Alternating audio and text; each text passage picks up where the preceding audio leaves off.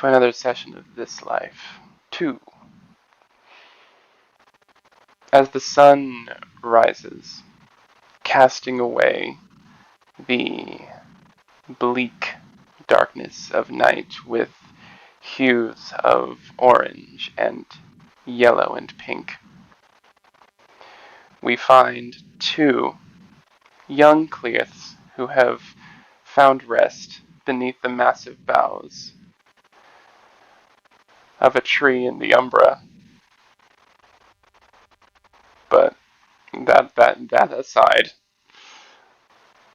they are currently in the Tellurian. Waking up, rubbing the sleep from their eyes, feeling good in the coolness that is like the morning of summer. Because as we know, the longer the sun is in the sky, the hotter it's going to get. Oh yeah, and unless Joe has done something different, because Kira does not give a shit about sleeping in Lupus. Like, probably started like thumped up next to him, or like with her head plopped across him. Mm-hmm. I mean, sleeping is always a comedy of errors. So it's like the wake up with like your packmate sprawled half across you, like, blah. Yeah. Fucking, we have Joe, who is currently just wearing like pants, chest bare. There is a new and impressive looking scar that runs from like collarbone to hip bone. And Kira is in whatever state of dress she would have been in. Whatever. Kira may have been in a state and never gone back for that shirt. She's gonna have to do that eventually. That That's one of shirt those is things gone. where she wakes up and yeah, she'll shuffle back to Hamid because it's just the natural state to be in. Thankfully, I imagine at that point most of the dried blood would flake off because it might have been in her fur for a while, but shifting back across, it would just kind of like out of the grass. So yeah, it's just she comes back around and it's the ridiculous like the pants and then like bra, shoes and everything, but bra because she dropped her top somewhere. Can't even remember. It's the Tellurian or she's like kind of somewhere near the standing stones. Yeah. Yeah, she's just kind of like combing her hair out of her face, looking around for her shades, which she also dropped, and kind of just why? Yeah. And Joe just kind of like stretches a bit. Suddenly realizes that he is bare chested, but it's like, okay, I can't really fix this right now.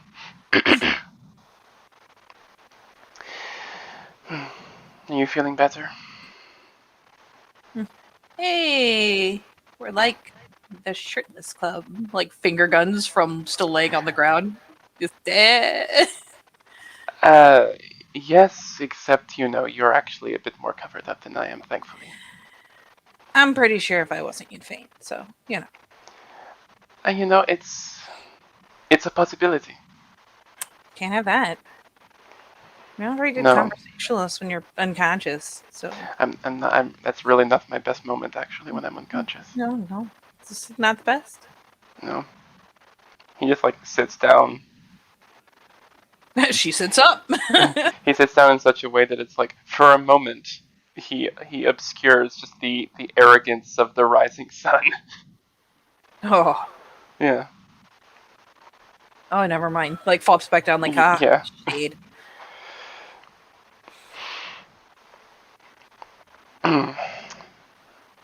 And no, not really. But No. I'm not supposed to be. It really depends on what you were trying to find, I think. And if you found that you're supposed to be angry and stay that way, then that's fine.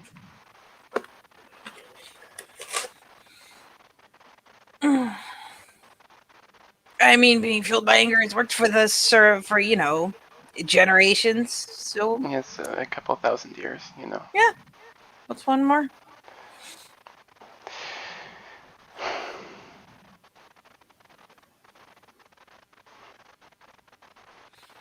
Don't know. Just because. What about you though? What about me? A little squint over. You good? I'm fine. Rebecca was just, I don't know. She said a few things that I had to make sure she understood a certain point of view. She said I was stupid. Right? She said I was stupid for fighting the Vosges.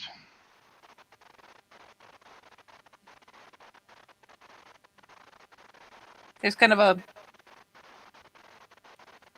perplexed. It's like, eh. I mean, I don't know what Jinx. to say. Fuck. All right, what do you drink? Got it. I mean, it was chaos after I set up the explosion. The entire room was filled with some kind of drug-laced fog and smoke. And that thing was just ambling around, and I was behind it because that's how I had positioned myself after the explosion. So I took advantage. Good. And it was also going after all of them, and they were far more wounded than I was. Siren was unconscious, so I wasn't going to just let it amble after them.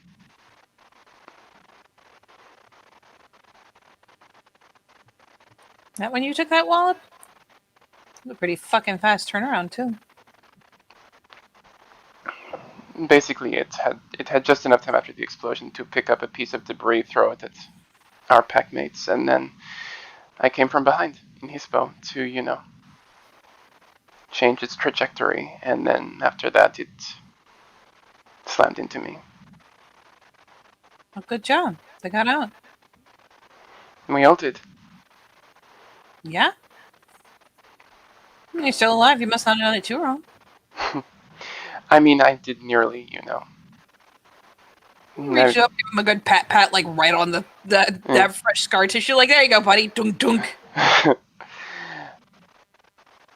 But yes, Rebecca was saying I was stupid for getting in so much danger, but I think Becca would have done the same thing if she was in the same position.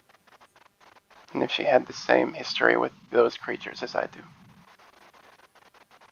I mean, I don't know about the history, but I'm pretty sure if any of us was behind something that big that damn near just killed one of the pack and was pointed at all of them and could turn it around, they would. No matter how big they talk. So I'd like to think so. she's just scared for you. I was surprised. I actually got a pretty good bite in. Yeah, there you go. Of course you did. You're in fucking Hispo. My training with Zuri is paying off. Oh, you're training with Zuri? Of course. Can you maybe put in a word for me? Because Are you trying to learn super secret silent strider maneuvers? no, not really, actually. But Zuri's like got this awesome rep when it comes to like grappling and pinning, and I want to learn how to break them. I'm tired of getting held down. He just nods. I can talk to her. I have to talk to her anyway about this resurgence of leeches in the area. So, like all those heads, were they all mages or some All of them? Hmm? All of them, yes. Holy shit. I think I told you that I had been talking with Zuri about how the vampires were supposed to be, on the run out of our city. She said the only ones that were left were the ones that hide in business. Just trying to make money or something, I guess. I mean, sounds like that's what I heard, kind of. But it sounds like, from what we heard yesterday, there's another faction. And now they're here.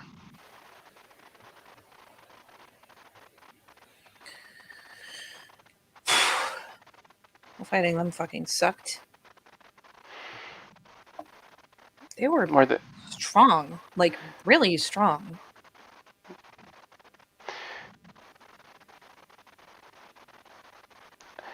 I know a lot about those creatures. It's why I wanted to make the explosion in the first place. Fire is one of their greatest weaknesses. Well, turns out Tooth and Claw works pretty good too. The knife was fucking Gideon just riddled them with bullets and it barely phased them. But Tooth and Claw, it's like butter. Well, Gaia does ensure that our weapons that are natural can handle pretty much anything. Yeah, it turns out. These ones you fought were strong. There are others that are fast, and others that have resilience to damage to such a degree that they can hold off against our claws for a time. I mean, I don't know about holding off against the claws, but I stabbed one of them like straight in the throat, and it like nothing.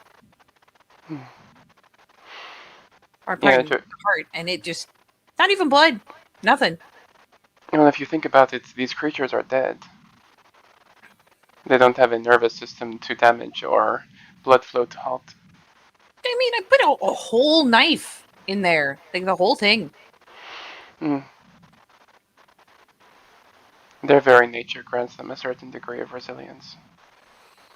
You can't hurt something easily that's already dead.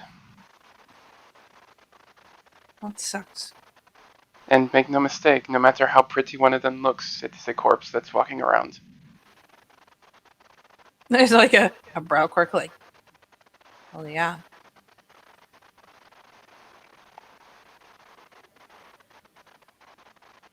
Is it like a hard thing for other people to cope with? The primary means we are literal hunters, you know. We hunt for game, just like wolves do. Leeches, we know them as that because they suck the life out of the world around them, and their primary way of getting what they want is their appeal. They are social hunters. Yeah. Don't worry, Joe. I promise necrophilia is not on my big list of shit I'm into. I mean, I know the list is long, but it's not on there. I'm sure it's not. I'm just letting you know that because they are social hunters, they have abilities that augment this. Just be careful not to stare at their eyes too much. He like pulls a little face like, pff, pff, me? Pff. In our society, staring into someone's eyes is a challenge. Doing it to them it's not going to make them back down. It's just going to give them an opening to use their abilities against you.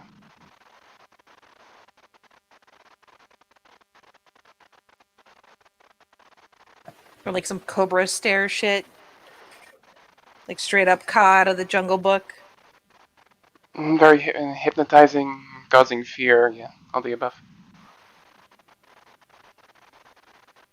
Oh, well, I got it. We're good. Basically, if you want my opinion, once you confirm one of them is what they are, you kill them immediately.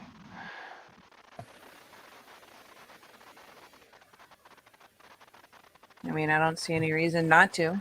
I'll paint it anyway, so. The only thing I will say is that they use humans as servants. They feed their blood to these humans and it keeps them alive. Oh, wait, is that. You said they were putting in the drugs, right? Yes, I was talking to Rebecca about that yesterday, about how they might be planning to create a massive horde subservient to them. Yeah. I do not know how the process works, but I know that their blood is addictive. So.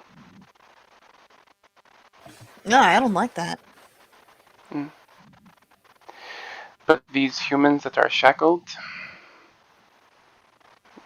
most likely have no free will of their own. So, while it may not necessarily be their fault that they are wrapped up in this, they will kill you all the same. Yeah, exactly. You do what you gotta do, Joe. I'm not gonna freak out. Don't worry. And if we run into any of these unfortunate souls, I will be there after to help put them to rest. Yeah, exactly. But as far as why I was angry, I don't know. It's just something deep down in me. You got that angry and don't know why?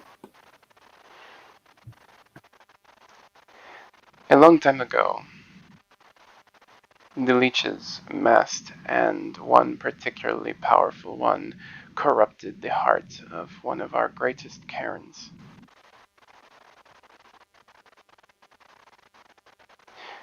It is why we are cursed and why we have no home any longer.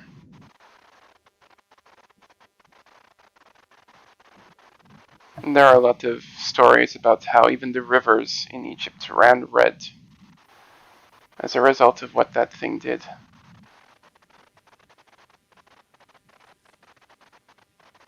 Damn. So I don't know. I don't know why I feel as strongly as I do when I was not there to experience it, but all I know is it is in my Because you're so genes. it's in your blood. To give them no quarter. It is why my tribe also specializes in killing them. Yeah. Sometimes shit's just in your blood, Joe. You don't have to have been there or seen it. It's just in there. So when Rebecca told me to ignore it, that I should not have done it, I don't know, it just stirred something within me. And that's why I got angry.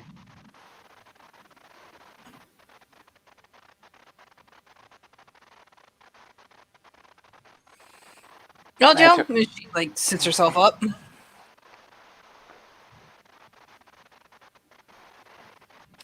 Felt pretty fucking good.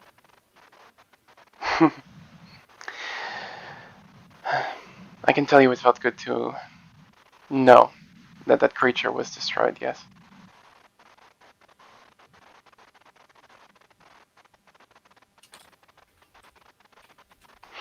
And how about you? You got pretty angry last night?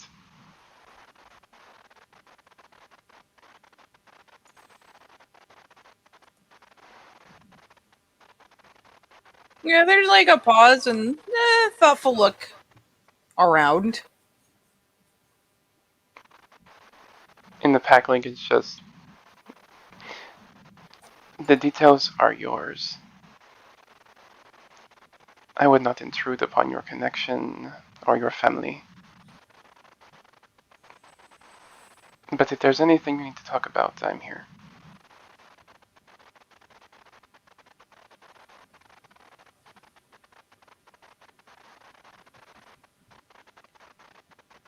And she again, it's like you can tell. It's like how do I feel about this? Let me figure out the words. I need words. Let me look at my vocabulary. Where's a thesaurus? Pretty much. Look, Joe. In the end, I'm a fucking baller, but I'm not a Theurge, and I don't.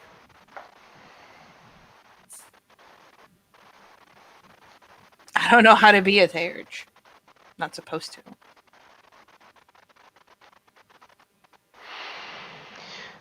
But she's watching now, so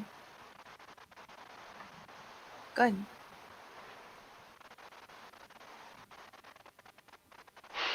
Do you know why I told you that you needed to become alpha?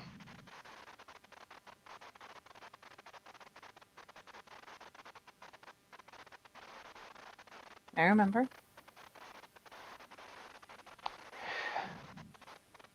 There are many kinds of spirits in the world. It is important to remember that while they are there for us,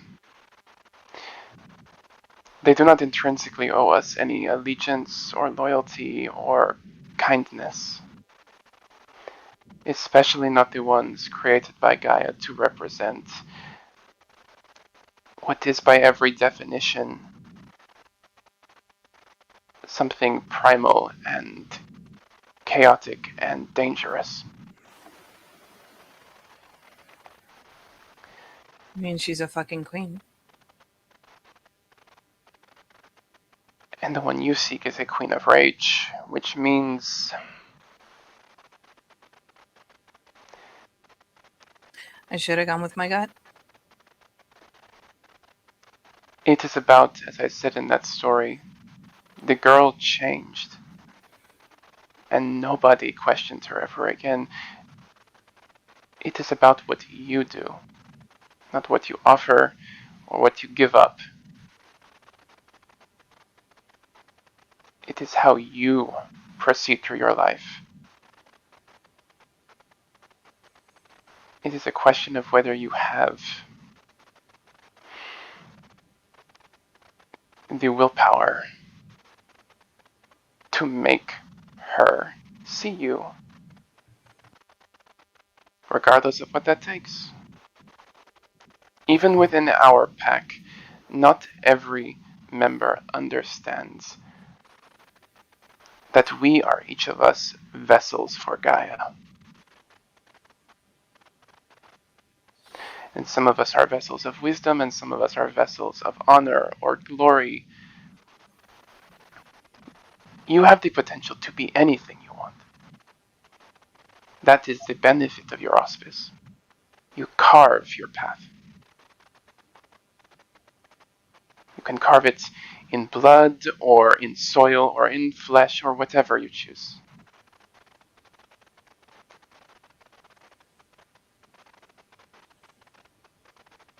But you need to be loud.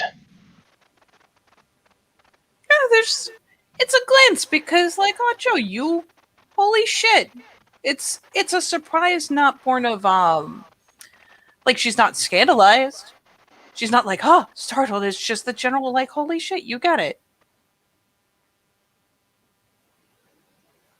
And I can only imagine how terrifying, in a way, he just kind of holds up a hand, in a way it must be to not have your path laid out for you.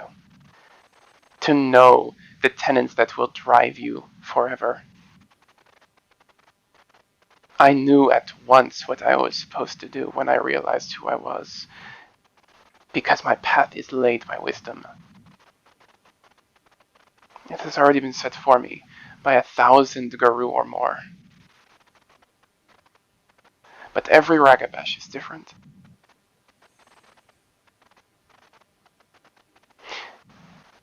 You call yourself. Going a path so hard it leaves a furrow anyone can follow.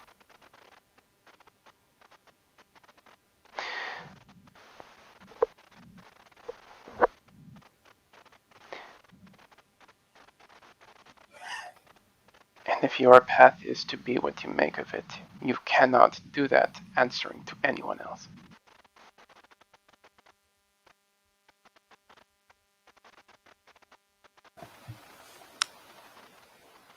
I know.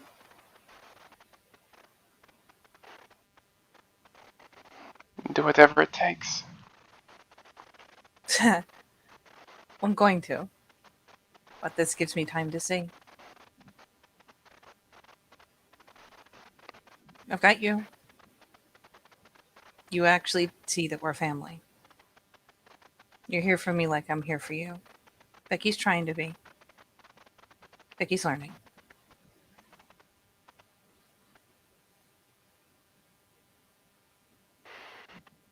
But when I tear to the front and take over this locomotive,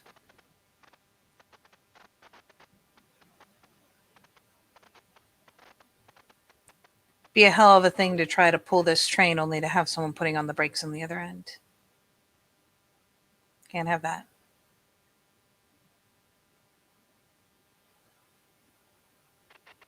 You did good last night. And you know what? Siren did good too. It sounds like she took a huge fucking risk. For the right reason. Threw her life on the line. For the right reason. Only a couple left to do that.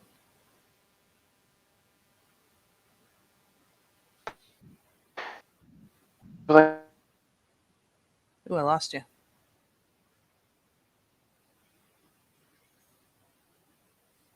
Come back to me, Joe. Your audio tweaked really bad, so if you were speaking, your mic is betraying you.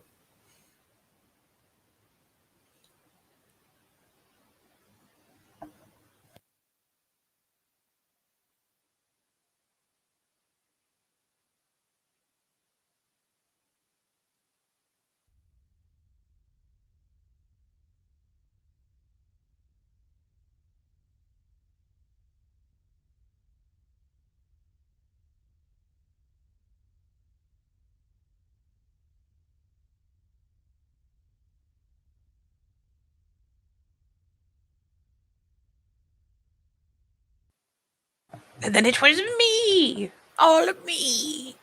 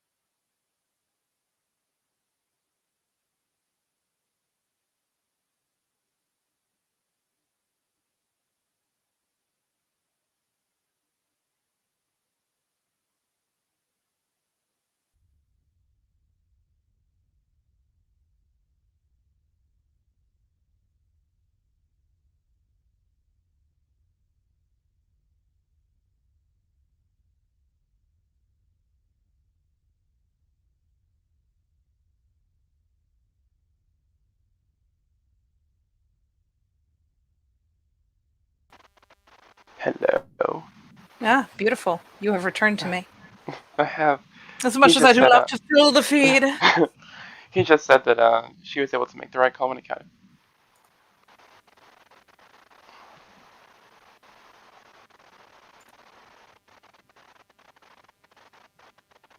Sorry, she was able to make the right call when what?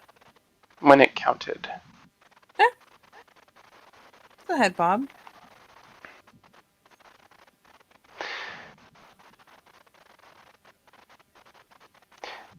Capability. To do a thing does not mean you were born to do it.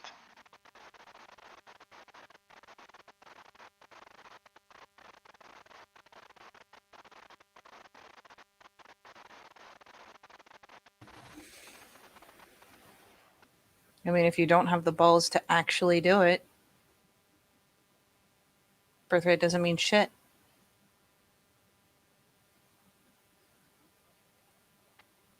You can write these things off as, oh, we are Cleats. We should not know how to lead. We need to learn how to lead. This is not true. There are born leaders.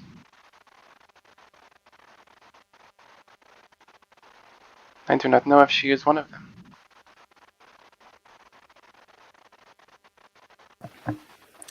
I'm starting to wonder why Gideon folded out of that.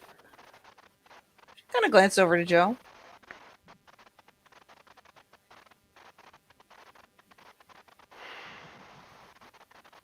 Gideon seems very capable. Knows how to lead too, and how to make decisions in the field.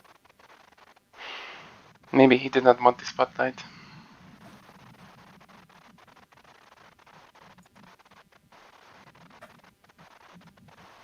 Maybe. Whether you want it or not, if you're a leader, you lead. I might ask him. I want to know why. I mean, he is a very capable beta. He's a damn good beta. He has the potential to be a very good alpha. If he wanted it. But wanting it's half the fucking Trial of it, isn't it? But I want to know why he doesn't want it. I think you and I both know why Rebecca does not want it.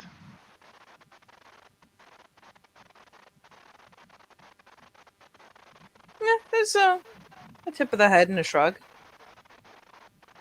Her past continues to mark her present. She could never feel comfortable as an alpha here. Not yet.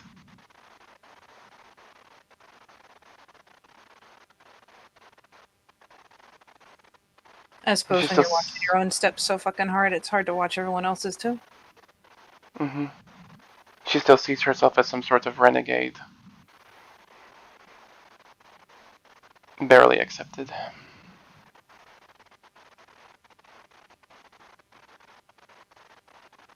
Hmm. And her recent encounter with Sylvia did not help.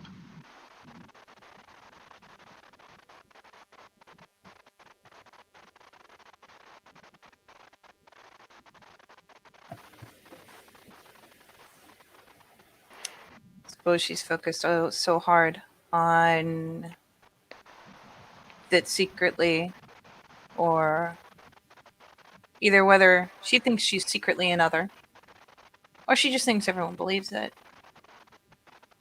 She's so focused on that instead of not being one.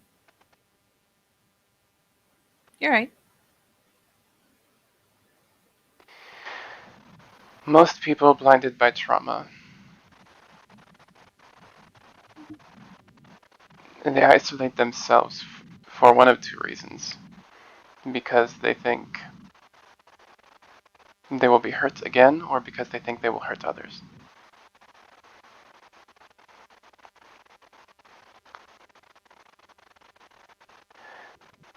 Just because I have had a very long time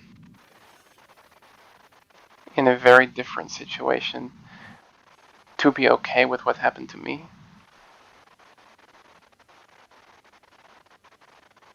it does not mean the same thing is true of everyone. Side glance. That's actually term property. And, trying to look him properly, face on, scooch around if she needs to. And she just leans forward, pulls up her legs so she can, prop her elbows on her knees, lean in. Does any of it make you mad?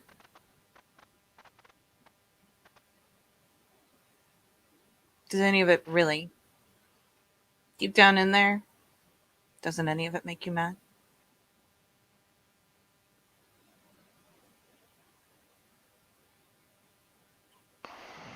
He takes a second. And she, credit to her, it's not disrespectful and it's not straight predatory, but she's looking him on like, if it's there, she wants to see it. The only thing that makes me angry is that he survived to do it to other people. And that is what I cannot forgive.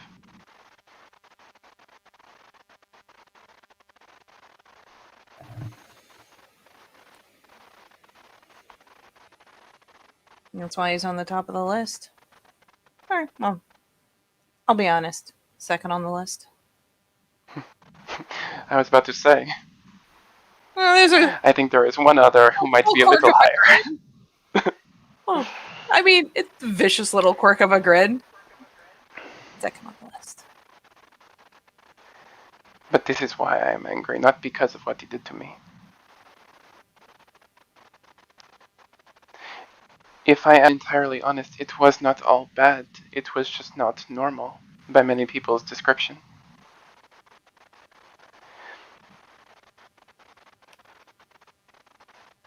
You can say it wasn't all bad.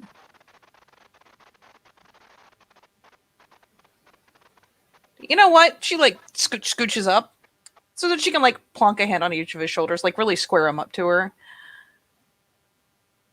If you won't be mad about what they did to you, I'm going to be mad enough for both of us. Because you know what? There may have been bits that were okay.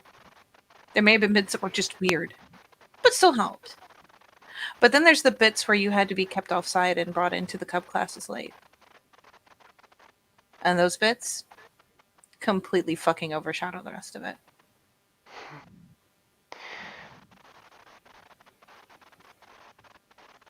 The Sept Beta made it very clear that he did not choose to execute me for a reason.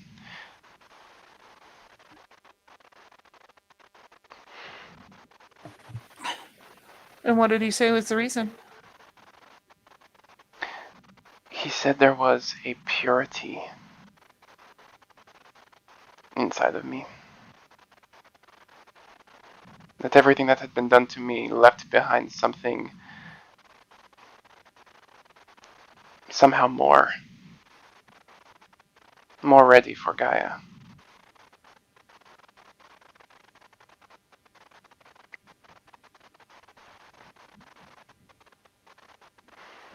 Maybe it is why I think the way I do, the reason I'm willing to give as much back as I am.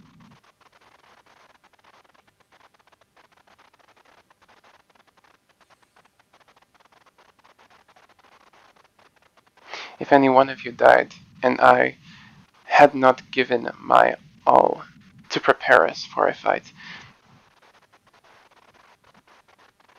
that would be my failure.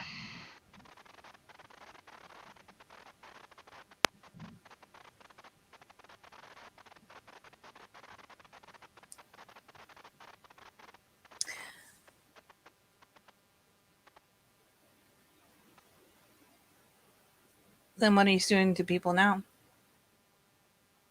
Does that get under your skin? If he's responsible for what happened to Purity, yes. Good. Because when we find that asshole, if you want to get him out from under me, you're going to have to be as angry as I am.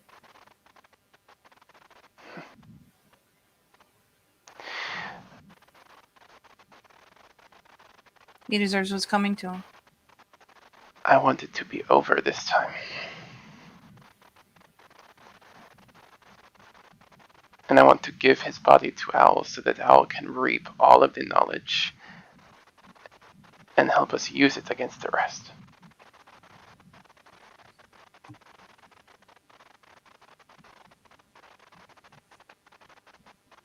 There's a tip of the head still. Well, kind of still queued up. The hands give a little squeeze to the shoulders. Does Ollie even need the whole body, or does he just want the brain? Well, the brain is the representation. So in truth, yes, I just need that.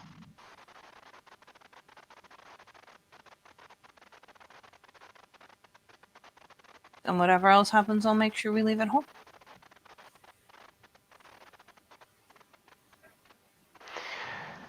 I can think of nothing more terrifying as an end to someone like him than having everything he is in his mind taken away.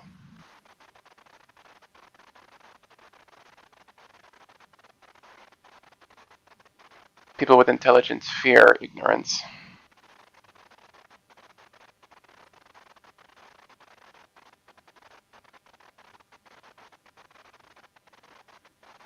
Look at that. Yes, feed me this. Baby bird style.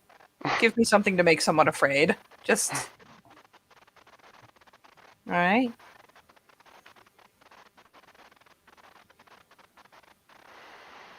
Then I'll leave it do with not you. worry. And you can take the thing he least wants to lose. That he's most terrified of losing. That's yours. That's your prize. He's not fast enough to get away from me again. Nothing's fast enough to get away from you if you really want to catch him.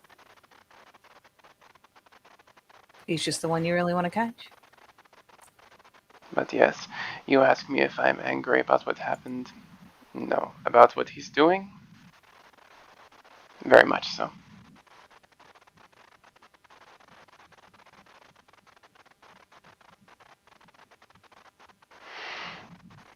Men like him have abused people like me for a very long time.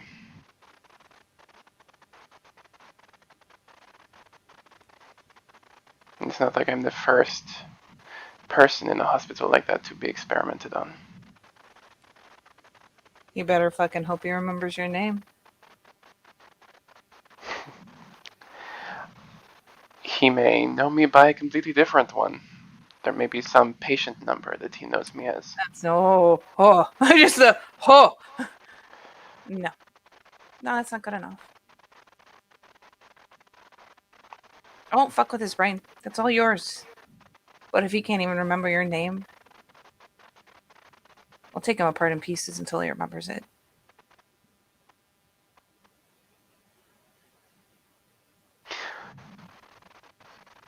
He just leans in a bit.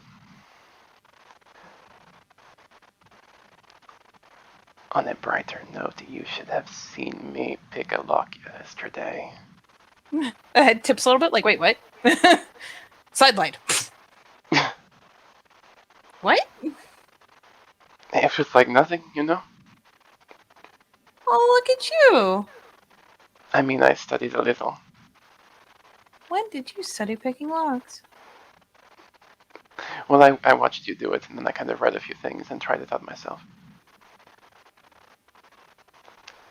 The heads finally lift from the shoulders. One of them goes up to ruffle his hair before flopping down in her lap again. Holy fucking shit. I have many hidden talents. Oh, yeah? Oh, yes. What else are you hiding from me, Joe? Who can say? Well, that's why I was asking, because you can, obviously. I mean, yes, but, you know. Well, it's okay. On a long enough timeline, I'll ferret out all your filthy secrets, Joe. On the other side of this, what we did yesterday, it's sure to have attracted attention. Not from the enemy, but from our people. We're going to be watched even more closely. Cleas do not usually take down creatures like that. Good.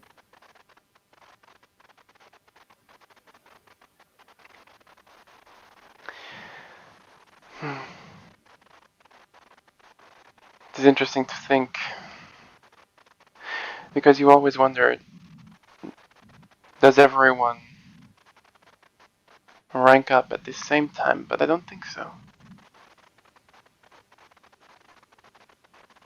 There's a display of the hands. We rank when we rank, but if everyone's looking, that means they all get to see what I'm going to do. And I know True. I'm going to make sure they're looking.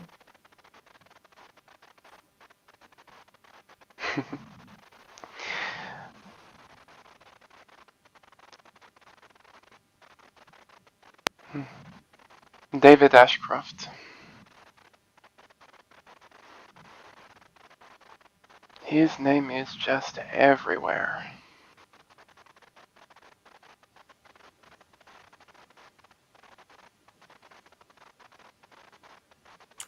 Yeah, it is.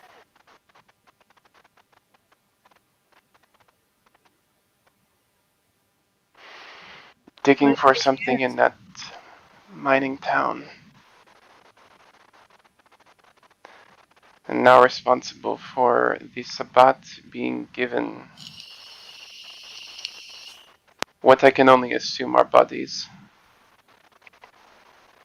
I mean, unless a host means something else. Probably.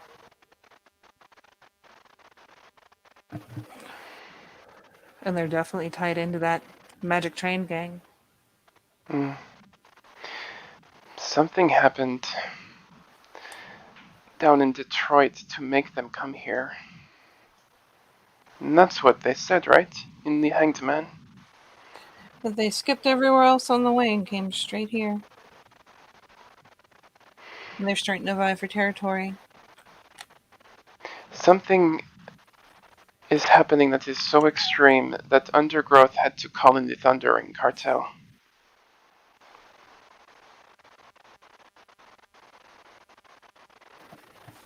I mean, it sounds like they were here regardless. Regular check-ins, but that could have been a lie. You think they were tasked to search a city when their leader was involved in the last fight against Osterhal? You think they just happened to be here now that these people are back?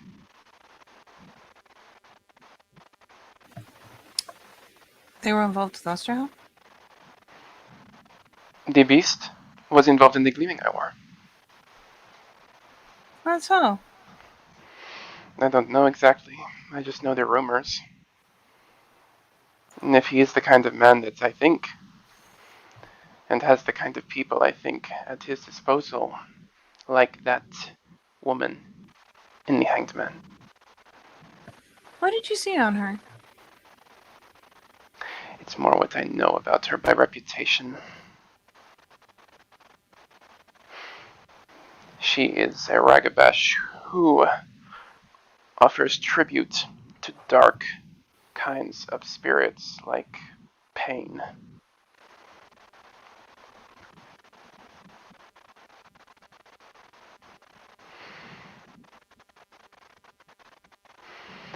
It is not that I do not trust her as a guy, and it is that I do not approve of.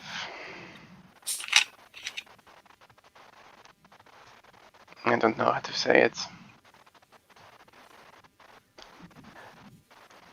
Dancing too close to a certain kind of line.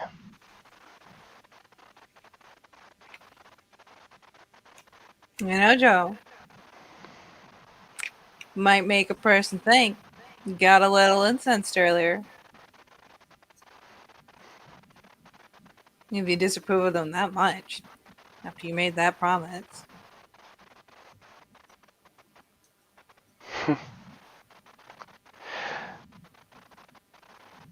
I know exactly what you are trying to do. This is a grid. Very teasing. It's not intensive. Yeah, it's like, she's just like, I know what you are trying to do. And it is not like what she does.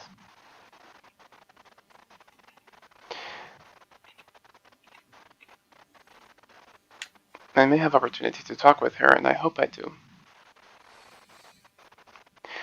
I'm gonna have a word with Jules. He seems to know her.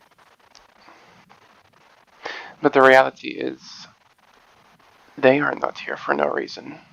They are not coming to the mine shaft after we are done with it for no reason.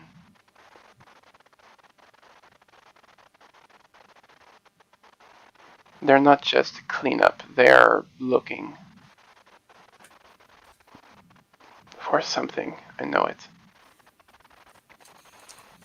That's why I want to get a snoop around before they get in there. If there's something to find, I want to find it. I want us to find it.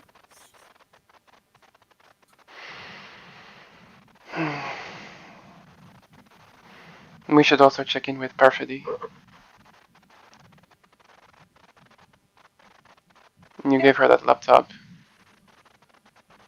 I mean, she's had all night and she's probably spent all night on it.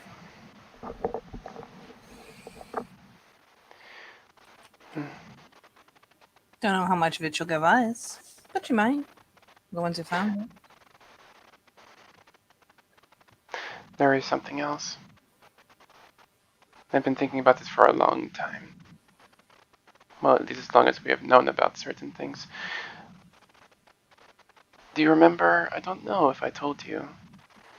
That Quinn told me how the spirals took parts of Jenny before leaving her. How she was found. It was a tip of the head, but kind of a nod, but that little knit of the brow that's like, kinda, yeah? They took parts of her, and from what he said, they enacted some kind of ritual to make Metis with her.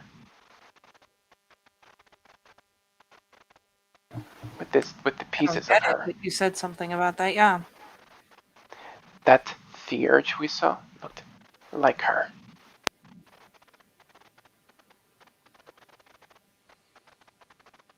That's gotta be one of the first ones to go. If there is any tether damaging Jenny, that would help her considerably, yes. I'm not big on the idea of hurting kinfolk even after they're dead. That one's first then. And she can do her cute little running. And she can try to poison me. But she can't run nearly fast enough. And she can't be nearly poison enough to take us all on. No. Gun for her. But it does mean that very likely she is at least a Metis. Good.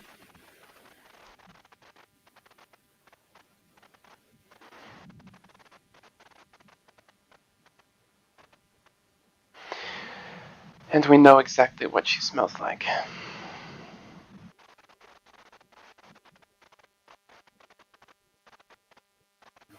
All right. That sickly, diseased scent.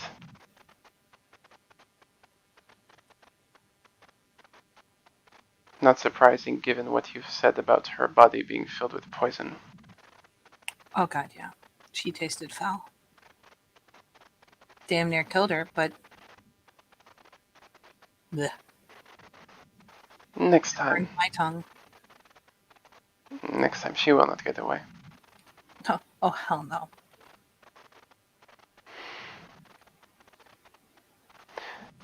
And all I ask is, I need to look at that one to make sure. You can have the body.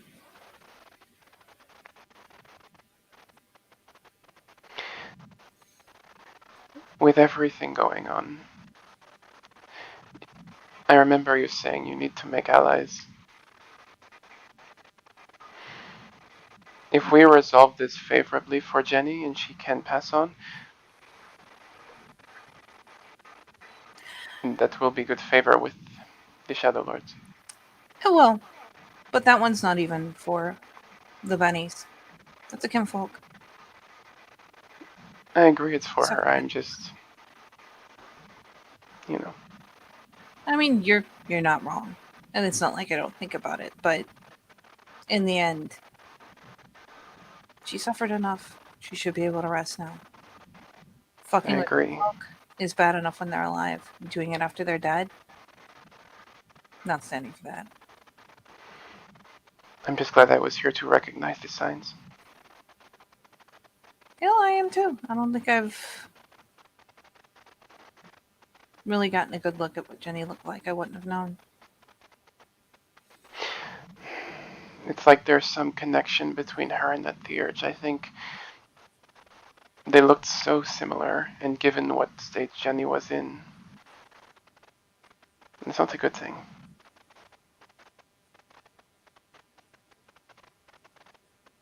You think Jenny could help us find her? I think if they are closely connected, it's entirely possible. Because, you know, every time we come to them, they're going to have a trap ready. But if we have a way to catch her when she doesn't know we're coming for her. One of the reasons I want to talk to Perfidy is because she asked me to tell her if I discovered anything about Jenny that could help. Not to go to Hidden Word Raya, but her first.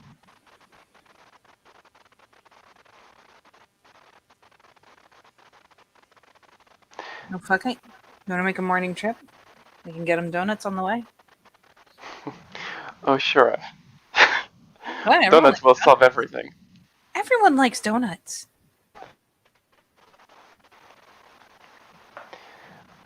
I mean, I will take your word for it. It is almost breakfast time for me anyway. Yeah, there you go. Even you can have donuts. You can know the true joy, Joe, of fucking donuts for breakfast. I don't know the last time I had a donut. Oh my god. Yeah, we're getting donuts. Come on. She like gestures him up like, come on. Come on we with must me. receive donuts. We're gonna do that shit we need to do, and we're gonna do it with donut bribery. Donut chiminage.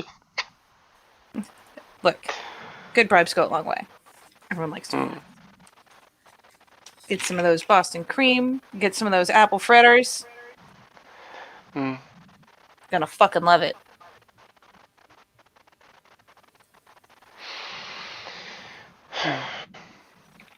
And you just have a quick word up on the clearing, unless the fucking rules have changed. Make sure we're good to go. I doubt that we are out of lockdown yet. It's only been like a day. Yeah, exactly. So let's get up there. Make sure we run it by our Timmy. And then we're gonna go get some fucking donuts. And we'll go to Hangman. You can talk to Perfidy. Jules might even be there. I don't know what he'd be doing there this early in the morning, but he might. So fuck it, let's go.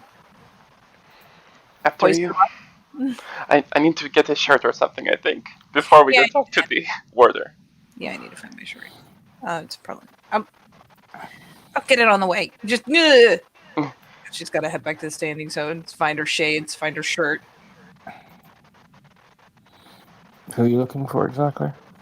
If we're going to get permission to go off, talk to, like, Perfidy and whatnot, probably need to run by her, Timmy. If it's early morning, Perfidy's still on set. Oh, hot.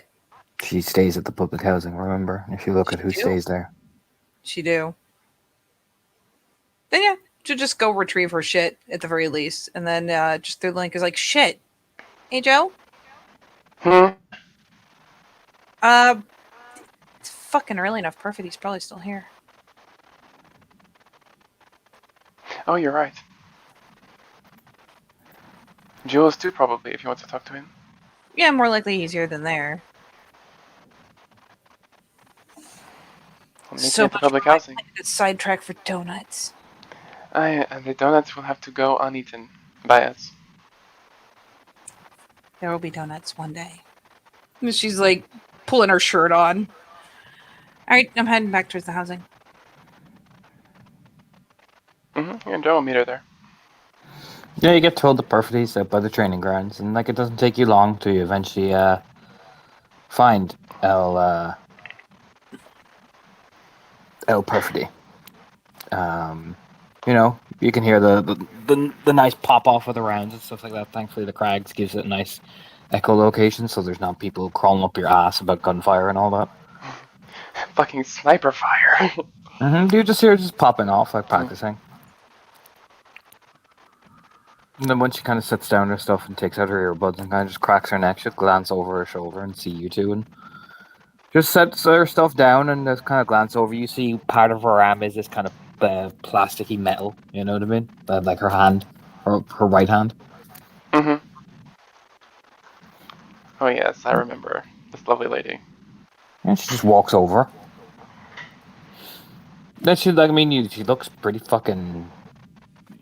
She doesn't look like your typical glass walker, really. She, the way runs kind of is a bit quirky, and she just looks like a commando. You know what I mean? Yeah.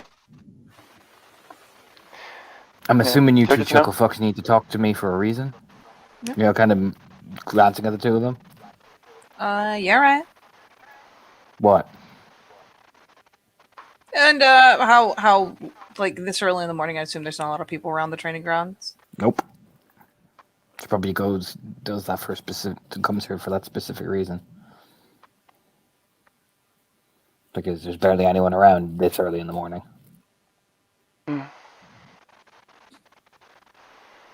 Yeah, Joe just like go on, Joe. Yeah, Joe just looking here for a second. It's about Jenny. What?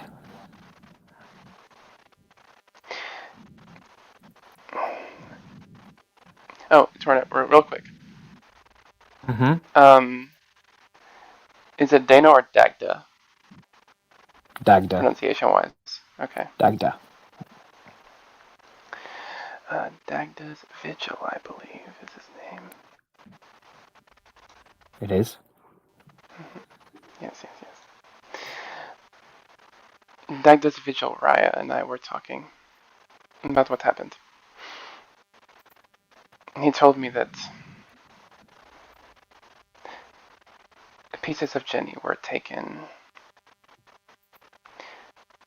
and that the spirals who took them performed some kind of rite on them. And that things were made from her. Metis, specifically. Yeah, I know.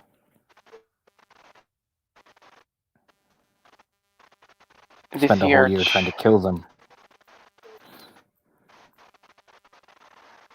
The Theurge was in the mind like her.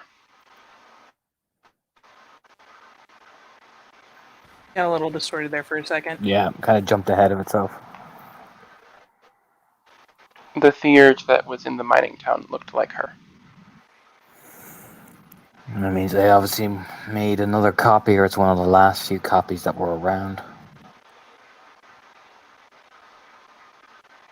I believe so, yes.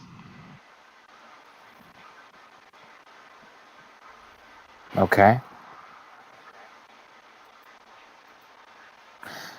So, that it, or is there a specific reason why you're mentioning that one of these fucks needs a bullet put in their head?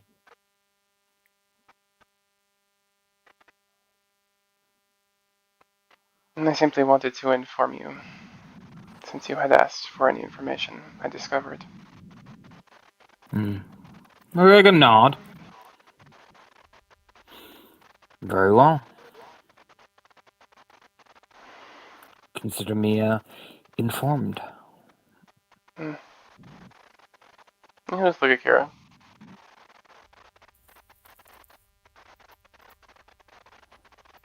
I mean, she perfectly looks at Kira because you're talking about this like freely in front of her. So her eyes kind of just.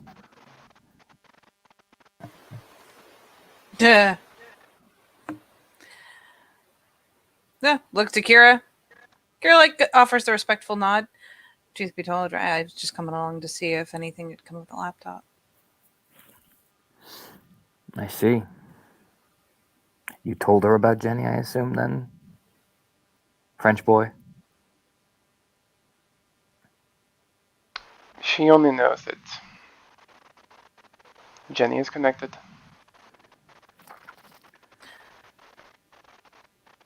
I know she's still being hurt, and that's fuel enough for me. Oh, I mean, perfectly eyes just. They look right into Joe's soul. Like, oh, does she? You know what I mean? It's that type of stare, you know what I mean? Okay, then. As for the laptop, well, it's not fully in yet. I'm running a fucking program that should take about a day and a half. Well, should be done by the afternoon, realistically, depending on time and all. Then I can start decoding everything. Whoever had this made sure that they were at least clever enough, which means we're not dealing with some small-time ragtag fuckboy unit. Whoever was at least overseeing the property, at least had the common sense to put a decent firewall up to cover his tracks. Well, their tracks, whoever the fuck. So, should be clear in about a day and a half, if worst come outcome. I'll check back this afternoon on it, see how the program's doing.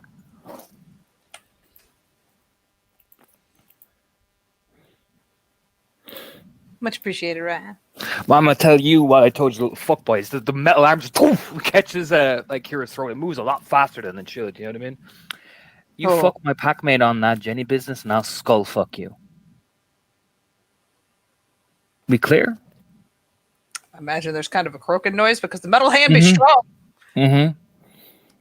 But there's a nod, like the whoop. Yep. I ain't a Shadow Lord, but I don't appreciate my people being fucked with. I'm sure as packmates you can understand that sentiment, right? Another little like yep. Good. Then we're square, Pinky Jean. You know, she lets go of the metal hand. You know, just Yeah. Kira catches her feet again, like oh, like just got a rub at her neck, like holy shit, that is some grip strength. Just whoo. All right. Don't be fucking talking about it too much then. I can trust you all to keep your fucking mouth shut. But as for the laptop, in progress. I'm just taking a break because it's pissing me off. And she like loads back up her rifle. Ooh. Fair enough there, Raya. And just so rubbing her neck like, god damn. We won't take any more of your time. This just gives a shrug. You know, adopts a similar kind of crouch and kind of is lifting up the thing to kind of like set her aim and all that, and just, you know, going back about her business. Not gonna lie, I'll give like a brief glimpse. It's not like I'm studying perfidy. It's just like, oh, that's how you're supposed to do it because Kira does not have any firearm. So she pays a little attention. Figures maybe she'll pick it up by osmosis. Just kind of like tips her head on it, like But if she gets so much as a glance, it'll just be like. Whoop, whoop, whoop, whoop, whoop, I mean, whoop. yeah, there's the silence as Kira's playing, and then she just turns and glances over you, much like the picture with that eyebrow raise, like you're still here, you know. Fucking Homer Simpson's into the bushes. Nope. Yeah, Joe was already gone. He was like, no. Joe sprinted down the lane. We're like, fuck. She literally does the slow backward step into the bushes of like, sorry, I'm just gonna.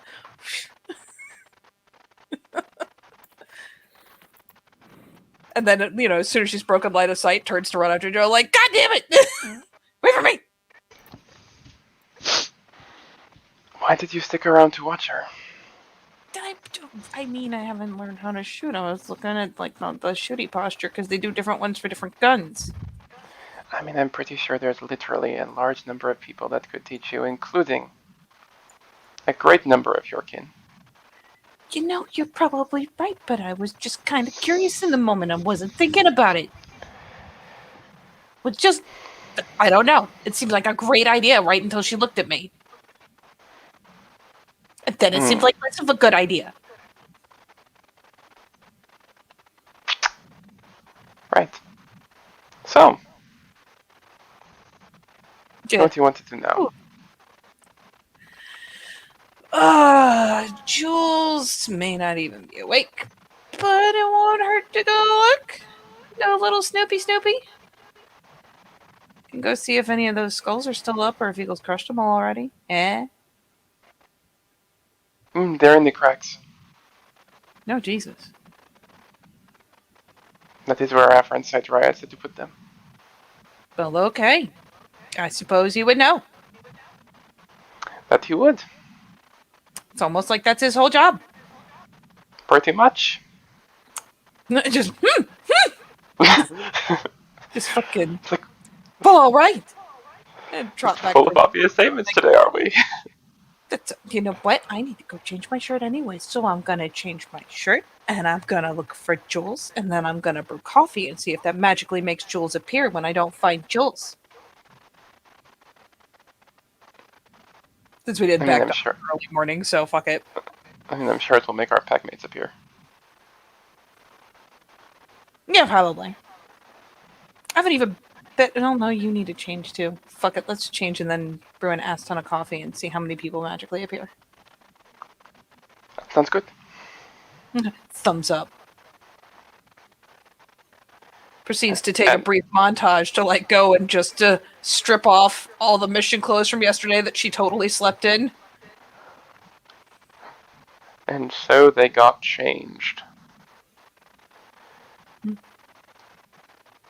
And then the beauty of the fact that, public housing, which means, the coffee pots aren't like those little, oh, look, it just makes a pot of coffee. It's like, this is the shit they have in restaurants that brew gallons at a time.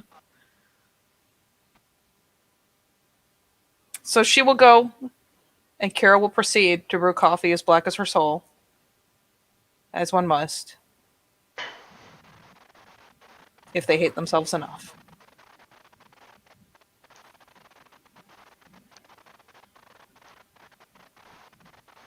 Yeah, just kind of keep an eye on the on people who are finally getting up, wandering around, maybe coming in from really early patrols or training.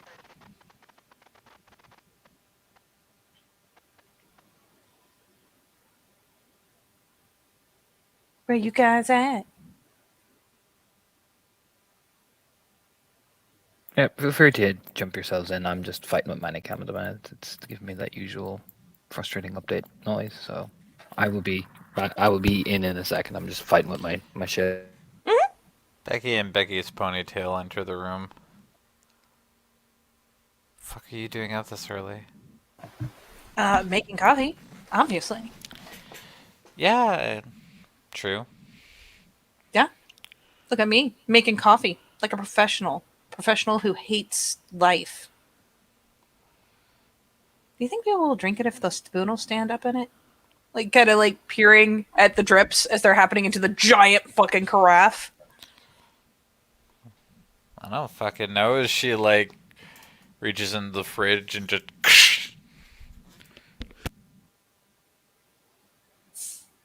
She ripped the fridge off.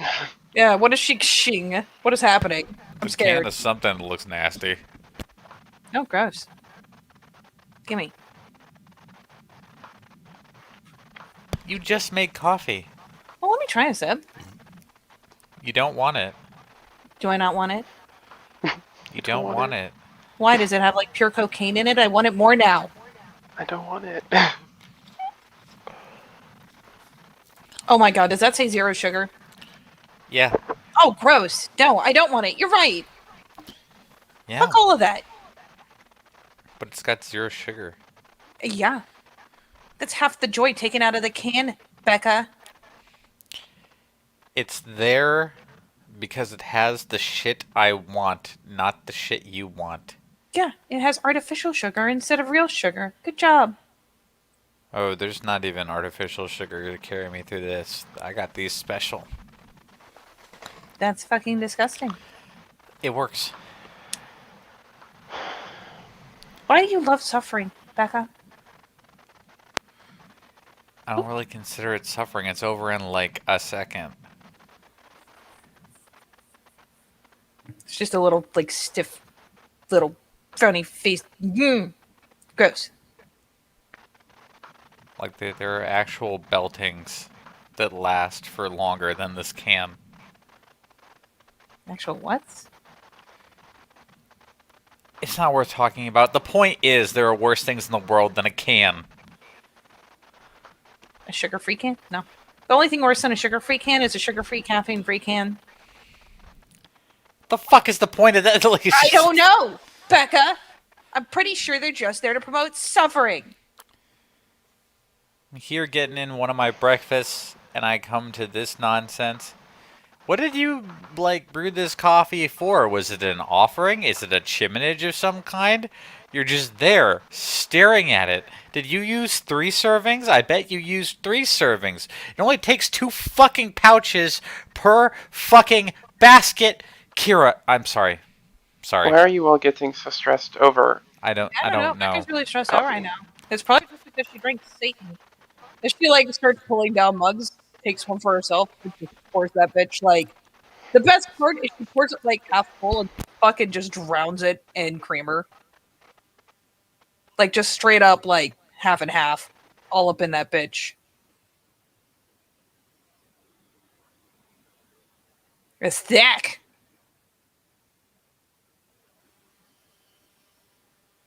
I don't know, Joe. Becky's just stressed out.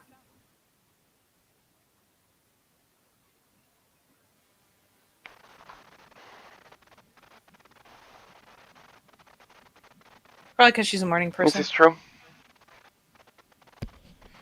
Not used to other people really, being both awake and here.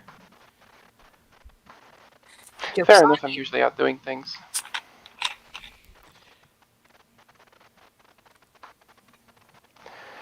But I had to get a shirt, so I'm here.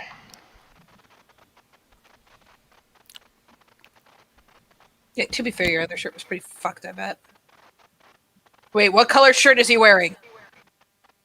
He's wearing his usual shirt. Damn it. I had hope. But it's back to the red shirts. Mm-hmm.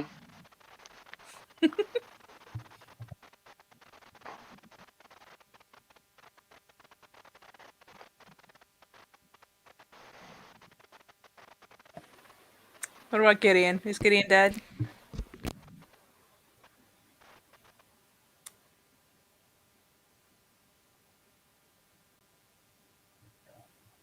The answer may surprise you.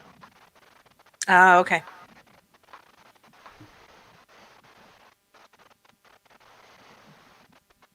The answer may surprise you indeed. You Turns look out away, and Becca has nothing in front of her at the table. You look back, and there's steak cutlets and eggs. What?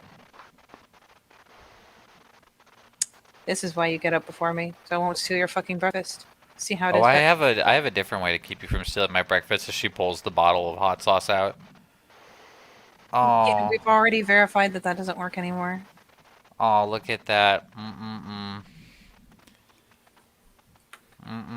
All over this steak and eggs. I mean, you're destroying a perfectly good steak and eggs, but I could still eat them. It's leftover steak. Eggs are good with pretty much anything, and this to me pairs. You know, if you keep voting, I'm just perfectly. gonna eat it out of spite.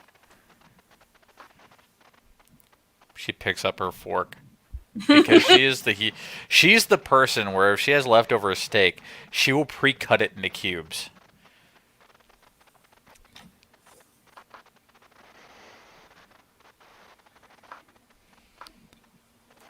So she mixes in the scrambled eggs and the steak together, and so this is massive steak, eggs, and hot sauce, and she just starts.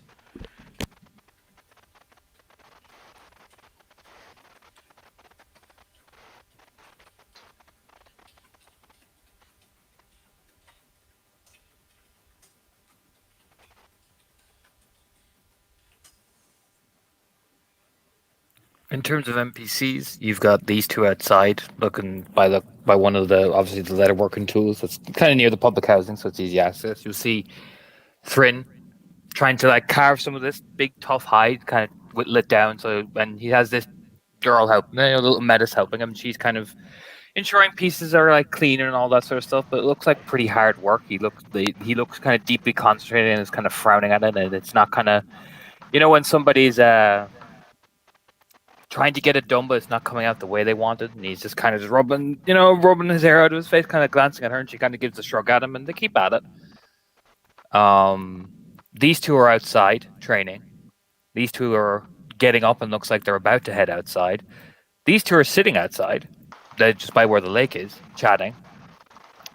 These two are coming out of their rooms, and who else is here?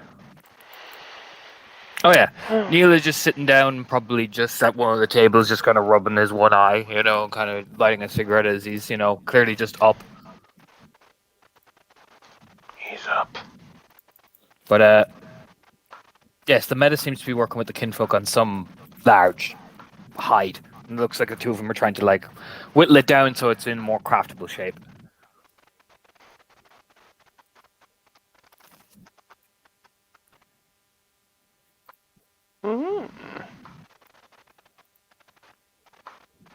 Oh, sorry. You said two were chilling outside, and I did not recognize one of them. Two were chilling outside. These two, they're training outside. Two. They're from the Fire Drake pack.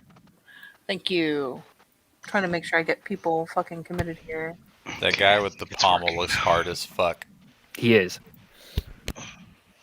Oh, I think I heard Gideon. I think his mic's working again. There you go. No. There you go. You exist. Wanted to walk up and headbutt Perfidy, but unfortunately, I mean, mic you said can- no. You can still do that, so you can absolutely come up after and absolutely do that if you are feeling so inclined. No, he likes to find out the facts first. Because he knows Kira. She can be a little grating on the nerves at times. But me? What? I said at times. What? I mean, that's true of everyone. But he would come in where they entered, I suppose. Shortly thereafter. A spot of concern.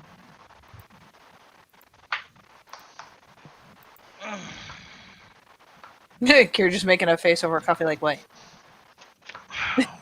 What happened out there with Perfidy? I'm over there just minding my own business, enjoying my new sawed-off shotgun, and I noticed choking. Oh, no, it's fine. Cursory, it was the cursory warning, like when someone decides to date your sister. And so you gotta, Not choke them? Oh, no, you definitely gotta choke them out and threaten their lives in case they ever hurt your sister's feelings, So what you're saying it was unwarranted. Nah, totally warranted. Gotta do that shit. Required. Are you trying to date her sister? No. But don't worry, it's good. Did you say something to upset her? I mean, if you want to get really technical, if it upset her, then yeah. Okay, a better question. Did you say something that? That's okay. It was a cursory warning. I'm good. Yeah, we use that. We use words with that. The moment somebody Well, puts a hand on somebody in my pack, I have to. you are very magnanimous to do all your warnings with words. Well, I mean, it's more of a reputational kind of thing. Sorry, Eh. putting away a water thingy. It's all good. Just No hard feels, boss man. Just getting the all of the appropriate pre-warnings out of the way. So a warning choke. Yeah, it was a warning choke. I'll be right back. But no. Fucking put down the coffee. If He's going. He's going out the door. Jump on his back. They're pretty normal, Gideon. I promise. And there he goes. You know, You weigh legit spider you weigh monkey. 20 pounds. This is Yeah. not a problem. Oh yeah, she's not going to stop him from moving, but she could at least like kind of hook up around the shoulders and keep talking while he's walking. Like, you know, Gideon, some people are just protective of people, and they got to make sure not to fuck with the people they care about. I do that kind of shit too. Yeah, I completely understand. But if you ever put your hands on somebody, I would beat the shit out of you. Oh well, I hope you're prepared to deliver me some righteous shit kickings. Okay, we'll get to that Really? next. Gideon, buddy, Yes. friend, pal, Okay. compadre. This stuff's pretty normal, bud. Was this your fault? If you're telling me she put hands on you because it's your fault, that's a different story. But if you tell me that she did it because she's look, I brought up a kind of a delicate subject, so it's all good. It's totally good. I don't know. I read somewhere that there's a litany about respecting those below you. Well, yeah. So if you were showing Also, respect, she had to make sure I submitted submission to higher and station. That's just how it goes. with a choke. I No. mean, have you met me? It probably takes a good choke. I'm just gonna have a couple of words. A couple words. Yeah, Yep. Arun to Arun. Perfidy's a ragabash. Then Arun to Arun to something I proper tooth my certified badass and war hero. And a fostering. I'm fine with all of those things. I think it's perfectly reasonable to have words with somebody regarding. I mean, if you're lying to me and she tells me that you're lying to me, then I'll beat the shit out of you. But I gotta go and talk to her about that. Whoa. Look, I touched a fucking nerve. Okay? I got a warning. It's all good. What did you talk about? If it's something that she's that upset about, it's maybe something I shouldn't share. It was personal. Is it work based? Mm, Did we kill somebody over it? like a thoughtful frown. Like, That's work that's a very based. interesting question.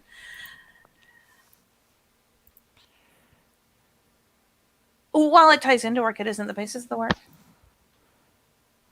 So what you were telling her was work related, and she choked you for it. Little. Nothing of what we were telling her was work-related, Gideon. Okay.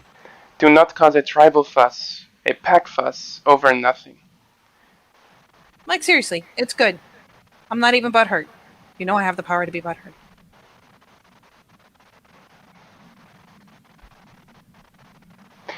We are in a good place. We are doing good things. We are getting good recognition.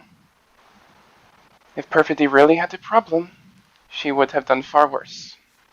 Yep. I mean, shit. Lena's choke slammed me harder than that.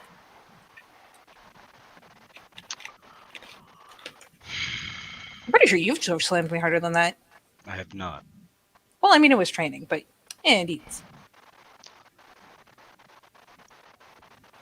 All right.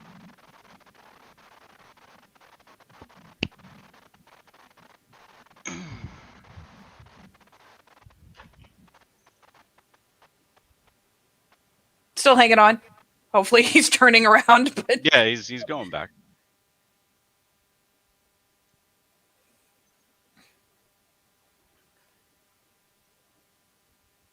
still not gonna lie. I appreciate the stick up. It's not a matter of stick up. It's my job. You're not just doing it because you like me. No. God damn it. You know, Gideon, we almost had a moment here. No. No moment. You gotta respect your set. I mean, have a word. Listen. Pack, gang, same thing. You're not wrong. She finally drops off his back to walk back next to him. Now that he is not on the business march. Still think I should have had a conversation. It's fine. I mean, truth be told, you probably appreciate that you were sticking up for your people, but important to know that it doesn't need to be business. Okay.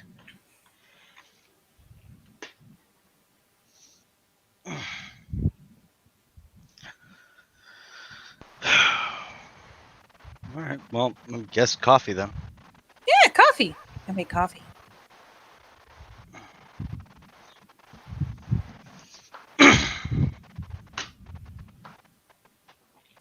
Just trots on ahead trots in ahead of him, goes for a cup again because it's mine.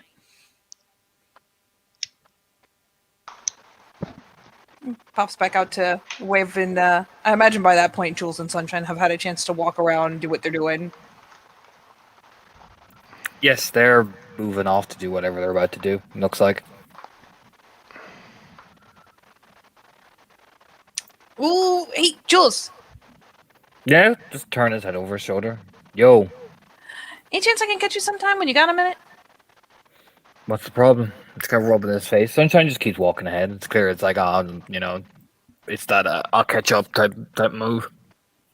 Fuck it. So I'll give a trot over. I mean, none's a problem. I just figured you were the guy I needed to talk to. About what? Yeah, she'll, lower the voice when she gets into, like, conversational range. About that chick came by the Kingsman last night?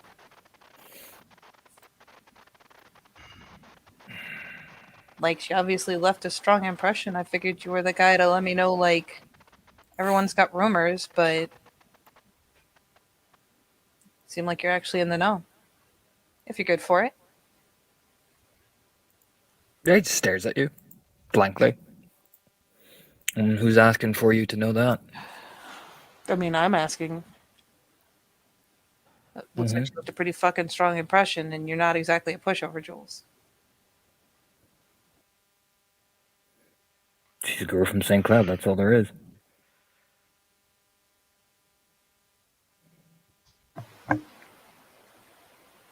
I mean,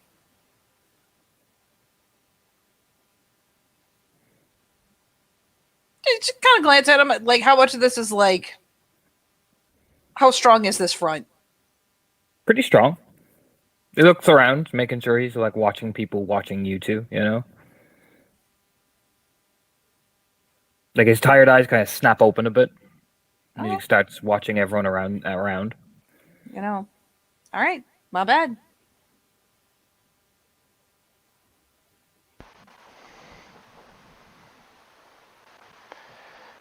And you know what? I'll catch you up later and, like, buy a drink or something for, she gestures off to where Sunshine is still just going for pulling you behind. Sorry about that. Sure thing. Yeah, he just turns on his heel and starts walking. Hands in his leather jacket. Man, that looked like paranoia. I'll just, wait for a better shot for that one. Better setting. Yeah, she'll trot back over. Somehow still has any coffee left in the cup. Hops back onto the porch. Kind of eyeball, what are the Eyes of Tyr doing for training? Well, we need to focus on some pack tactics. Been looking into it. I think, given the last fight we got into, Fernarl comes to mind.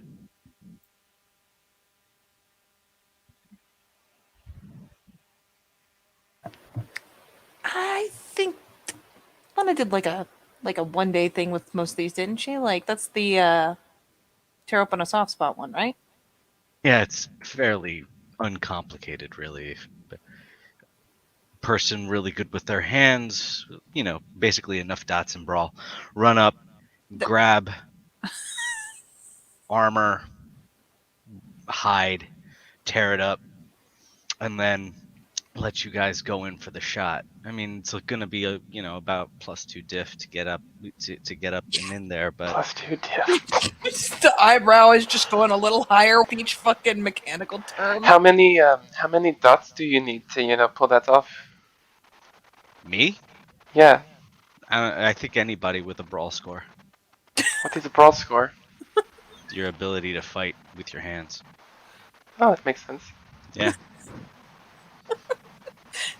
Snickering into like the empty cup so it's echoing a little bit. So this is something that we all learn, or that you learn and then show us how to do, like you guide us through it? We all learn together. Oh. I mean, I don't expect you to run in and, tear off somebody's armor, but, it's always good just in case you run into an opportunity where you can actually pull it off and say Becky can roll up and hammer in a shot.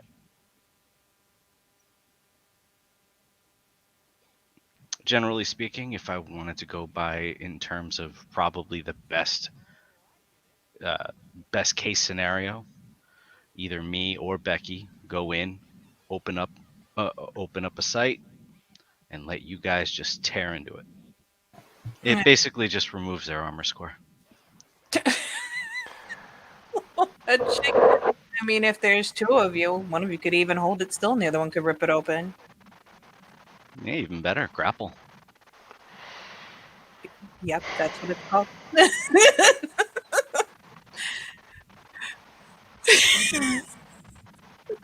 So, made yourself laugh, didn't you? While I was drinking something.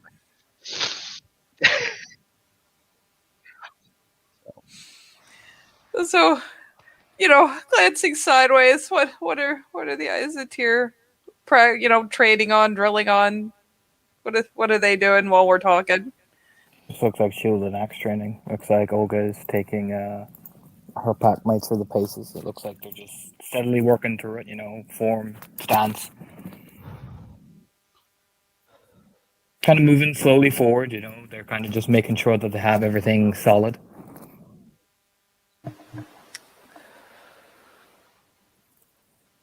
So we pick one of like the some sort of big target and just practice. We'll probably do it with me being the target. Yeah, sure. I'll put on some innocuous, I don't know, I'll put on a jacket or something and make one of you guys tear it off and one of you guys hit me in it. We can always see if there's some busted up armor we could use. You could do that too. Something to do for repair anyways. Kind of gives a shrug. Yeah, fuck it up proper. A little bit of the cheeky smile.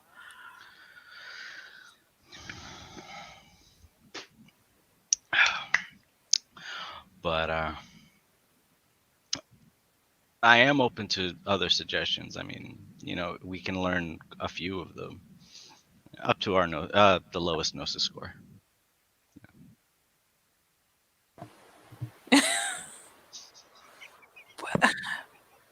Just where do you actually come up with this shit though?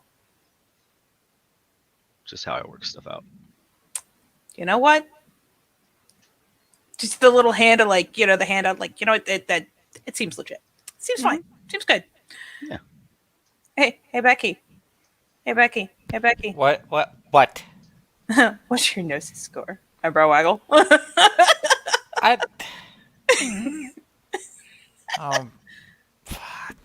Look. I don't fucking know. Maybe we start with one. A lot, a little, close, not so close to Gaia. You know, I mean, I've relatively spent close. most of my life in the lap of civilization, so it can't be that great. But better than most. I'd Would say you we say- all.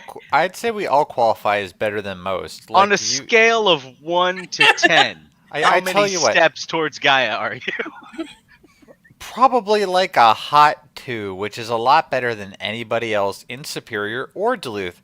In fact, I challenge you to walk up to many Duluthians, some of whom are former hippies, and ask them how close they are to the Earth Mother. Oh It'll my go great. God. You make a valid point, sir. Ma'am. I don't know. It's just like You know- there's just I don't know. Maybe there's It's the just shoulders. It's the mojo. Like, there's a spirit in you that like just Uh-huh. says like just very very strong. I don't know. Hot sauce eating. Look, if I had a dick that I could literally slam on the table, it would do me well in some circumstances. But it also There- doesn't exist. Very powerful energy. Power. So respectful. My God. And now she's come out to see what the Eyes of Tyr are doing, which I know Torna already described. But also, these are I think the lowest of them is a Foster, and they're doing it. Mm-hmm. So there's some Well- there is some big dick energy here. The whole pack is turned up now, and they're practicing together as well. Like Naga starts directing them into charging against Finn, and they're all battering shields against each other, and it's practicing pack tactics. They're very disciplined. They work together. They move fast. They move in at the same time. The Arun doesn't go light. He breaks Olga's nose at one point. She kind of takes a couple of steps back, and they're pretty intense.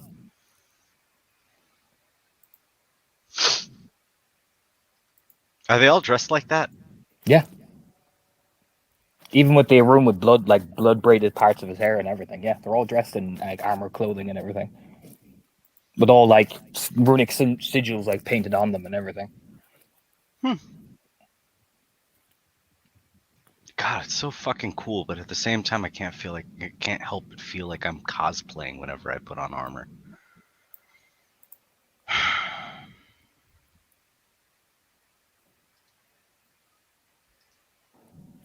I mean, Remind me, did the Eyes of Tyr come down from Wolfsmaw, or where did they come from? They came from Wolfsmaw. Yeah, that totally checks out. They look more like Slavic mercenaries than Nordic Vikings. Yeah, just do the little lean over to Gideon. I mean, they did come down from Wolfsmaw and up there. I Wolfsmaw? mean, yeah, they came from Wolfsmaw, up north. And up there, it's not like you're hanging around a city and you're out in the fucking ice and shit. They probably need all those layers. Never mind that it is fucking vicious up there from what I hear.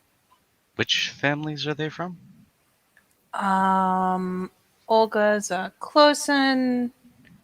Naga is a Carlo. Finn's a Olafson too. And Magnus is Carlo. So 2 Carlos, 2 Closens.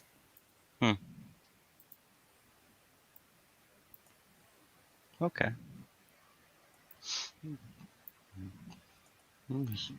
I heard a little bit about Wolfsmaw. It's a very interesting sounding place. Hell yeah, you could probably catch them when they're done training and actually hear about it. There is some. Not gonna lie, I want to see Wolfsmaw at some point. Me too.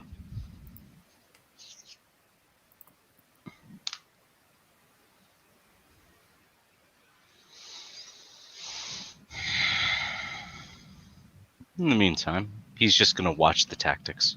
Oh yeah. Whoever this Naga guy is a very disciplined war leader. seems to make sure they know their shit and the criticism when they mess up, it's tough, but you know what? It's fair at the same time. It's legitimate. He doesn't fuck around. You know, where they mess up, he points it out and he goes hard at it. So they get better and better each time. And when they're all done, they're all kind of panting, and every one of them is kind of sweating a bit. It looks like they really kind of give it their like 150%. They don't slack ever. You know, once they're done, they kind of nod and each like touch each other's foreheads. You know what I mean? And that kind of unification type of move. You know. And they kind of just relax a bit and kind of begin to clean their weapons religiously as well, and take a special care of them. You know, there's no fussing around with these guys. You see Olga come over to Finn and like start helping him braid part of the hair and making sure that like they start basically social grooming. And if you do want to eyeball them on the Roll20 and want to play like you didn't know much of it before, Kira will totally sit there and kind of just mumble shit into your ear as far as like who's what rank, what auspice, like the little bits she's picked up about them all. Just to get you in the know. He's just observing. I mean, Kira can tell when he's studying. Yeah. I mean, she'll let him do his thing if he's not asking. She's not going to go out of her way. What maneuver are they training in a particular maneuver, or is it just all around pack training? Pack training. They're using the Arun as the focal point to test the strength of their shield wall, since he's technically would be the strongest of the pack. They're testing the Galliard's leadership by how she can manage the shield wall in. They're even testing Naga's leadership by having Finn improvise and land different blows. And they're testing Magnus by being the stone wall of a Filezox that he's meant to be by holding down the position behind the Arun. They're testing each other's capabilities and ensuring that where they mess up, they increase it threefold.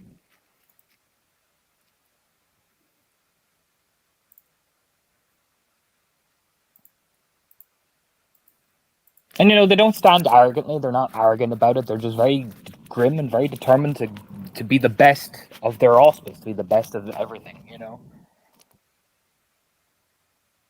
It's almost like a fanatical drive to succeed. That's probably the best word to put it.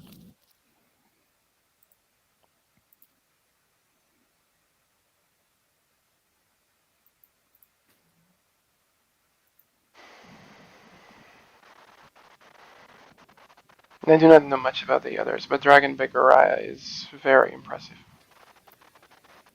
That's been Packlink. Who runs the Wolf's Maw? The droning? The what? It's the word they use for alpha.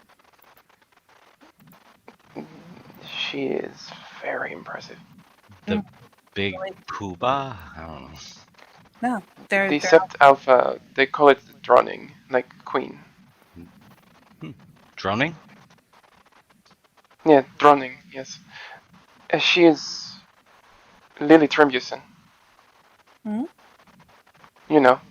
We met Freya. She is another of the Trimbuson clan. Yeah. The way I hear it, Lily is very impressive.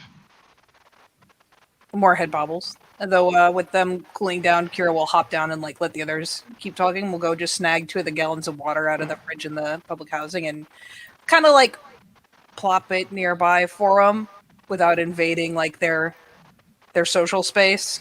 But put it readily out there. It's this guy who noticed you first, and it's just void stare. He just stares at you as you pop the things down. It's just like another wolf assessing another wolf coming near. You know what I mean? Oh yeah, she just plops them and then clears out of their fucking space. Gives them room. Because they're training in autumn and all that armor. It's fucking hot.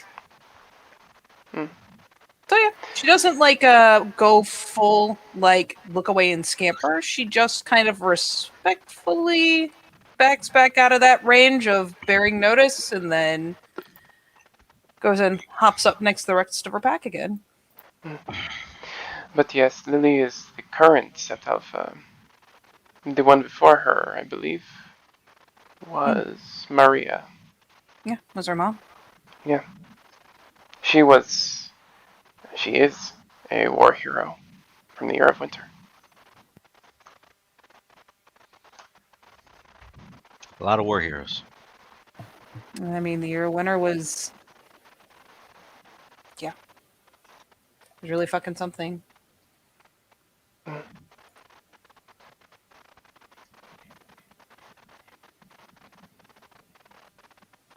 Yeah, But yes, he's the one who I think gave herself his chiminage during that final battle. that is correct, yes. Yeah, there's a head bob of like essentially it's a respectful nod. It's not just a little like bibble bobble, Mm. because that is not a small thing to do. Yes. And in the aftermath, Lily was named Drowning, and she sent, I think it was Eric Trimbuson, to recover the Sept of Starfall. Oh yeah, That family is very powerful, and they wield a great deal of influence. And they are all Get of Fenris.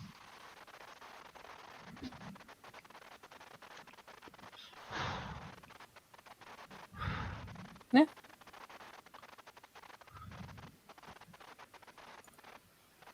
I mean, shit. Her dead mom's a Trimbuson, related to all of that. Yep.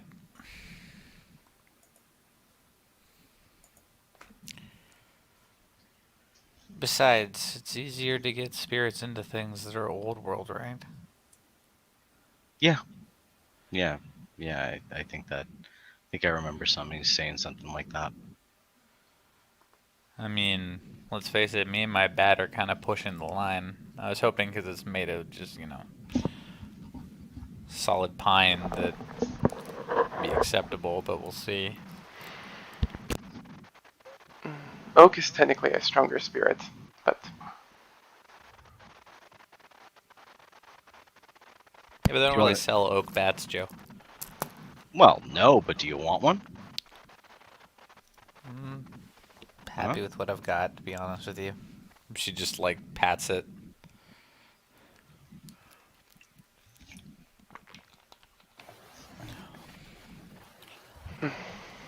But hey, if you ever want to ask about Wolfsmaw, they're pretty chill now. You could probably actually go and talk to them.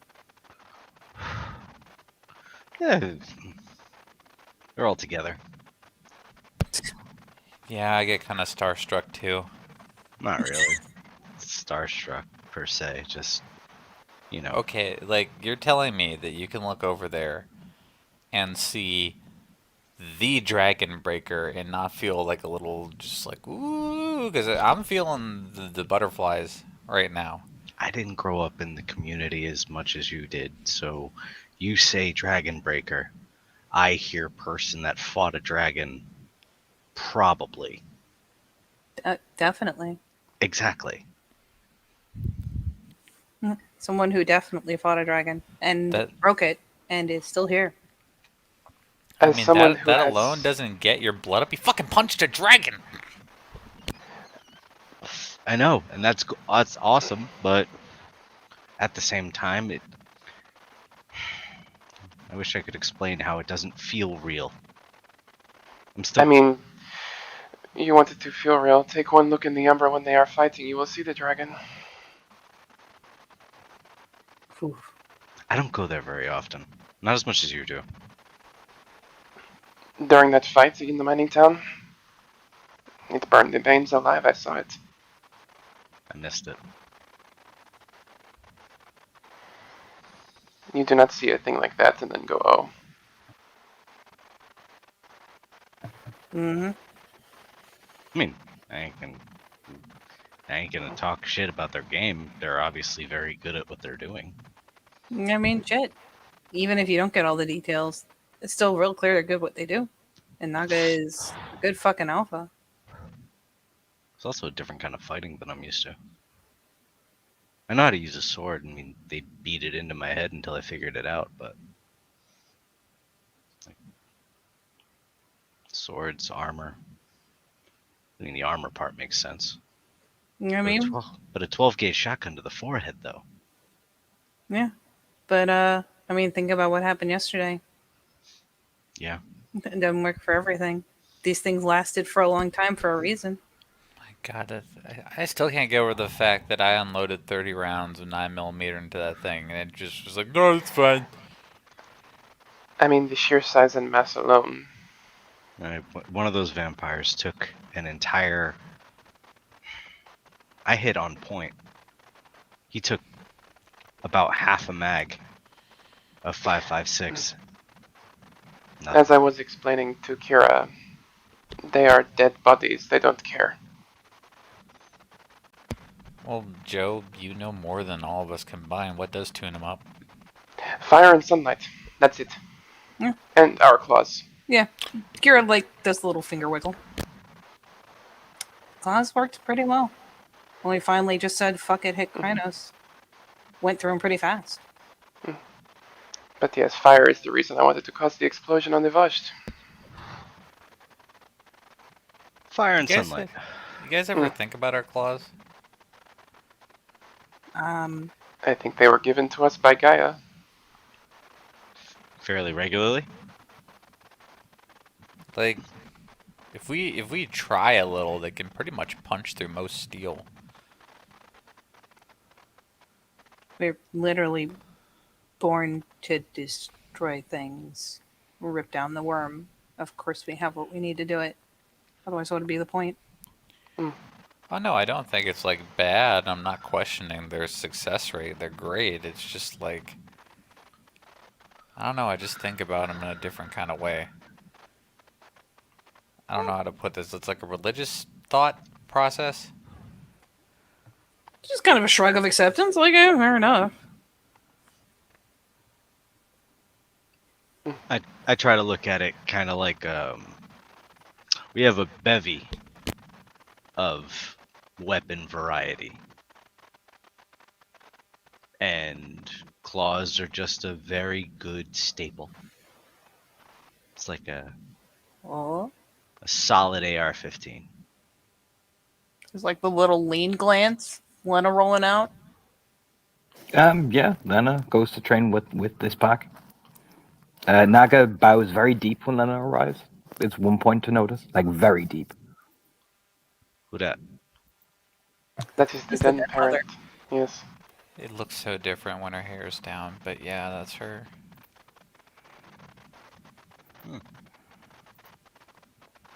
Remember how we were saying the Trimbutions are very important? Big name. There's like a scooch along the rail, like, oh, I actually want to get a good view for this. I just like that these four are just like up on the railing. Yeah, I mean, they just train with her, you know. They practice sword stuff. She integrates really well. She jumps into the shield wall. They all resume again. I gotta get better with a sword if I'm gonna try that shit. I mean, fucking do it. Yeah. If there was any place to have a lot of battle-ready swords lying around, this would be it. What you'll notice about Lena is Lena does the thing where the shield wall opens, one guy, everyone stumbles through, and she sweeps his leg, you know what I mean, and dunks him down with the blunt of the sword, you know. And then they keep trying that tactic again, you know. She's very fast, very quick, very lethal.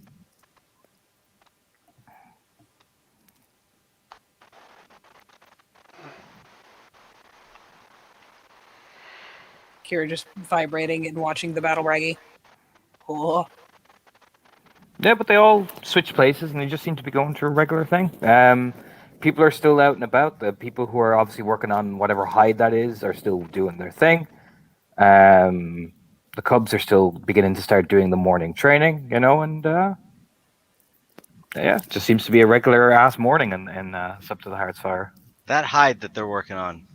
That is the hide that they were given. You gave them. Ooh. Seems like Thrin is starting to get really starting to try and fashion it into something. He's making slow progress, but he's really giving it a go, and the menace is obviously helping him because he obviously has some sort of skill in that area. I'm gonna go take a look. I'm curious. There you can see Thrin is kind of hacking at it. It's kind of like trying to wilt it into something useful, but it's obviously not hide he's worked with before, so he's taking that slow appreciation. He's obviously very good at his craft. It's just that slow, like, I'm working with unfamiliar hide, and I am trying to just take it down one step at a time. And he's So- like directing the menace, who's following along, doing the neat little cuts and stuff like that. That big bastard that we fought back in the woods, or the burrowing one. Well, I gave them the flensed hide. Oh shit, is that what they're working with? Mm-hmm. I mean, I figure if I'm gonna wear like armor like those folk are wearing, it might as well be made out of something not cow, right? Explains why he's having such a rough time with it. I mean, maybe one day I'll punch a dragon in the face and be like, "Let's make it out of that." I mean, the right people get their hands on it, it could help you in more ways than one. Yeah, I wasn't sure what we were gonna do with the head yet. Maybe a nice helmet. Be all crazy looking. Here's the thing, like, if it's done appropriately, it could be a kind of camouflage. It kind of gives people the heebie-jeebies, but Camouflage? Actually, speaking of, Turna, who are like the weaponsmiths on Sept? Thrin is definitely one of them. He's very good at that particular type of weaponsmithing. Naga, Nissa, and Frigga.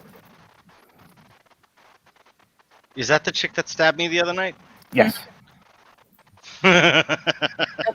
It's just kind of one of those things. Just like, oh, Frigga, just Naga is a renowned, like, he works specifically only with metal. Nissa works with more fletching and wood, and Frigga kind of does that kind of all three. You know what I mean? She's kind of mixes. She's kind of jack of all trades. I mean, you have to remember that material came off of Fomori.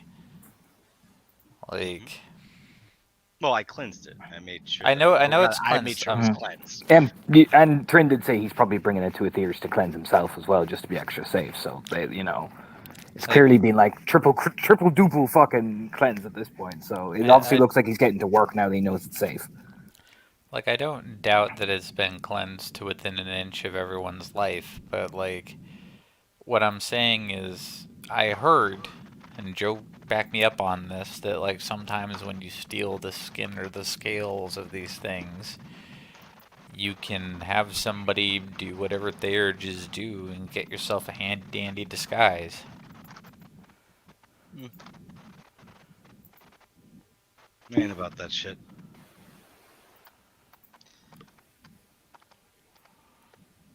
It stops a claw.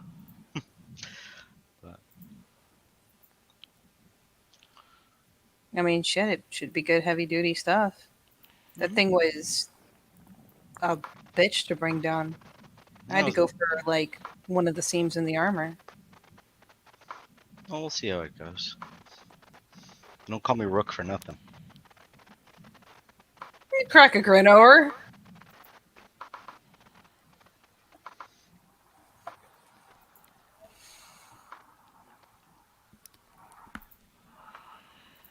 I mean, first things first, you really want to use that head for something. You're probably going to have to put it out and let the crows or something pick it out.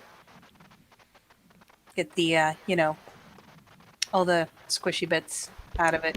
I gave it to people better than me. Like, they know what they're doing with that. Ah, okay. I mean, like, I even told them, I was like, listen, man, I don't know anything about any of this. I mean, the best I could think of was, like, I saw a Wolverine comic, and I was like, you know what? I could take those things' fucking horns and just strap it to my fist. Okay, I'm not going to lie. I just didn't know if you still had it, like, in your room or something. No. I don't know. I don't keep track of you all the time. Okay, think. Excuse.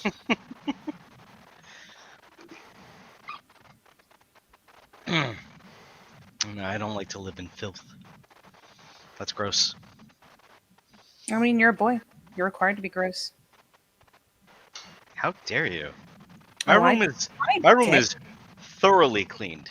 I mean, I wouldn't know. I don't hang out in your room. I know. And if the cubs are finally like coffeeed and toddling around, it's like she'll actually glance back and give a little gesture like, "Come check this shit out." I mean, no, they're training at this point. Like Ivan is teaching here. It looks like Junkyard has instructed everyone has a training buddy. So Casey's is Ivan. So he's obviously trying to guide her through the basics of melee fighting. Oh boy. How are they doing? Yeah, it's in a room teaching a Ragabash, and Casey's got a mouth on her. But every time she does, Ivan just bats her like really quickly across the jaw, and she's like, "Oh, you know what I mean?" It's that type of thing. It's slow, steady, and the Arun is steadily just like, you know what? This is the one place I get to actually like teach you a lesson. And I don't get reprimanded for it, essentially. So if you keep lipping at me, I'm just gonna trip you up every time. But he obviously is trying his best, very diligently trying to teach her footwork. You know. And he seems to be doing fine. Yeah, he's seems to be all right. He seems to be a little bit nervous because you can tell he's probably still getting used to everything. But he obviously seems very dedicated about his job. You know.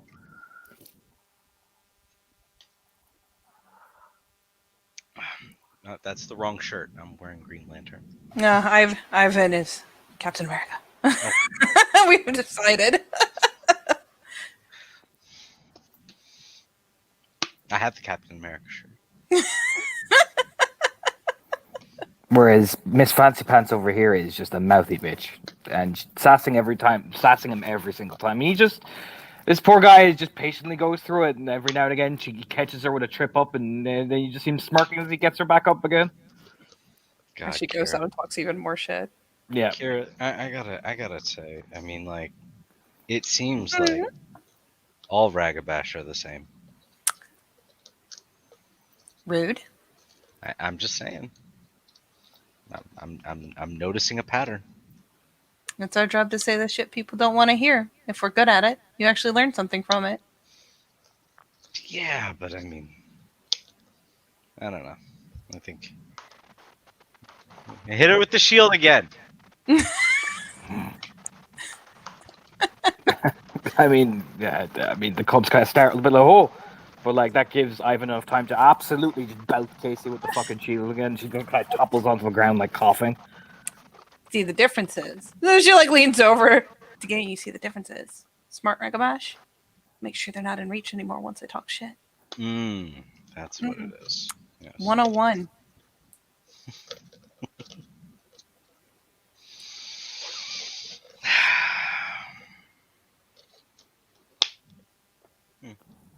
Especially you Aruns, because I'm the little shoulder poke. Don't necessarily like it when someone says some shit that makes you think. I'm just saying. Well, hand splay, like I'm not saying. I'm just saying. Well, I mean, most of our problems can be solved with an overabundance of violence. That is not to say that most problems can be, but most of our problems can be. So I save my thinking for, later. Don't lie to me. You're actually a pretty good thinker. That's why I don't talk shit to you as much. Gives him a little pat on the, like, reaches up to give him a pat on the head, even though she's sitting on the fucking rail. Don't do that. Not the head. Shoulder. Not the head. The hair. Come on. Just eyes straight up. Noted.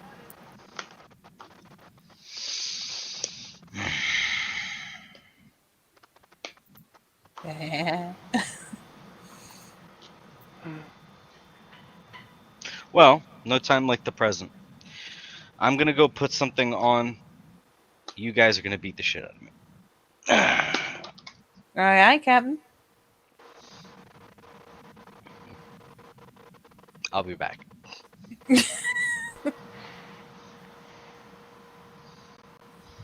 Yeah, fuck it. Girl, hop down.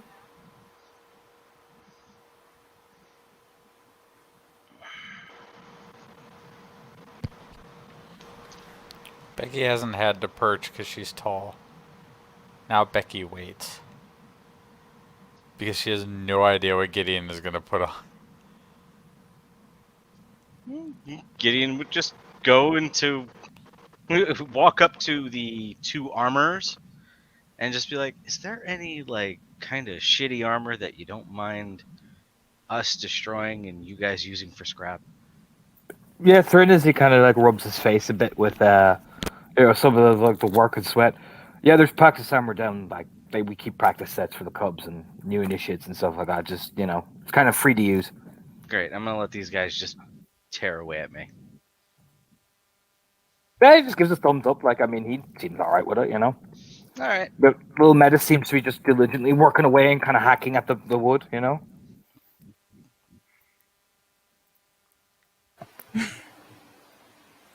Yeah, Carol just get a good look around to pull them up a bit of clear area where there's not cubs or a fucking pack of Adrians and Foster's training. Find a little spot over here. We got some room.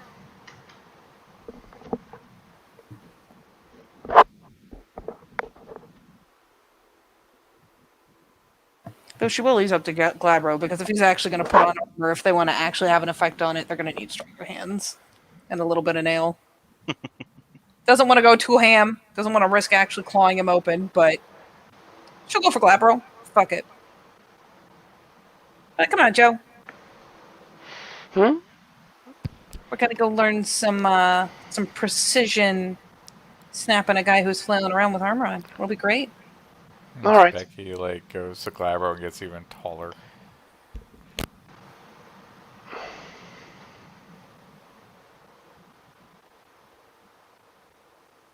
And Gideon would return with armor on and in Krynos.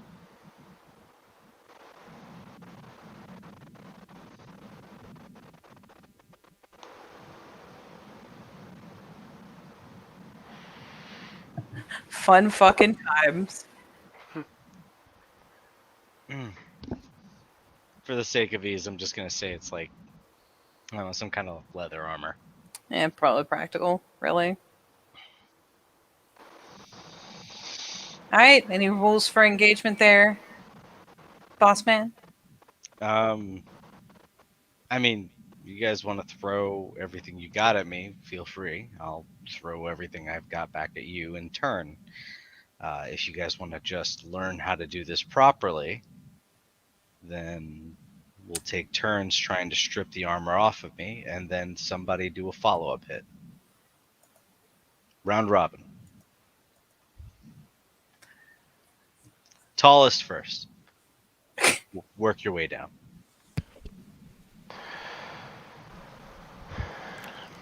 Surprise! Now I'm loosening the straps so that when you do strip off the armor, it doesn't rip, so that everybody's got a chance to give it a shot. The object is to get the armor away from the body and then go for broke. And if you tear a little bit of my hide with it, so be it. If it looks like I'm doing poorly, stop. Just ruining my fun.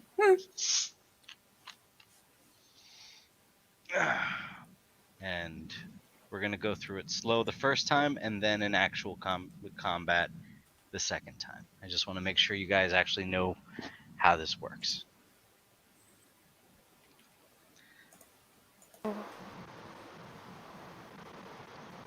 How tall are you, Kira? With the Glabro uppage, I'm assuming she gets closer to 6 foot. Which means you're probably shorter than Joe. I am the team goblin, it seems like. Okay, so the lineup is very simple. Becky does the strip, Joe does the follow-up shot. Then Joe does the strip, Kira does the follow-up shot. And so on and so forth. And I'll just sit there and take it. The first time.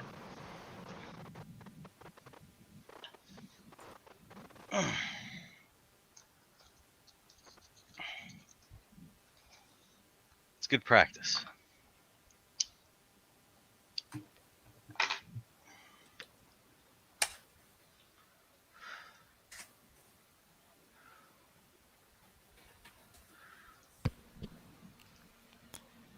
looking things up, I promise. That's cool.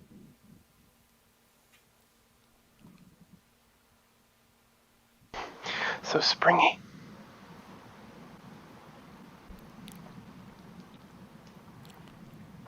Yep.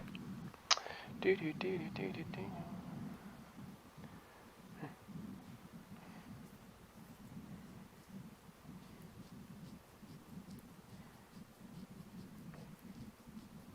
I mean, if you're trying to do a Fernarl, that's diff 7 to hit.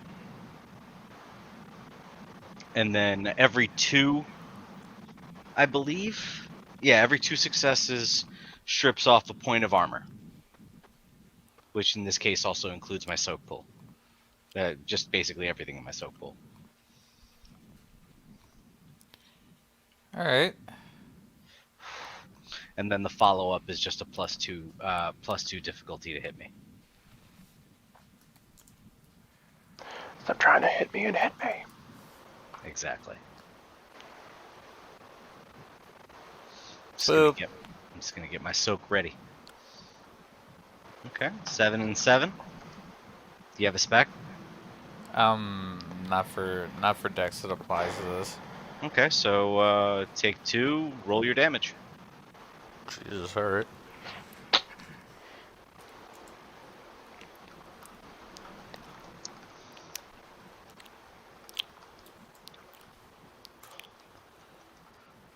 Okay, so you strip off a point of my armor. So you kind of loosen up one of the straps and pull it down, which means that Joe's the follow-up hit. Diff 2. Oh my god. Diff +2. Yeah. This is going to be hilarious. It's alright, you're very confident, so am I. Unfortunately, you don't get supporter, though. I hit Hey! Yes, you do. my little baby Glabro claws. That's just this much damage, though. So 2. It's not 2. Alright, so... roll... Let's see, right now I'm in Krynos.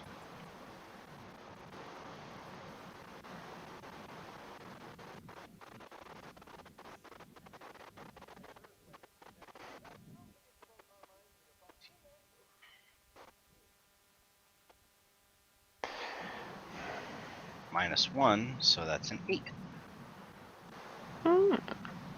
Okay, I'd say that's soaked.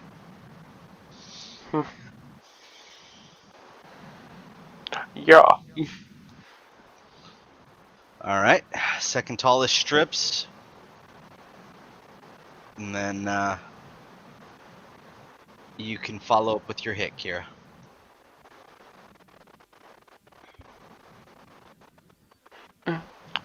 All right. Am I just aiming? Well, once Joe does the roll to strip the armor. We Okay. shall see if that works.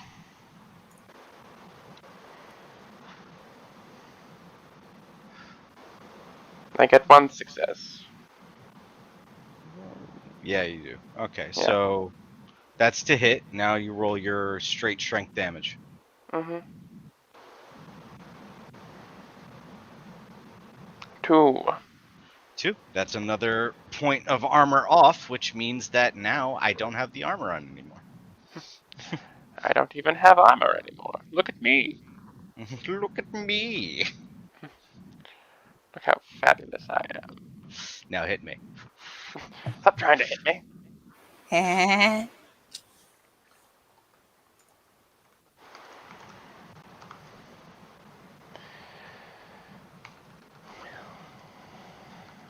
I can't use it on combat maneuvers, though. Goddamn. What? Daredevil. Not yet. Sadly, it is not supposed to apply to combat maneuvers, I don't think. So I can't use it to get a real fancy hit on you.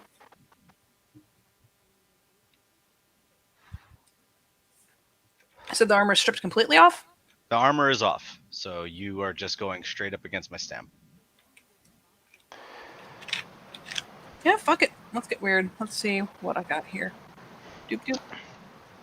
Look, ye old combat maneuvers.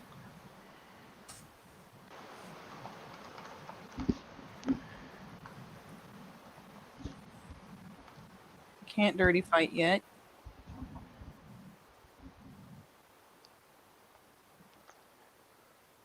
You're just supposed to hit me, woman. I know. No, she's gonna kill you. This was her master plan. I know I'm just supposed to hit you, but then again, theoretically, they're just supposed to be opening a hole to target. So, you know, let's run up and I punch him in the junk. right in Go! the No, lucky for you, that's a dirty fighting maneuver, and I don't have those. I still need another point of brawl. You're safe for now. I need to learn some fight maneuvers now that I think about it. Yep, dirty maneuvers you can get when you've got 3 dots in brawl, and special maneuvers you can get one for free, and then you can learn other ones from NPCs. Yes. You're pretty fancy. So yeah, I'll just go in for the fucking straight hit. Why not? Let's stick to the spirit of it for now. For now. Don't worry, you get to fight me next round. That'll be a whole different game. A whole different level of fuck you. So roll 5d10 d6 f1. Wait. Oh no, Labro. No extra decks. Le boop. And if I'm going straight for damage.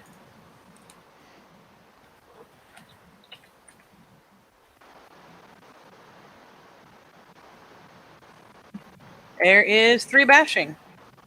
All right. I'm okay.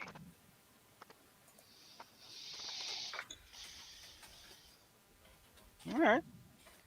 Now that everybody seems to have gotten the idea of how this is supposed to work. Oh wait, no, Kira, your turn, and then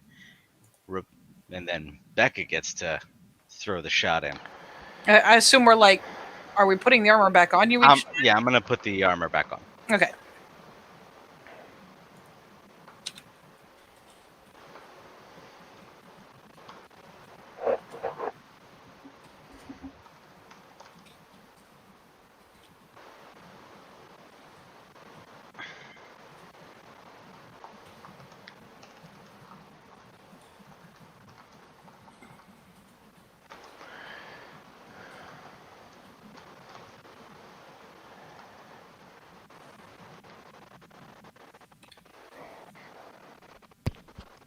Okay.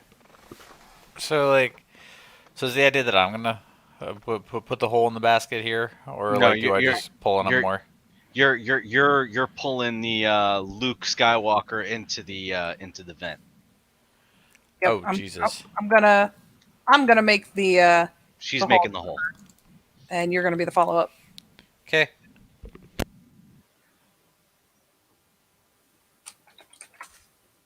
All right. And what was the difficulty for the initial armor strip? 7. All right. And it's what, just a brawl maneuver? Yeah, it's just a 7 diff. Okie dokie. I shall do a brawl.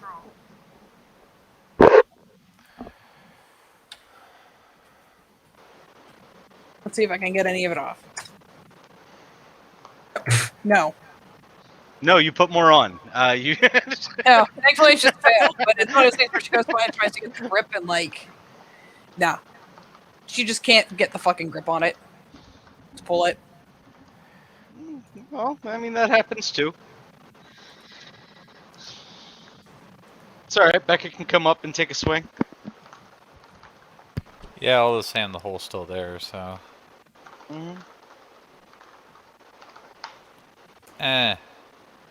I don't though. I miss.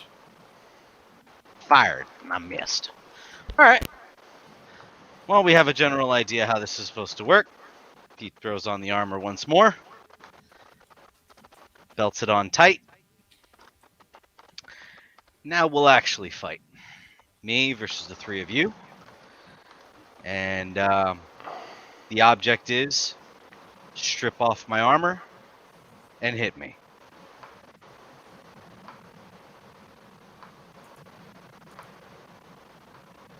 Sound good?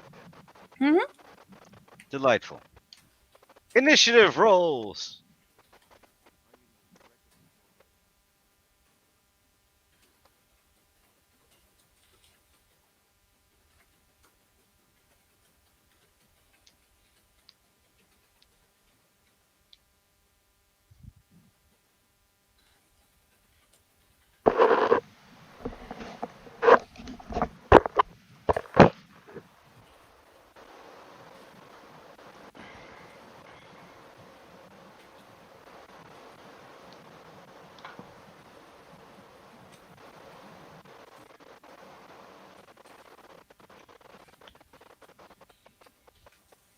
All right, lay initiative. Do-do-do-do. All right. Oh, Joe's dead. Me and Rebecca are on equal footing. What's your dex currently? 4. Okay. I mean, who has the higher? Do you guys have the same modifier? Well, so. I'm in Krynos right now, so I'm at 5. Oh, yeah. Then you'd be faster because you're in Yeah. Krynos. The person with the higher total modifier Yeah. is an easy default. Let me throw mine. 5.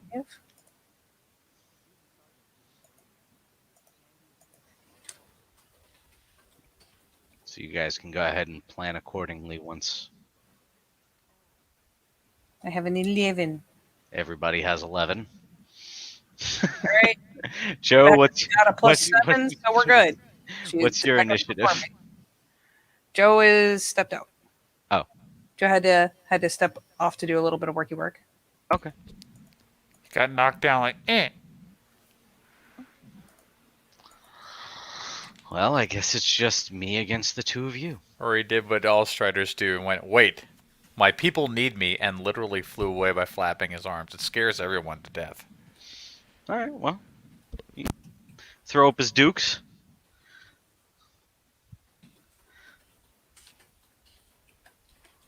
Becca looks at Kira because Becca knows what happens when a Krynos punches somebody, but then looks back at Giddy. Shrugs. Do you want me to? You know what? A punch is make it- better than a claw. I'll make it fair. He goes to Glabro.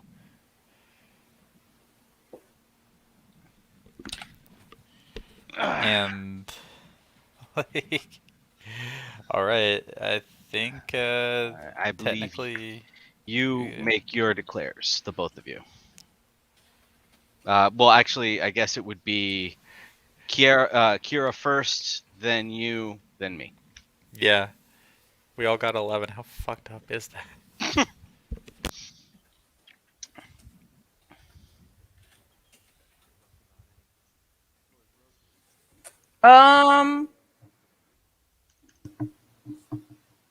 You could throw it up in the private chat if you want, just so we can keep it orders and stuff. All right, so if nothing else, first let's do this. It's Puta, dropped it. Yeah. in Becca, Kira, just to have it in there.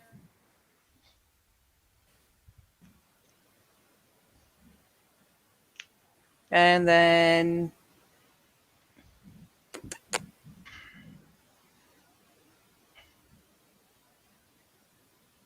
trying to think. Gideon would be going right after me.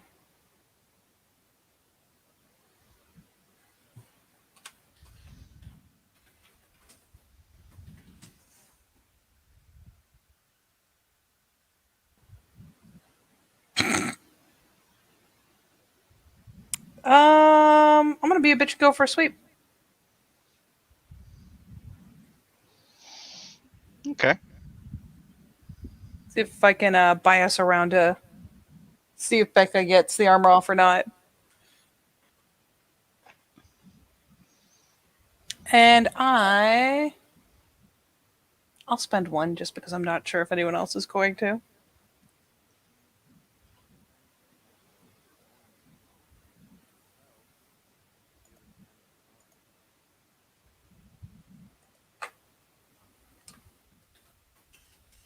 All right. I'm gonna loosen the armor with my hands. Okay. I'm gonna do it. I'm gonna go for a block on that sweep, and just gonna give old Becky overhand right, and I'll spend 2.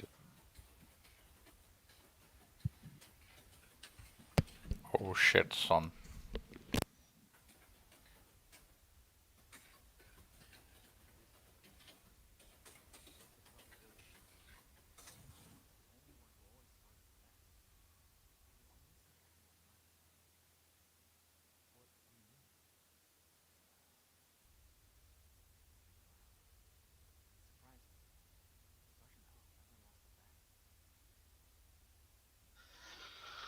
All right. Do you want to throw out the sweep,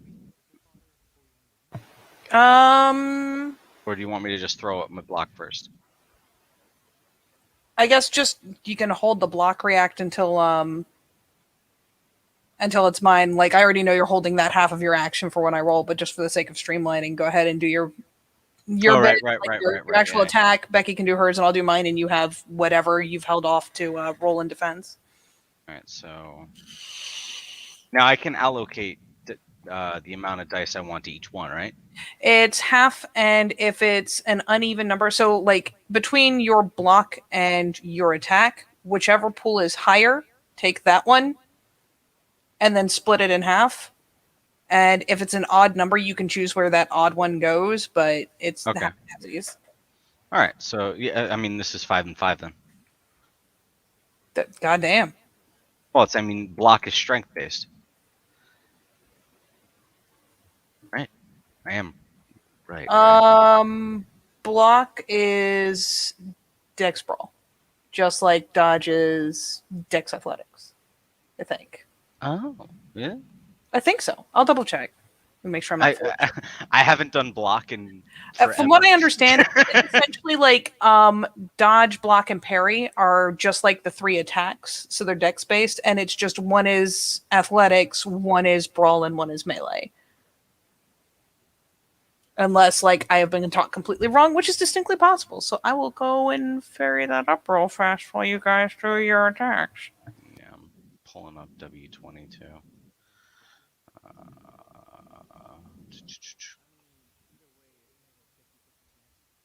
Maybe it'll be in the B section. Not black, block. Ah, there it is. Page 289. Blocking. Dex and Brawl, you're right. So here we go.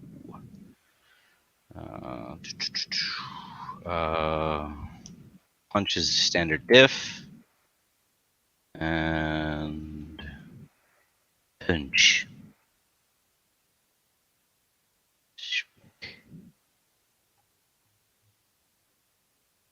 One success to hit.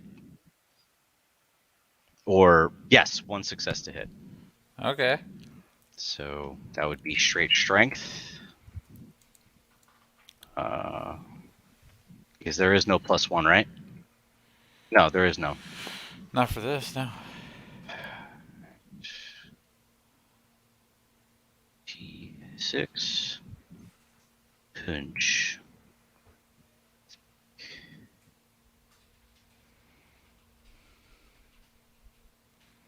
Take 5.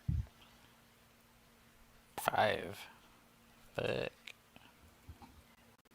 I do. I take Yes, it all. you do. Nice. All right, and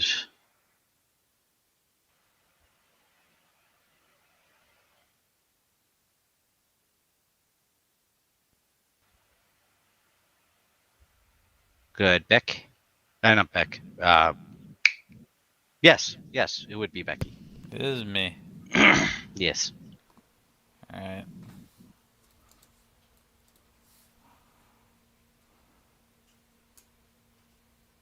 Don't worry about it. We're good. We're good. Okay. Don't worry about it. the mud fight all over again. God damn it. It really is. Oh. No, Brad. Sneaky bitch moves. Now. Sneaky bitch moves. I think it is. Dex Brawl. So, same as any of these other ones. So, 5. At F8. See if I can take you off your feet. No, I can't. In fact, a botch. So now I'm prone. Okay. So instead of Kira like pulling the really slick, like pull your foot out from under you, like I will blame your totally hipped block to kind of like throw her weight off. So instead of like skidding back up to her feet, she actually kind of gets stuck down and just the immediate just like shit face. Guys, now she has -2 diff to hit. Did you spend rage? I spent 2. Oh well, fuck me then. Your turn, buddy. Well, it's your declare if you spent rage. I would love to get the fuck up, which sadly is an action. Okay. I will kick. Did the Beckers spend any rage? No, Oh boy. I was naive. Well, give me a hoofing, good sir. I have made critical mistakes this day. At -2 diff because I'm prone. Okay. Never It's realized. not even that. a push kick. It's like a fucking rugby Oh, kick at oh this yeah, point. it's like it's a punt. Oh yeah. Yeah, prone is a bad place to be. Ooh. It's like grappled is a bad place to be. Oh, actually, I forgot one. Oh wait, no. This is to hit. So 7 to hit. Uh-huh. Thank God you went down to Glabro. God damn. She's down. Otherwise, it'd be like, welcome to the lethal train. Population U. My ass. This is gonna end like it's Mugen Train and your name's Rengoku, bitch. Why is this my luck? I will ready my soak pool and cry. Yeah, that is 6 bashing. Well, No, he lied. It's 7. No spec. you put the 1 on there though. Don't put the F1 for damage. Oh, okay. Then 7. Sorry, I forgot. Literally trying to knock me out in one fucking go. I see how it is. Would you say we were 5 full feet apart to start? I would love to say no. I'll say you're fine. I mean, you could take reindeer dice. Oh, thanks. I would love to have that lower diff for soaking a metric ass ton of damage. All right. Oh, shit. It is like Mugen Train now. Yeah, that's 4 bashing. Just boom, fucking send her rolling. Kick her so goddamn hard. I will use my rage action to at least get upright again, but man, the sound that comes out of her when you just hit her so hard that her fucking lungs compress, just whoo, and then tumble. You just fucking feel gold her right into her childhood. Let me think. That's 4. My stam is currently okay. I'm not stunned. Yeah, you should be at 5, right? Yeah, I'm at 5. I'm not stunned, but oh God, Jesus, yeah. She clambers up just like fuck. Okay, he is going to, with his next round, he's going to press the advantage. He has to, because there's 2 of you.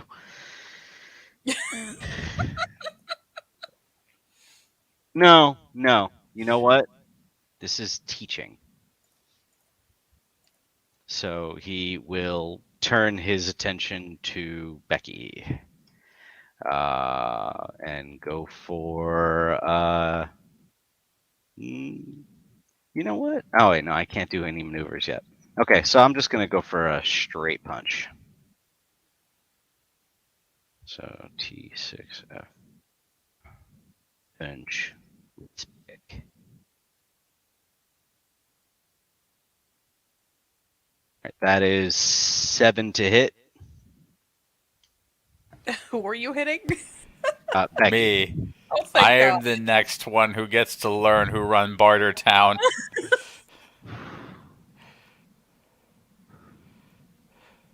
Who run Barter Town?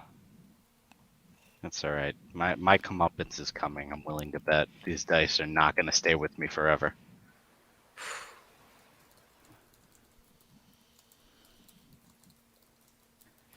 That is 11 to soak. Holy shit. Jesus fucking Christ. Gideon is a fucking Who tower. run Barter Town? Oh, God damn. And it just comes up above the clouds, over the Rockies, and into the Midwest, which is Becky's fucking face. Fuck. Oh my god. So that's what. So 11 minus 2 is 9. So she's got rolled over to 2 lethal. And she is down, folks. We are not seeing any movement. The ref's running in to stop it. Oh. Ugh. Does Gideon pause after that one? Yeah, he does, because that was not what he was trying to do. Fucking Golden Brown starts playing. Yeah, I'm not gonna lie. You hit her so hard, Kira feels it. She's just like, holy fucking shit. Oh, I mean, I'm gonna put my cam on for this because, like, it's the face that I made. It was just like, oh, shit. The fucking bounce into it. That's what gets me the most. That I know that bounce. Oh, fuck. Fuck. Shit. You Damn took it. half of fucking Kira's health and all of hers. So, like, Kira's like shaking it off a bit, walking over because that's a clear halt to the fucking maneuver practice. We just walks over to see if. Oh. You just kind of just kneel at that point, like, fuck. God. She might wake up angry. Hold up. Okay. I mean, you go. She might wake up angry. Kira just flexes up a little bigger and very gently lays a paw on top of Becky, so if need be, she could throw her weight behind it, just Pretty in much case. It's like, Becky, come on. Becky rises like Wake fucking up. Bela Lugosi from the dead, and just like blinks, looks around. I got into it a little bit too much. No, it's fine. We're cool. Everything's fine. For what it's worth, as soon as she wakes up and is not like foaming, Kira like back down because that's not an appropriate form. All right, you're all right. I'm sorry. I mean, Why? don't be sorry. You kicked Nobody's fucking dead. ass. I turned a little. Yeah, I turned a little too quick on that one. Eh. It's fine. No, everything's fine. Wait a minute. Hold on. And, like, you kind of see her, like, run her tongue around and then... Pet! Oh. That's my baby teeth. Oh my god, Becky. Oh, If shit, she I don't gets have up- baby teeth anymore. That looks like a real molar. Yeah, that's fine. I'll be back in, like, a day. I'm keeping Good this. day. It's a nice little memento. Oh, that's not weird. So glance back over just to see how much judgment they're catching. Cause So God damn. Good lesson, guys. I mean, yeah, some of the Fenrir kind of nod like it's a solid punch, you know. Yeah. Ah, I didn't realize the Torno was here. yeah. Hello. I have returned. Yeah, I have to do chores and they're done. So I'm back. But yeah, no, some of the Fenrir nod like solid. You know, if they had scorecards, it'd be like 9 out of 10. You know, it was pretty solid hit. But yeah, you know, they observed briefly and kind of all nod like, all right, that was pretty good. Pretty good. So that's how we furnarl, folks. Becky's just there, like, wondering what life is after you knocked her ass fucking out. Yeah. I'm really glad you guys convinced me to switch from Kryno. Jesus Christ. Yeah. Probably a good idea. Like if it made you want me to sense come when back at you full force, I'll come back at you full force. And Kira's just like, no. it Or at made least keep sense your when there were hands 3 of closed. you, but Just goddamn. She finally gives Gideon the solid like pat on the shoulder, like, stop looking so fucking weird about it. You kicked ass. yeah, but that's not training. That's not teaching. Well, it's teaching us to toughen the fuck up, because if we can't even get through a training exercise, imagine what'll happen on the fucking field. Nah, that was just footing. D- Proper footing. Uh, Got Becky at the wrong angle. That happens all the time in a good got fight. her at the right fucking angle is what you did. Well, I mean, that's all perspective based, but that's Fernarl, folks. Now we know how to do it. We know how to do it forever now.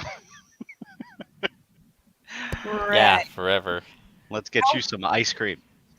How about you get back over here and you let me try to strip your armor off while fighting back? Because we're gonna have to do it with someone fighting back anyways, and I'd rather you give me a lump than whatever's out there. Okay. Becky, you want to chill out for We a little got. bit? Or you No, want to we get back got up? this. I got this. Yeah, All right, just well- wick it off there, girl. Let's do it. I mean, she's good now. They're You werewolves. eventually hear Naga, or you could pitch yourself against the real challenge. You know, is the pack and Lena turn. You know what I mean? Oh, the vibrating. God, yes. Yeah, Becky turns around like, sorry, what? Like, Yeah, they gotta roll their shoulders a bit. You know, they were watching, like observing. okay. All right. Yeah, they kind of Naga glances around and just kind of nods. You're trying to break through armor and guard, okay. Just kind of cracks his neck a bit, like, okay. Well, break through this, and he bashes his shield off the other, and you watch all 5 of them just, you know what I mean? Oh, And they all go up to Glabro. Okay. girl shrug back up like, oh. And then Naga will just call out, like, not like hostile, it's just attack.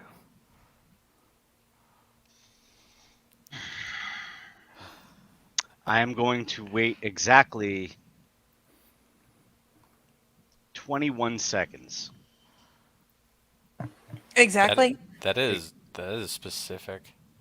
Yes, that is oddly specific because that is the amount of time it takes for bashing to heal up. Mm-hmm. Yeah, they let you heal your up. They're not going to make you fight injured. No, they're not. This is training. They'll let you heal up. They'll let you do whatever, and they just dip their things, go up to Glabro, get ready. Just waiting for Becky, Mm-hmm. and then. Okay. Well.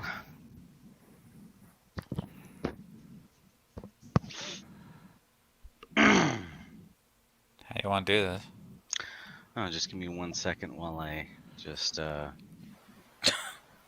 Yeah, let's throw initiative. I've downloaded all your moves. But yeah, thinking. general hand-to-hand maneuvers. What is reading opponent? I've never seen that before. I rarely use it. Reading opponent, it is in the book. It's one where you can roll your perception and like alertness or whatever against the opponent's wits. Successful roll adds 1 die per success to the pool to perform your next action. So basically, if you spend an action studying them and you do really well, you'll get extra dice on your next attack, based on the number of like successes you have in that contested roll. Interesting. Which one's the dragon one? Naga. That's Dude the dude in the middle. Dude in the middle.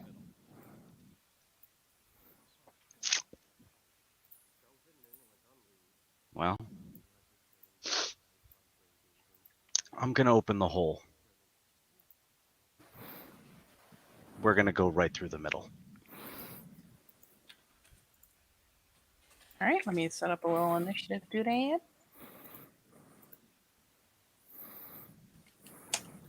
So definitely Isatir first.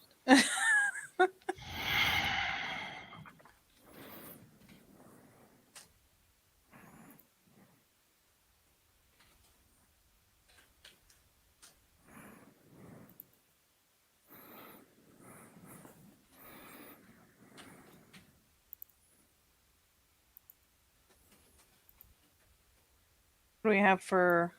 Kate, Rebecca, and Seth. I like that.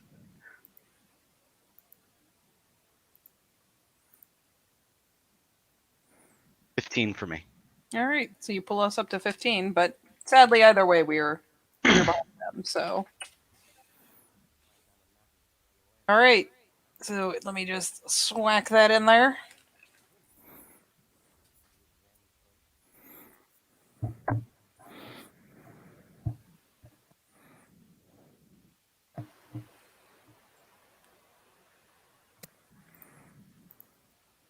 So Gideon says he's opening the hole. Yeah. I'm gonna Fernarl the one in the middle. All right. They are going to do. The Eye of Tyr are going to do their special action for their turn. So that's what their entire pack will do. Lena will. Yeah. She will hamstring Kira when she comes in. Oof. Well, Kira is planning to launch in as soon as that hole's made, so I will ready my asshole. I will spend 2 rage. Oh yeah, they all spend rage. I forgot to say as well. Lena spends rage. Just say when you're spending your action, like just on your turn. I forgot to mention they will all spend rage. Yeah, we're going up against nasties. I'll blow 3. Yep. Yeah. Lena blows 3. All the pack blow their respective levels of rage. How about you, Becca? I will blow 2. And Becky's main purpose in this life is like we've just been practicing tearing holes open in an overall like form of armor, and this is a wall of armor. So her purpose in life is to like try to grab onto one of those shields and make that fucking hole. Mm-hmm. So I imagine it would be what, like a standard for an hour roll when I get to it. Yep. Okay. I will roll their action first, which is. See, let me double check they're all this. So there it is.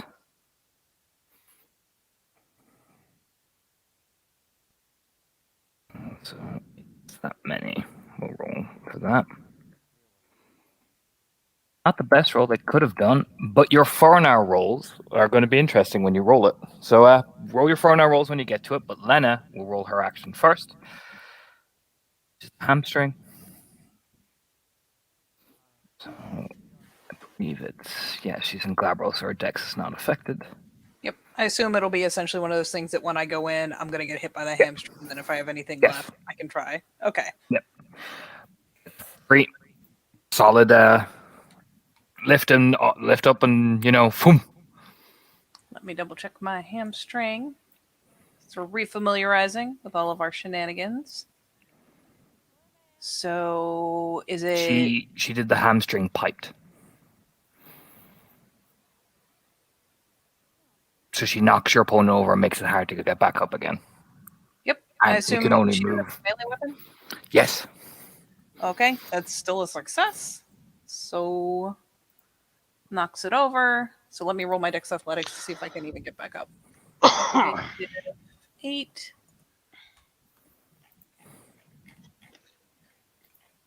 So 6.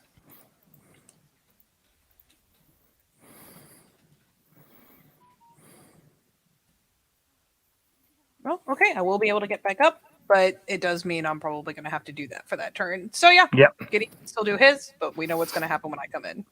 Yep. Okay. All right, so that's 3 successes on the Fernarl. It's actually 2. They raised your difficulty. Okay. Yeah, that's what their special maneuver is, by the tight formation of the shield wall, essentially. Okay. So it just makes it harder to do like that particular mover, essentially. But you can still get it off and start pushing and punching through. It's just, you notice it's considerably harder because they're disciplined to get like that, Right. With 2, what, you take a point of armor off? Yeah. No, that's to hit. Now I roll the damage. Oh, Yeah, okay. now you roll the damage. That's what you do, yeah. It just, they made it harder for him to hit, essentially. And you notice it's a very disciplined, neat little maneuver,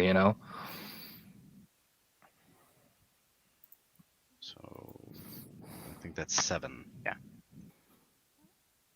7. All right, I'll roll that collective soak, which is pretty decent for them all. So, oh yeah, that's. I mean, Gideon, you can see why they did it. They just are a solid wall. You know? I mean, you soak the Fernarl? No, no. I don't think you can. I don't know why I rolled it. I thought you can. I reread it. You can't. So you could knock off some you dent some of the shields. I'll say. So it reduces 2 off the armor rating. I don't know why you can't soak for an all. I forgot about that. So you do manage to get that move off. That's good. Let's see how much. It's what- Vicious. It's only 1. Only 1 knockoff. Yep. That's okay.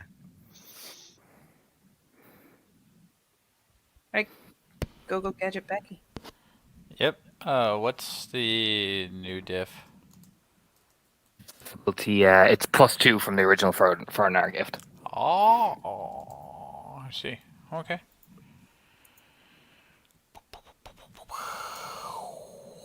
Nope. Nope.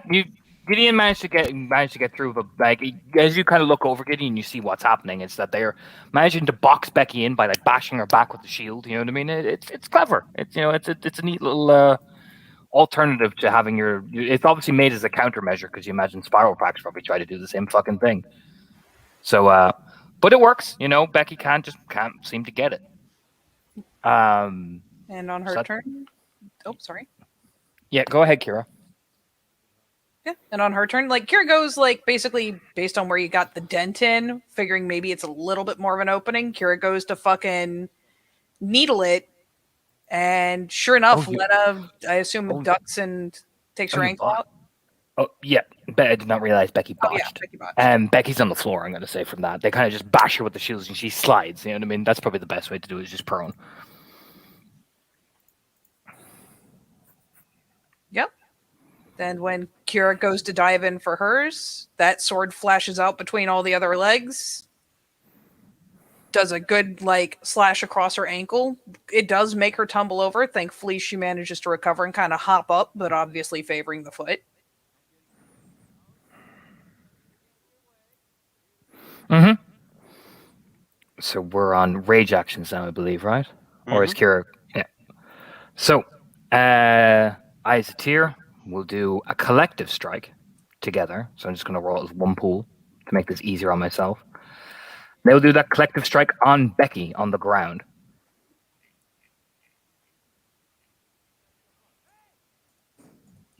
Fuck! So 13. This is the collective strength. We're going with Finn's, who has the highest strength. That's a diff 4? Oh, Yeah. right, on the floor. Prone, yep. Then combine it with Naga's, which is this. So, Jesus Christ.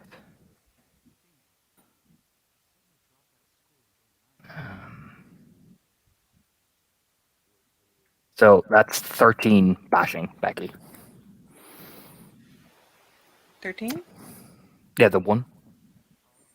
There's 2 1s there. That should be. Hang on. Yeah, So both 1. successes. Unless the tens are popping or something. No, I'm not going to put specialists in there because Jesus Christ. I'm just rolling out their collective pool essentially. So, Yeah. so 12. There's 12 bashing. Yeah, they're not trying to kill you. You know what I mean? They're not like this is 12 lethal. Die, Becky. No, it's 12 bashing. Well, okay. Let's see what I can do with that. Come on, Becca. Soak the shit out of it. Damn! I'm still. 6. That's I 6. still You're on 6. exist. Wow. Becky, what they do is, and like this is the thing, you manage to dodge like 1 or 2. It's the fact that they all hit you at once. They all just came down like an efficient unit, like a Roman centurion. Just doof, doof, doof, you know what I mean? And like you manage to dodge like Olga's, but it's Finn and the Philodox who just kind of bring their things down and just bash into your face. You know what I mean? In that first round, and yeah, you're on 6 bashing, Becky. You are not looking good. You're kind of coughing up a bit of blood from the force that they were hitting you with. Yeah. I would. Fuck, one more and I would have been stunned, period. Yep. Lena will do this maneuver. Dexterity brawl. And it's diff 7 for a kick, if I remember correctly, right? Mhm. So, Kira, I will get the GIF. Please.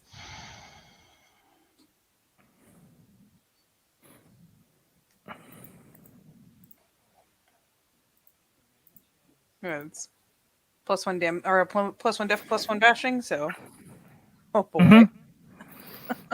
So, while Gideon's kind of trying to, and Becker are trying to contend with the middle, Lena sweeps through the side and literally leaps at Kira just like exactly like that, like airtime and everything. So +1 diff, +1 bashing. It's +2 strength for Glabro, if I remember right. Yeah. Yes, +2 strength and Glabro. I've just got 3 to hit, so that's that, and then +1. So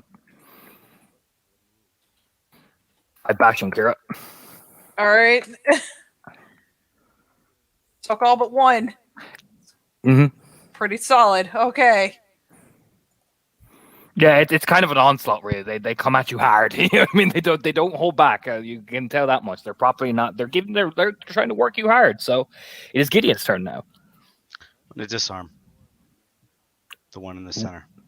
All right. Yep. You can roll. I have to It's double a check the rules. Barehanded disarm, so it's a diff 8, and Mhm. I lose a dice. Okay. Are they able to counter that? I haven't done really much. He rolls a diff 8. He basically has to have enough successes to exceed Naga's strength score. Strength score. Okay. So Naga's. Okay. So it's Glabros +2. His strength is. So you got to exceed 6 successes. Well, that's unfucking likely. It is a bitch. Okay, let's give it a whirl. I mean, yeah, you can absolutely try. You never know. You might get it. Oh, fuck you. God, piece of bastard shit. It's okay. Just change the M to a roll and you're good. Yeah, that's basically it. Oh, good though. 4 successes on the.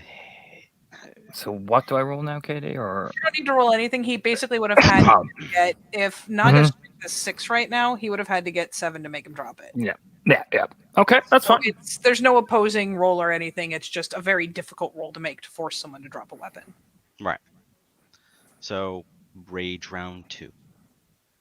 Becca, you doing anything? Unless anybody's doing their rage rounds, yeah. I've got rage. I can stand up. All right. So rage round 2. They will be smart. Oh, Kira, go ahead. Forgot about you. Yeah. Go ahead. I'm assuming a jump would be insanely difficult with a fucking leg down. So Yes, you cannot use hair sleep. I'm going to say because you're kind of. there's no way I can get the momentum for a jump. But you know what? Fuck it. I can at least try to sweep Lena off her feet because she is coming for my ass. Mm-hmm. She will attempt to dodge. Huh, Lena, why you got so much rage? I'm so jealous. She's a combat ragabash. This is her shit. Yup. She's an Adrian combat ragabash. If her rage is not high, what are you doing with your life? And she has a spec for this. Dirge. I got 3 successes. That's pretty solid. She dodged the shit out of me, but at least a good fucking sweep roll.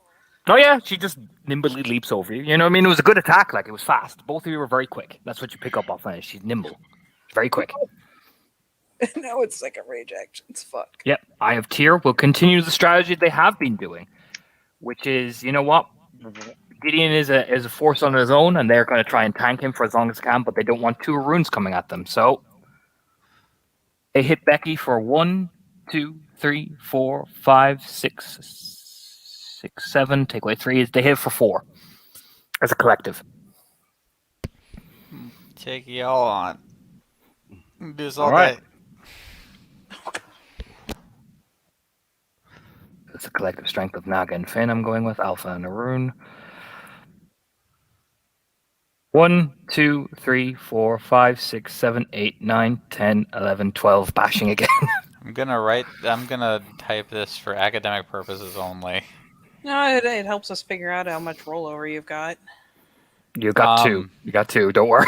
That's 2 successes. Golden brown Chester likes. I mean, what Gideon notices, it's much like you were trying to teach Kira and Becca. They incorporate it. They isolate Becky and then they just hack at her legs and hack at her. You know what I mean? Just bashing her with the shields and bashing her with their like blunted weapons. You know, they don't. They're very quick. They're very fast, and then they all turn to face you again with that collective like thing. And Becky is just on the ground after that. They don't touch her after that. She's down. She's out the fight.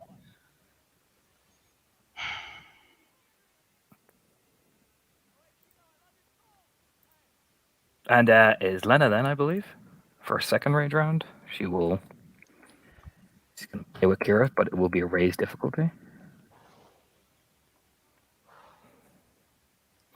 Misses Kira. She goes like that. Sword flicks up, and it just narrowly misses like the side of your face. You know what I mean? No fuck. Yep. She went for a headshot. She missed. Just barely though. Like you can feel it. She got just barely. But 2 1s and a specialty, so barely missed though. Kira was like, "Whoa!" You know what I mean? Yup. But All right, it is Gideon. Oh.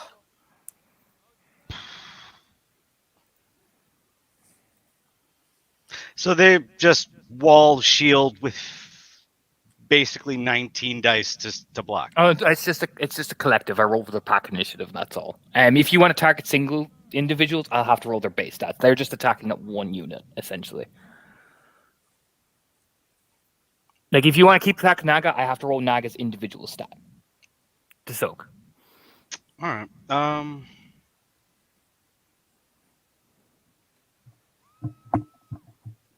He's gonna.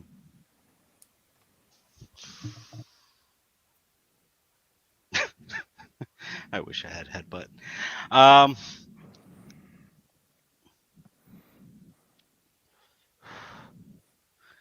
He'll knock down Naga.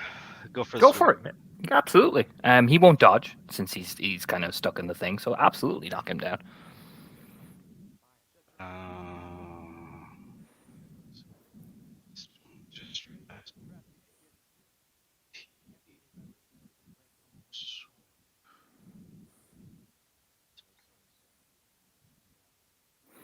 Yep, you get him. He goes tumbling, just down.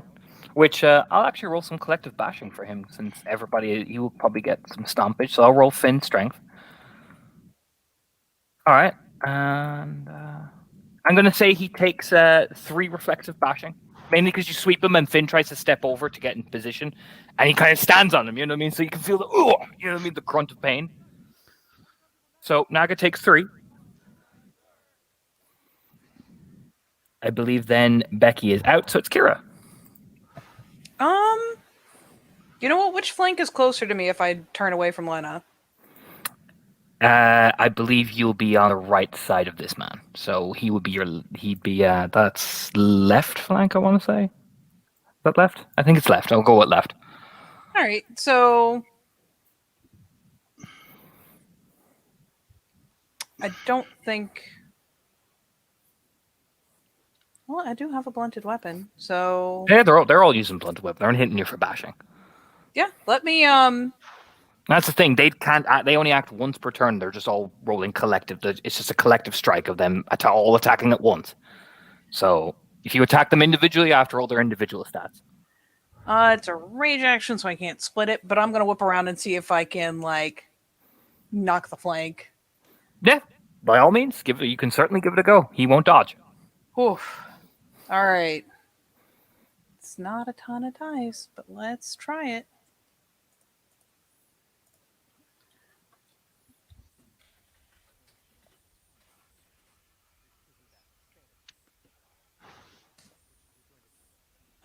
Three successes. You sweeping, yes, if I remember right, or what? No, I'm just trying to give him. Oh, you're just trying to hurt him. Yeah, by all means, absolutely. Trying to shake up the flank because it's a whole ass formation. Absolutely. So I'll get his individual stats ready. Roll 10d10 d6 for Dermblage. So only 4 bashing. You do 2 bashing to him. He kind of stumbles a bit, like oh, you know what I mean, grunting. You know what I mean? As you can, you get a nice little pop. Kind of stumbles a bit, so it's going to mean that only Naga, Finn, and Olga are hitting Gideon on their round.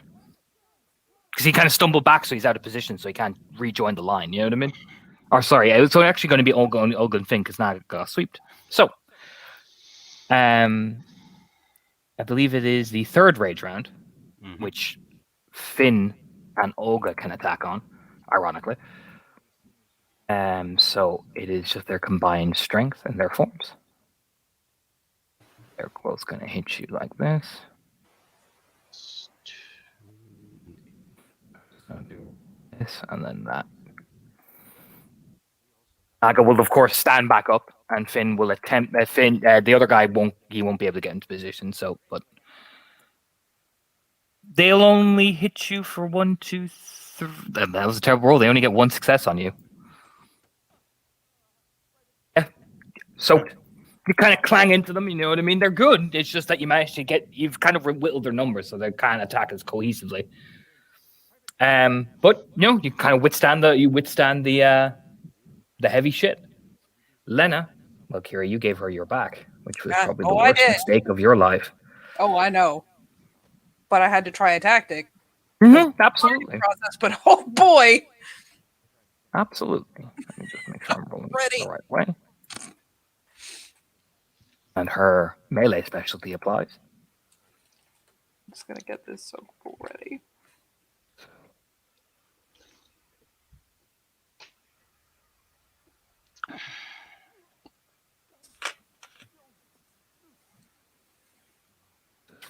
Yes, 13. Ow. You look the fuck out. That's 2. Okay. I'm okay. Mm-hmm. Oh. Actually, she shouldn't have been able to attack you if it's third rage round. She spent rage round dodging. Ignore that roll. I just realized. So ignore that roll. Oh, okay. Yeah, I forgot. That it was only the third rage round, so my apologies. Now, top of the rage round. Naga will stand up. He will try to get back into the formation line, and then they're going to try another collective attack on Gideon, which will be only this many. It'll be the same dice pool as well. Last time, 12, 6. But they get 4 to hit you this time. 4 damage wise. I'm going to just translate into damage. You soak it again. Nice little bat. You know what I mean? You kind of you hold firm. I love reindeer so much. Lena, you still have your back. Wait, I thought, can let us spend 4?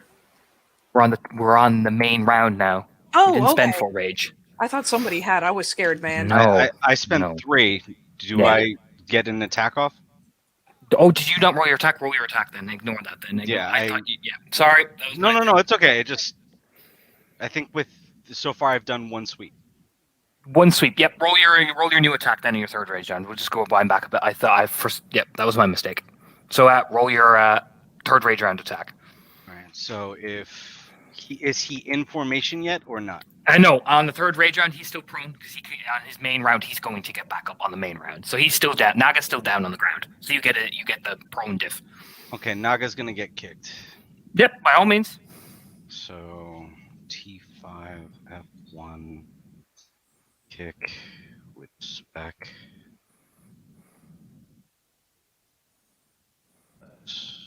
So that's 4. 4? Yeah, 4. Yeah, 4. And then roll your damage, I believe. Yeah, so that's 3, 9, 10. Mm-hmm. 6.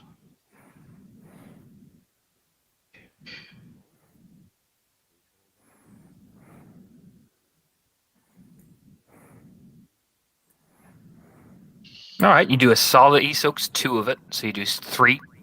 You do a solid kick into his gut, and he lets out a grunt, of impact. Like, you know what I mean? Now we're on main action. I'm going to say that he stood up after that, and they did your thing. You deflected it, and then we're back on Lena's thing. So Naga's a bit wounded, and now with Kira, we're going to go back to the damage roll, so it all flows nicely. So that's 5 successes because she has the specialty of the backstab. Yep. That is her. That's what she's very good at. It's her whole ass job. Yep.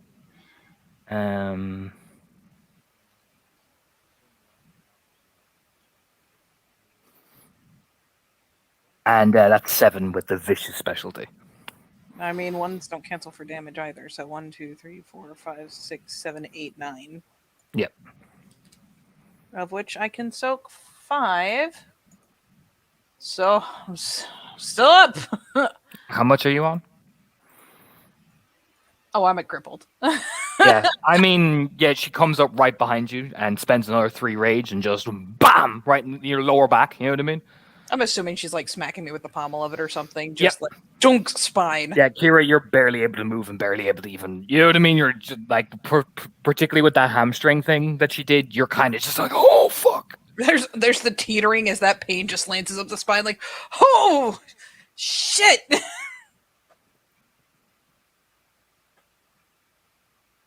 I believe then it is Gideon, I want to say. Okay. Is Lena in the shield wall? She's outside of fighting Kira. Good. She's free reigning it. She's my target. Mm-hmm. I'll go for a sweep and then an overhand right. It's all split. Okay. She will attempt to dodge one of your attacks with one of her rage points. So I'll roll that as well.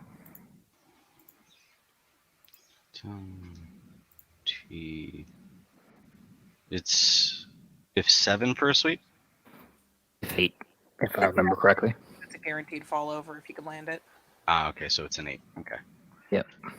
But I am hitting her from the back or the side. She's going after Kira. Yep. I would say you're hitting from the. I'd say we'll say back. Would be nice. She will attempt to dodge, and I'll put her diff up to like 7 because.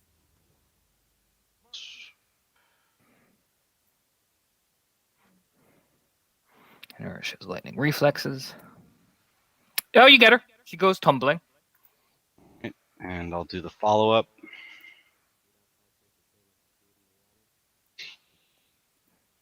One.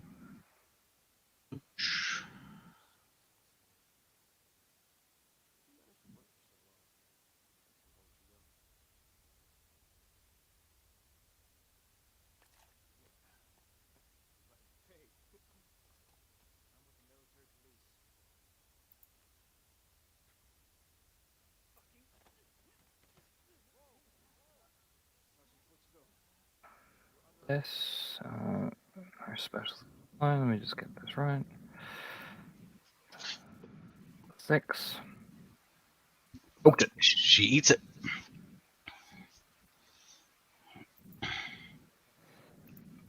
All right, so then it goes tumbling down. Becky's out for the count. Kira, you are in a really bad shape. I am, in fact, in really fucking bad shape. But if I give up, it's no fun. So I will spend a willpower. I will spend 2 rage. And for 1, let us down, and for 2, I need to get out of the way of that shield wall because they can probably only move so fast. So if I skitter a bit. 2 rage. I forgot. Yeah. 2 rage. That's fine. Yeah, I'll be doing 2 rage. So yeah, I'll join the get Lena out of circulation party. Straight down with the shillelagh. Do it. It's this.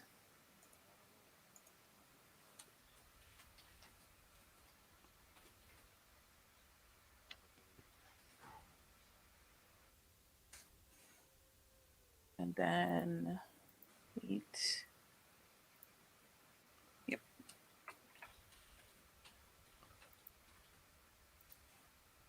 So 5 bashing. Okay.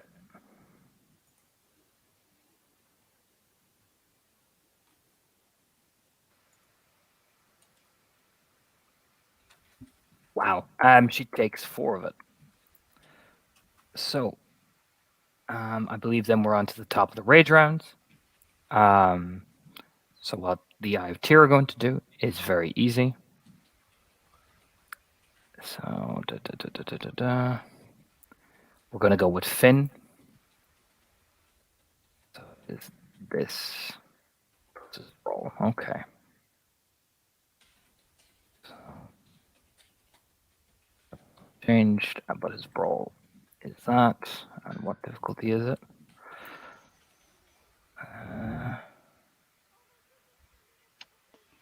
Okay. So what he's going to do to Gideon is he will break out of the shield wall. They open it up, and he runs at Gideon at full speed, and he will do a tackle. So he gets 3 successes to hit Gideon. And what you both you and he both have to roll Dex athletics. His is diff 6, but yours are diff 6 plus his successes, so it would be diff 9 for you to stay on your feet. Okay. Athletics. He's up.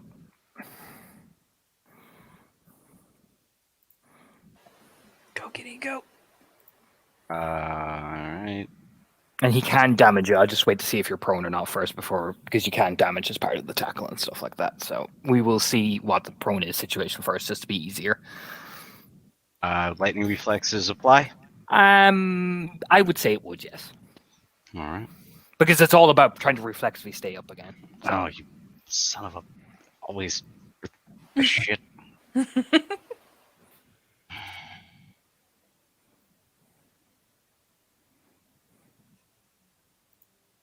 One. Yeah, you're kind of... And I will roll his damage now. So it's plus that, plus this. There's the bashing coming at you. He does 4. Bashing, just reflexively, because you can just from the impact. I'm going to say your reindeer thing is not going to apply because he's moving at you. You know, you're moving and falling, like stumbling over and having to stay on your feet. So it'll be a regular diff, just due to the nature of the combat maneuver. But you soak it well. But you're kind of stumbling a bit because Jesus, he came at me fucking fast, Jesus. But you're up.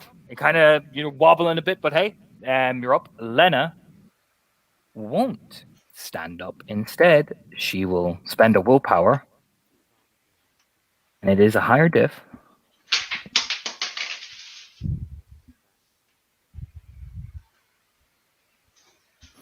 It's an aim target, so 3 successes on Kira. My asshole is ready.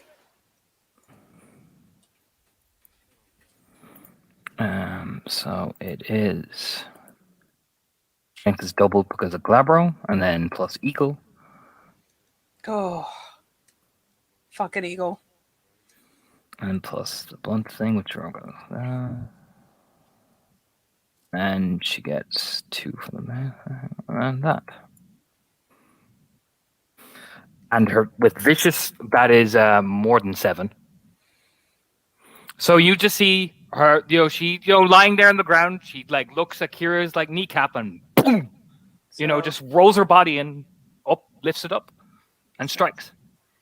Give me a second because this might get hilarious real fast. So 11, 10, 9, 8.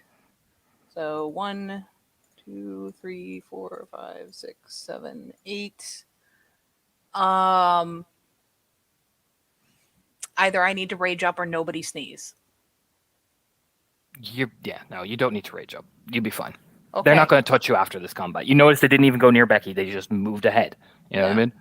They stepped over her. Deliberately made sure they didn't stand on her. You know what I mean? Oh. Yeah, she shatters your knee bone. You know what I mean? With that force of that strike, that was brutal. Went for the good leg, took that shit out. Yeah. Kira's going down like a fucking sack of potatoes. Yeah, if that had been a real combat, she'd have taken your leg off. Thanks for hitting with the Pomeletta. Yep. Big preach. Yep.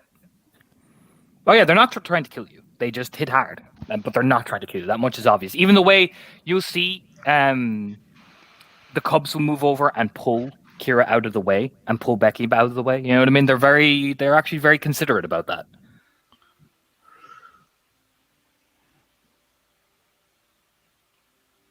So it is just Gideon stands alone against these. But to be fair, Naga's kind of getting up and kind of rolling his shoulders. Len is still on the ground. People are, they're sweating, they're breathing. They're kind of nodding at each other, and like, it looks like they're ready to go for another round if Gideon is. Well, I mean, he still have 3 rage rounds to go on Finn, Absolutely. so Absolutely. which I mean, I think it's just going to be the same thing. Mhm. So that's 4 successes to hit on Finn. If you're Finn, yeah, this man here, this guy. Yeah. He'll tank it. He'll try. Well, he'll try to at least.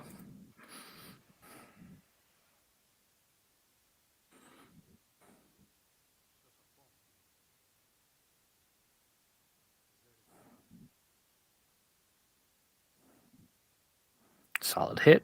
So he takes 6. 6. He soaks 4 of it, so he takes 2. All right. But you hit him with a solid hit, he will return fire. All right. For this round, and then I'll have the other Aya tier playing because we'll have a bit of a rune on rune combat. He gets 2. And I do not have reindeer this round, so I soak. I do soak.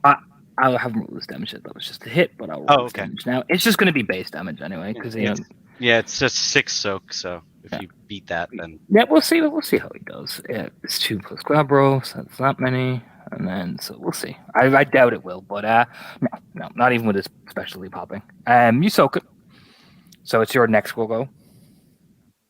More punch face. Mm-hmm.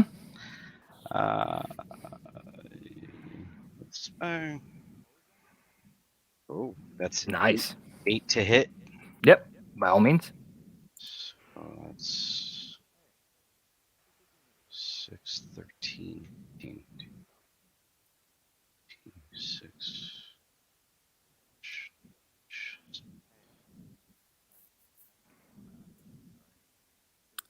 He soaks it. He soaks pretty. Yeah, That's he has 5, a toughest. Yeah, he has tough as nails as well. All right. So yep. So that Gideon, you hit him and he rears his head back. But he took that thing like a champ. You see, he connected fully, and he just face lifts up. And you see him spit out some blood, but then he kind of rolls his neck. I'm going to say Lena has stood up during your hit, so she's not acting yet. It's going to be his hit, and then I'll roll for Olga as well. So he's going to hit you back for that. That's his hit. He misses, but Olga will roll her Dex Athletics at difficulty 8, and she will sweep with 1 success. I did not see that one coming, so I'm on the floor. But what they will do, the Eyes of Tyr, they will kind of pause, and Naga will say, "Do you want to honorably surrender? Or you want to keep going?" Well, at this rate, it's just going to turn into a stomp match. No, he just looks at you with he's smiling, not in like arrogance or anything. With spitting out some blood where he got stamped on. It's quite literally what Gideon says from the floor. Is just that's why he smirks. You know what I mean? Like he was like, but it's up to you, little one. If you want to keep going, we can keep going. But there's no shame in honorable surrender. I'd rather not get stomped. Yeah, he'll reach out his hand. I like the shirt. Yeah, he'll just reach out his hand for you. Stepping out of the line. Oh yeah, you get up. You fight well. Got a lot of heart. You bloodied my Arun good. His Finn grins, some blood in his teeth where you did actually get him for I think he's on 4 bashing, so he grins at you with that kind of bloody mouth.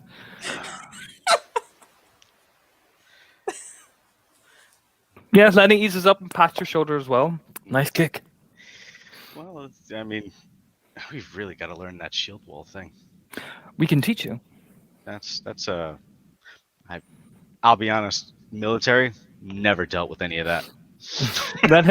You're a Naga. It's quite literally just the only thing that came to mind was the only thing we could try to do is kill them. Lena's when your Ragabash awakens, often to break it, have one of you leap over the side, and that way you're hitting us from the back. Particularly with the Fionn, they can jump at great distances. The key to a shield wall is have someone tough enough to withstand the initial strike, hit around the sides.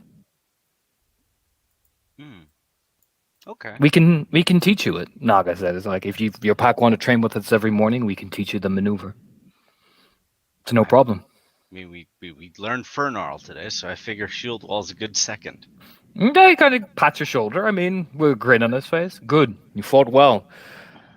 You know, you obviously, your pack is living up to the reputation of a fierce Cleath pack, so I'm proud to see you come on. Well, it's nice to see our friends from the Wolves Maw. We're Heartsfire now, but once we were Wolves Maw. That's They're what grinning, you know. I'm gonna go take care of Kira real quick. I'll be right back. He just tosses you like a gourd, you know what I mean? This is a guy's breath, you know? Like, here you go. There you go.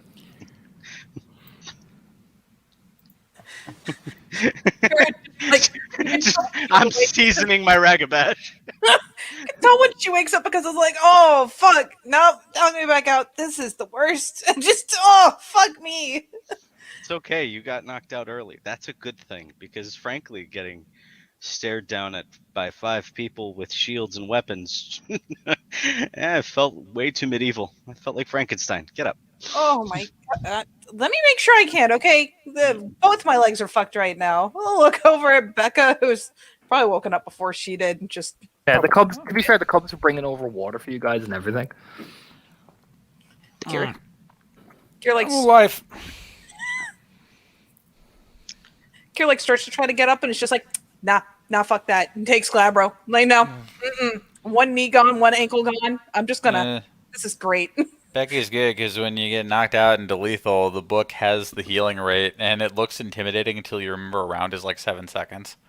And it's like, oh, in minutes, basically, you recover from things that would have permanently crippled, or killed people. I mean, yeah, Kira, you wake up on your knees like, oh my god. You know what I mean? Jesus.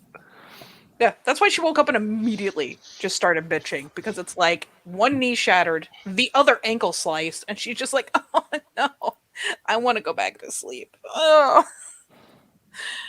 You guys did great. we actually started figuring it out there for a second. Holy Yeah. fuck. Yeah, totally. You can see... Next time, We can see what. Kira, I'm gonna duck low. You just jump off my shoulder. Oh, that would be great. Why do you think she went for my ankle? Fuck. I think so too. I'm sorry. You had did your mic die? No.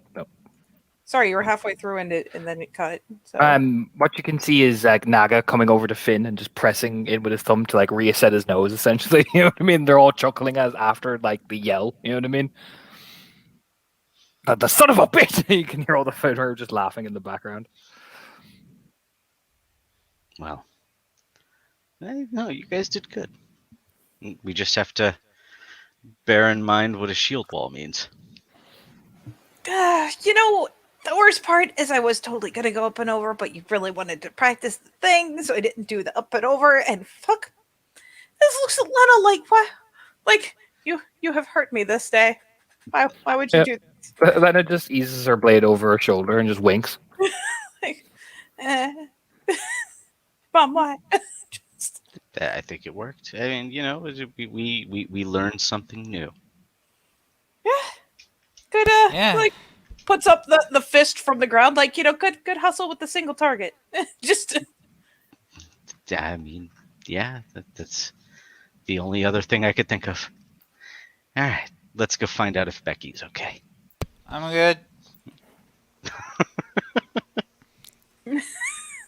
Just the roll and look over like, hey. Last thing I saw was a lot of wood and metal. Oh yeah. Yeah, that was fucking brutal. That was. But, you know, you guys handled it. Took your beating. Yeah, I did. Shit. I mean, the important part is you didn't quit. I mean, yeah, it's the good Fenris way. Oh. Well, I think we owe them a drink or several. Yeah, we fucking do. We Oh, do. perfect timing.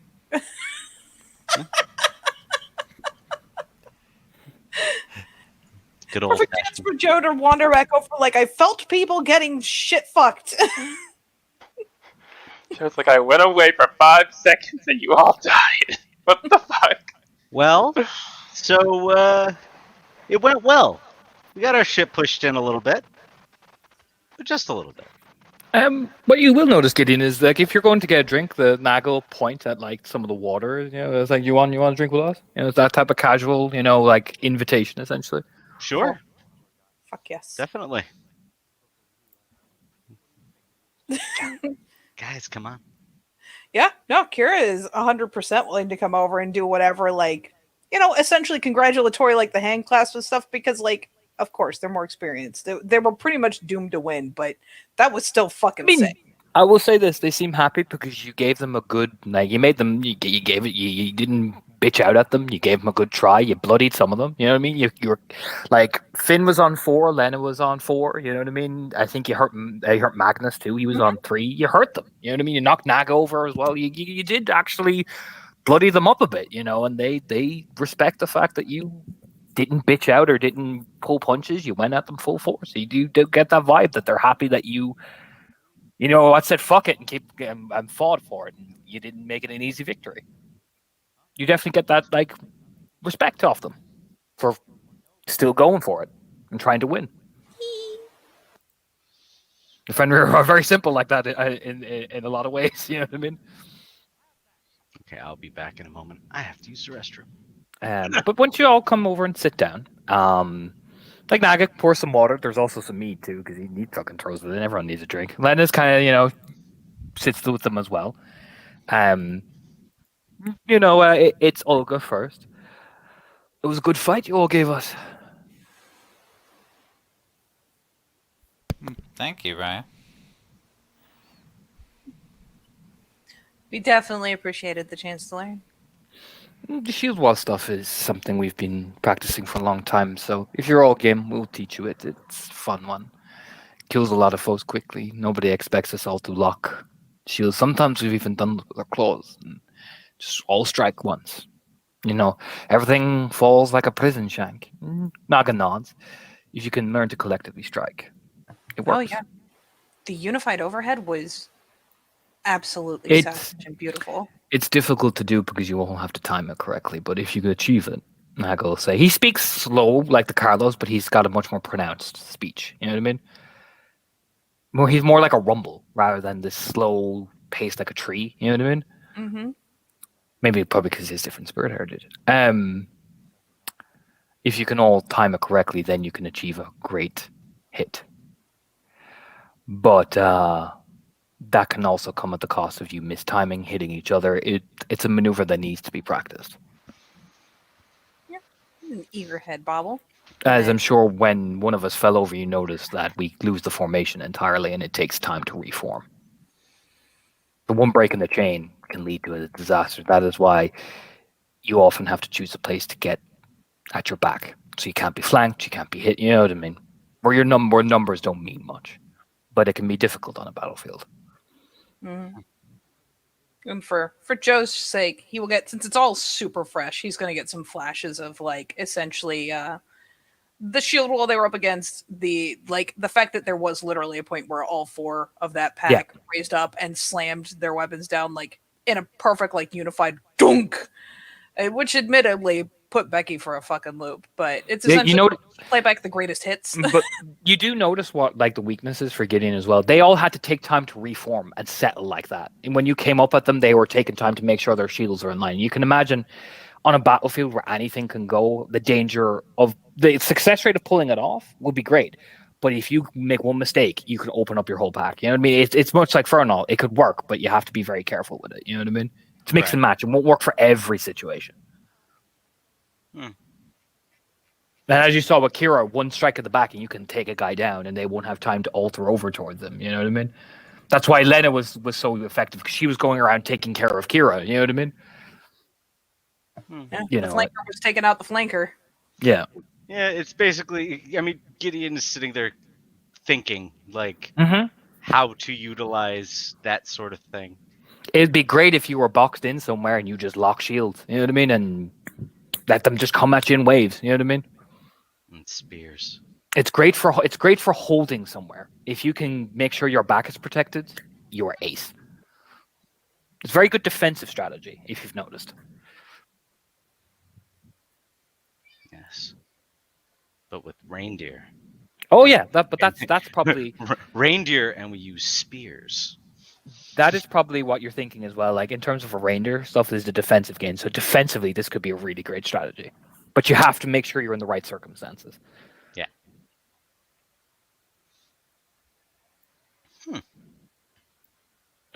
Whereas this guy speaks a lot more slower than Naga does and pronounced. Where are you all coming from?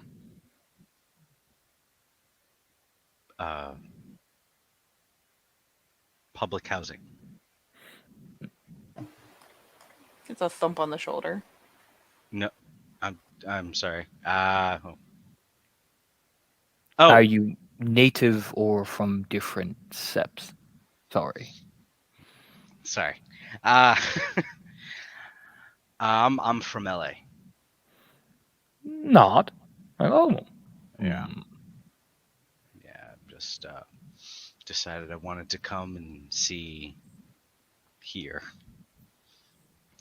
Heard there was a strong Fenris presence. This is one of the bastions of our people, yes. In the New World. I mean, in this case, I'd actually give anybody that's paying any attention the opportunity to, I guess, empathy. Yeah, Olga Lennon will do it. The Philodox is just nodding, like he's taking you at face value. You know, he's like, you know what? I have no reason to think you're lying to me. But whereas the Ragabash and the Galliard are a bit more like socially sus. So I'm also talking about my own Ragabash because I know she likes to roll stuff.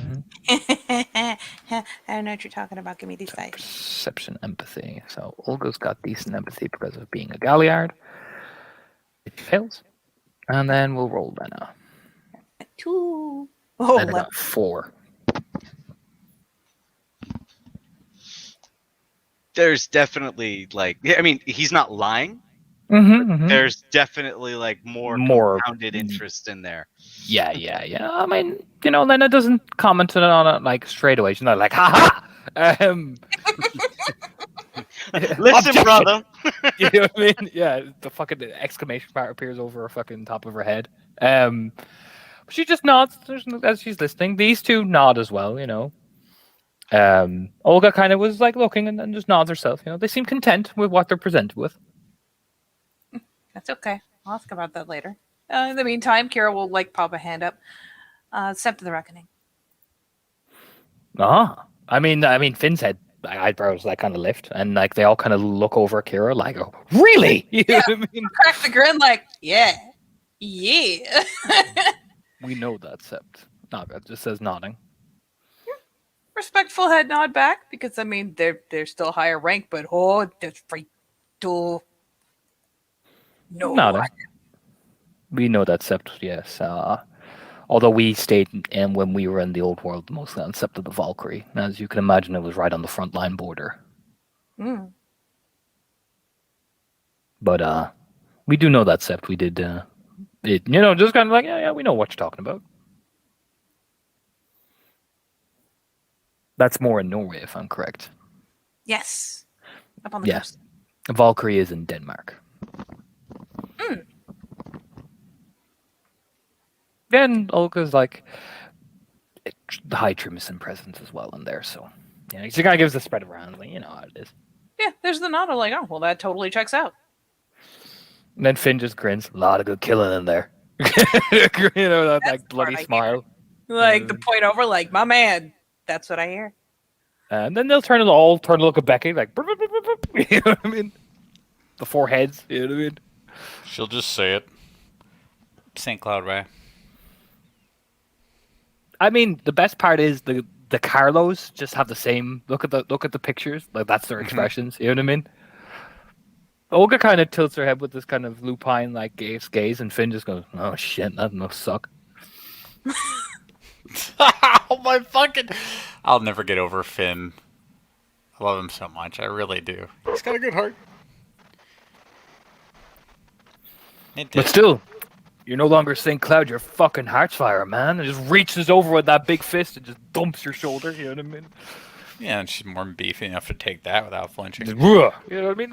It's not designed to hurt you. It's like, yeah, bro. You know what I mean? The bro of Fenris Fist.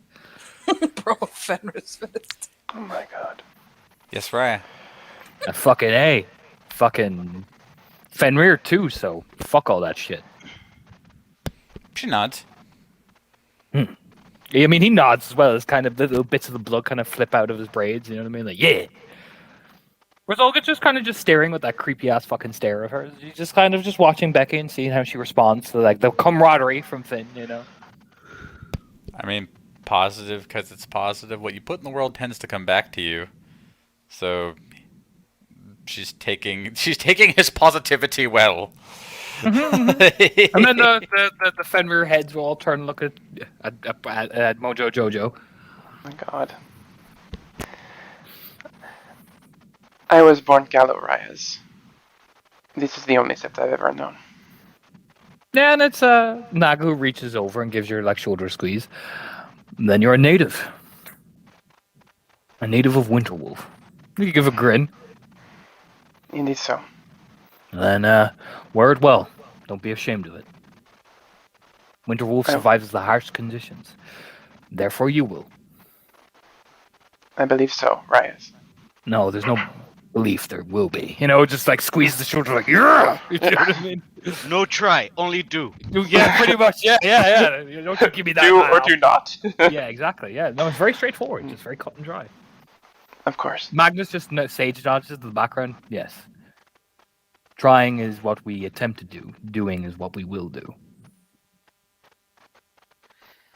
It is very wise counsel. They both do the same slow head nod of like you've seen many of some of the Carlos you met. They just do that same Fucking sage. Carlos. Yeah. So how long have you guys been? Most of our lives, really, is what Finn says. Yeah. We've known each other since we were children, grew up in the same sept, came from Europe, then over to America per tradition, you know, seeking glory and all that. Stayed in Wolfsmaw for a while, and then we glanced over to Naga. My nephew was killed down here in the conflict, and we answered that, the blood debt to that, and we have stayed here since.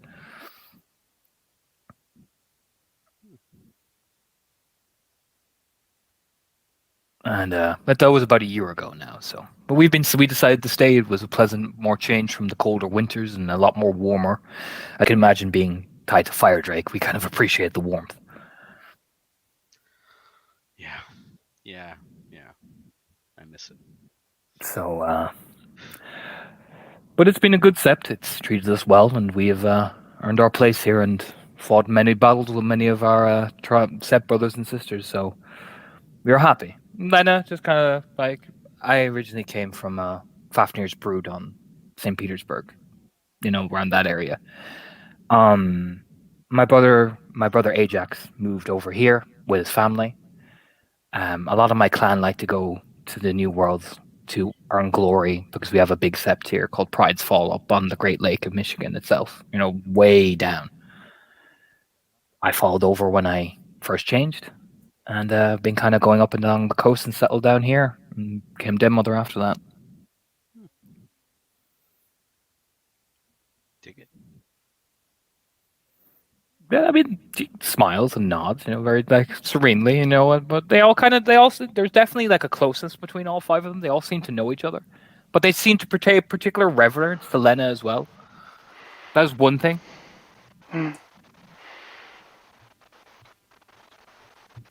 Valkyrie's wisdom Raya is an excellent den parent. She's like, it does the like hand wave, like, you know.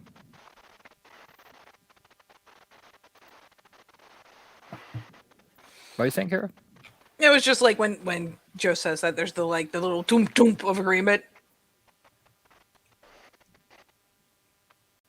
Then it does Pshaw. You know what I mean? Like, you know, like, oh, whatever. You know, smirking. Who, me? Yeah, pretty much. I'm only do what is given to me, and that is to train the cubs to be better warriors. And whichever direction they go, I try to at least impart some of Fenrir's wisdom to them. but of course one of your particular history and experience. A blessing of Figure- every cub is provided. I have my glories, as does my den parent, co-parent, whatever Gunther likes to call himself. Yeah, he grins. He is also a man of reputable skill and reputation. I'm no better than he is.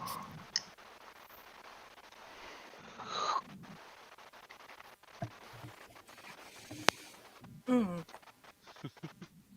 I mean, she's very humble about it. She's not like, oh yes, I'm fucking amazing. No, she's just like, I got my shit. It's good, but like, there's always something bigger. Now, do you guys mainly do like guardianship here, or do you guys go out? We go out when the Wormfall puts the call on, but we mainly do guardianship around the area.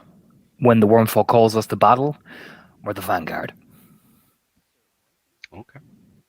It is where we belong, and it is where we will die, and where we will earn our final glory. They all sage nodded that, like, yeah.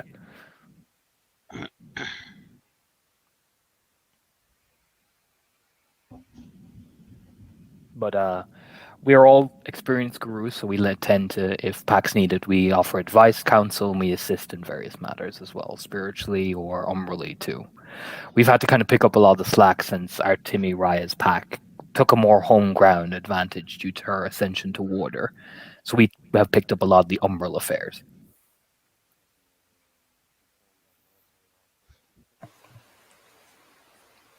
I did hear it was quite a sight with you on the Vanguard. Back at the mine. My totem gives me the strength to push forward, and my will does everything else.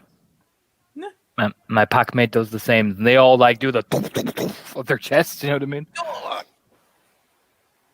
Yeah, the little hype bump, like, oh. I am sure you are the same with your totem and your pack. As a matter of course, I have. Well, I shall look forward to seeing more of it.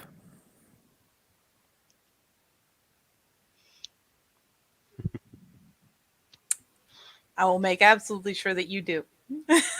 Big grin. But he kind of like Olga leans forward. Then she's got very intense, kind of piercing eyes. Are any of you willing to tell me the stories of your deed names?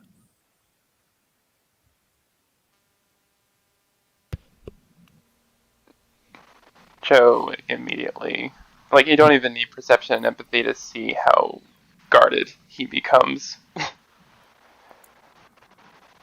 I hit a Fomori in the head with a baseball bat so hard that the neck part like tore and detached, and then the spinal part detached, and the head just kind of flew away into the distance. We never found it. We looked. It's gone. Theory is it splattered on impact somewhere. That's why they call me Swings for the Fences, right? Not.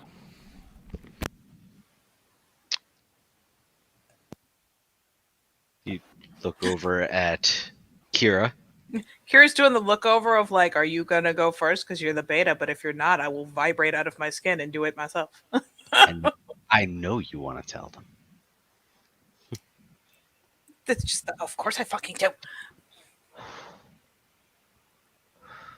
During Rite of Passage, as I was thankfully very favorably blessed by Chameleon and was able to, several times over, by splitting the minor enemies, take them from the shadows, ambushing and earning the name Shady Behavior for managing to give false calls, lead them apart, and tackle them on a one-to-one basis.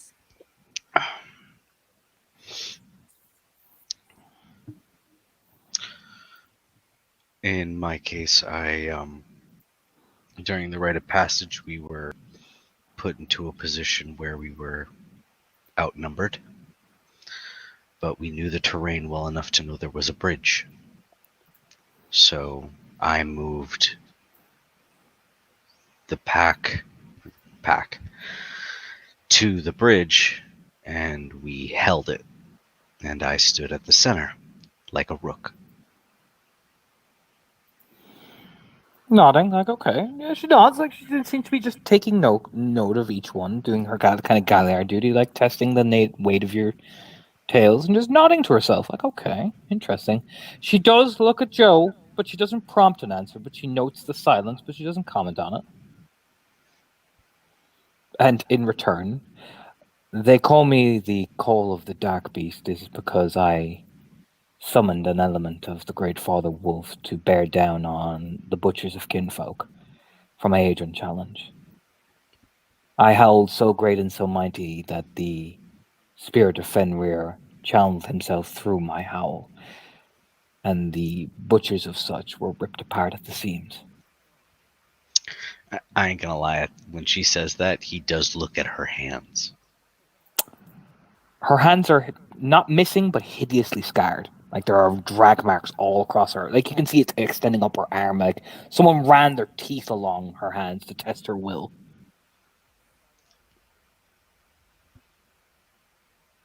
You can see, like, scars up along her throat where something much larger probably bit down on her as well.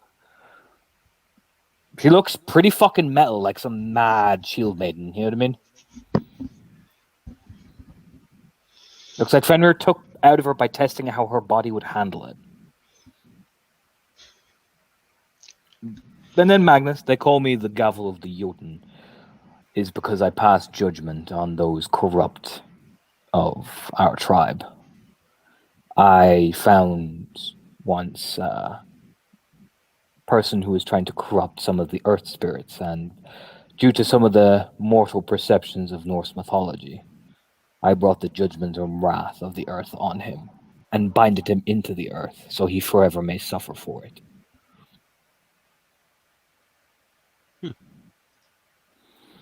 Braided blood, well, as you can imagine, he kind of gestures at the hair, but it's also a symbol of what I took from my enemies in combat. I take parts of their body and as trophies, and then break them down to the core of their being, which is blood, and braid it into my hair so they know and they can smell my kills.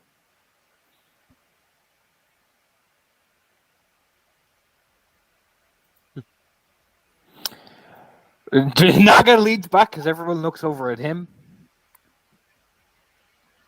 I tamed a dragon, and I broke it over my knee. Just the whole.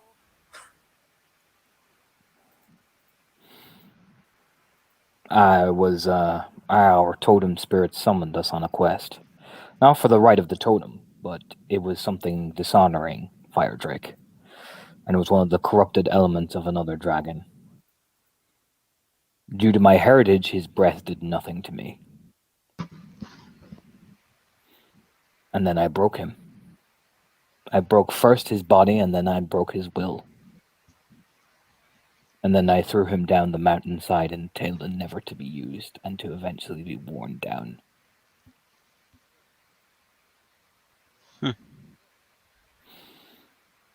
This is like a really big dragon. Yes. And the Umbra, obviously. Yeah, well, I mean, yeah, but I mean that doesn't matter. It is one of the. It was not one of the true dragons of the worm. I have not such acclaimed, but no, it was one of their children.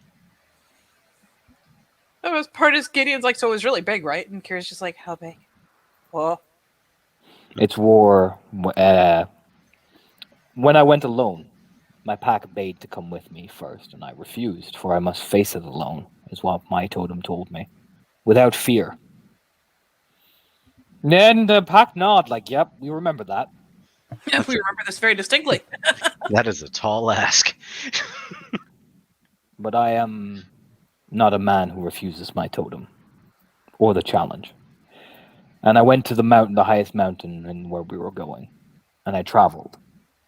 And then I heard its roar, and it shook the very foundations, and I could see the black eyes, and it was big. And I rose to Krynos form, and I planted my sword down on the ground, and I opened my arms and said, "Bathe me, and I will. And once you are done, I will kill you."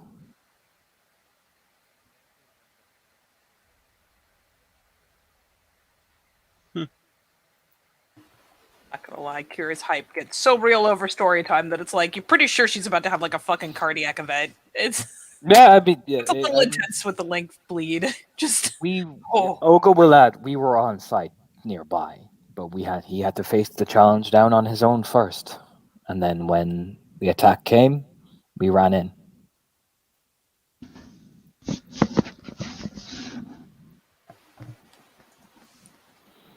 And then, like that, they all just sage nod, like, yeah, that happened. You know what I mean?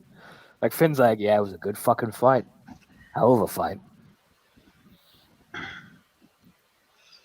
One only hopes to get the opportunity for that kind of cool. You will. There are many young Cleats here who have earned their deed name and glory and ascended many ranks. This place breeds strong people. You will get your glory. I have heard you already taken down a great creature of these leeches already as a pack. That is already the first staple of your glory. He'd point over at them.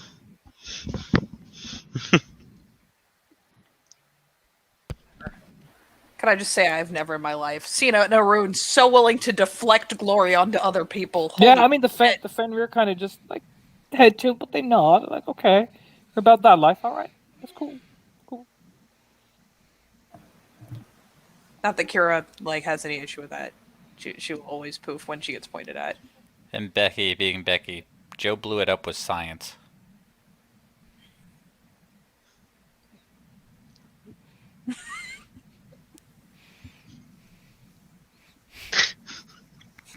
God. Joe, who's gotten very quiet now, is very thankful that his scar is invisible because that would draw even more attention to him.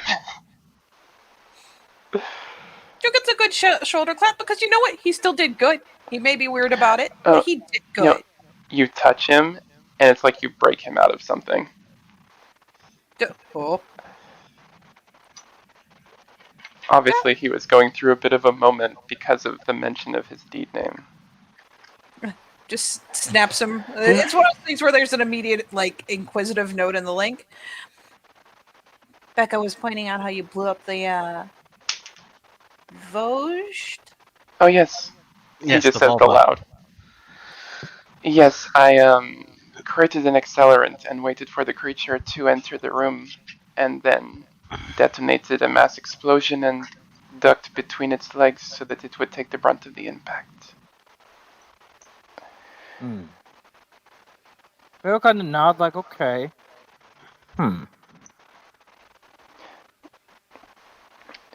When it lumbered after, my guy made sure to distract it for long enough for a secondary explosion to finish the threat.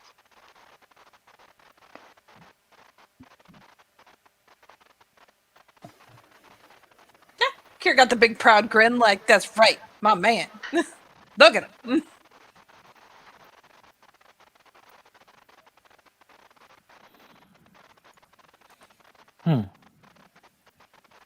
I mean, they all nod. I mean, there's just this odd kind of like, oh, okay.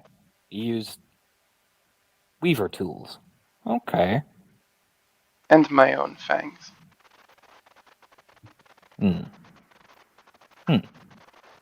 I mean, they nod. They're like, okay, well, I mean, you killed it, so.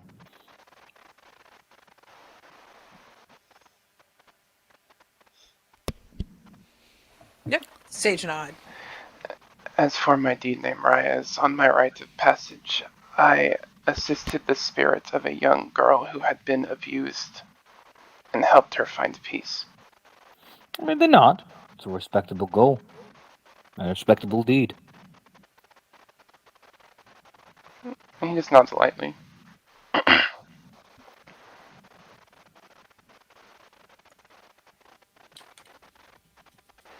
I had to relive her experiences to help her pass on. This is why I was given the deed name Harrow's Sight. Yeah, I mean, they just nod, understandingly.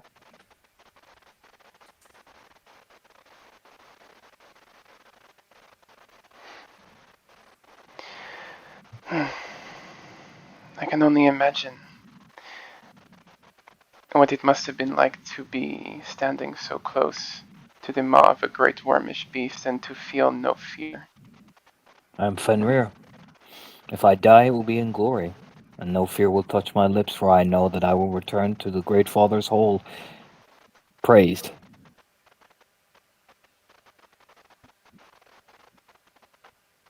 We know that we will die one day in a battlefield. That is our victory over the worm, is that we, in death, achieve the final victory.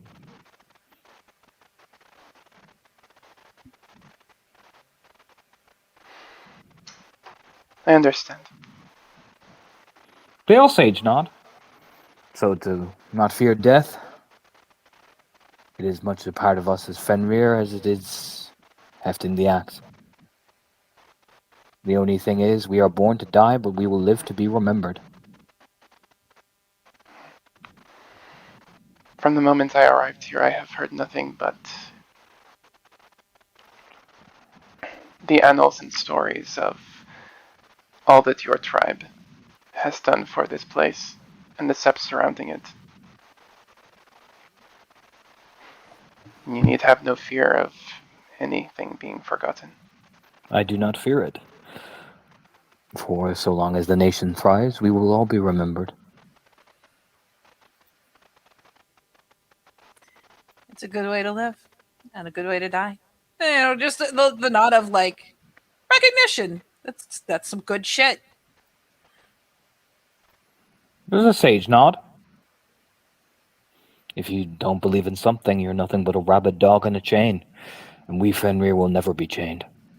We broke those chains a long time ago, and they will never be reshackled again.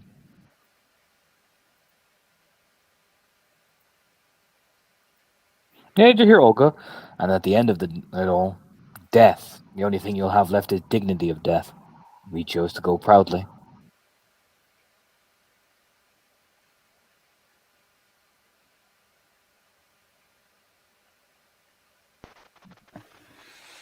Yeah, more nods.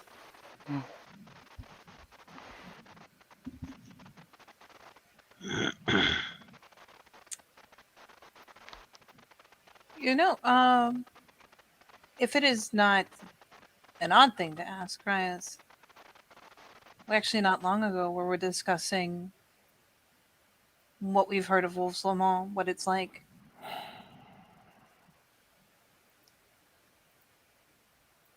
And Naga just tilts his head. It's Olga who answers. Yeah, just What about it? curious. We have heard stories. I didn't know if there might be any that you knew, having spent time on the Sept, that were able to be told. They are our closest allies. They fight hard. They have fought there for a long time. They started off with just a band of warriors, and now they are an army. Yeah. They have defended that land and built that cairn for us so long as they've had the strength to carry it.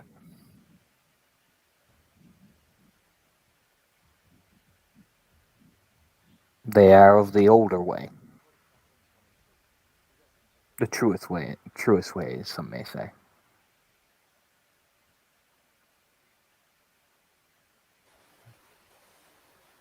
Kira's just doing the nods of like good deep agreement. She's never heard bad of Wolf's Maw. It doesn't make sense that she would have growing up around here. So it's just kind of that eagerness about a place that's nearby enough that she may one day see it, but far enough that the only way that she's going to hear about it is with tales that are brought down from there. So their clans mainly reside as Trimbius and Bastion. However, other clans have come to join, such as Clan Orixon and Clan Solson.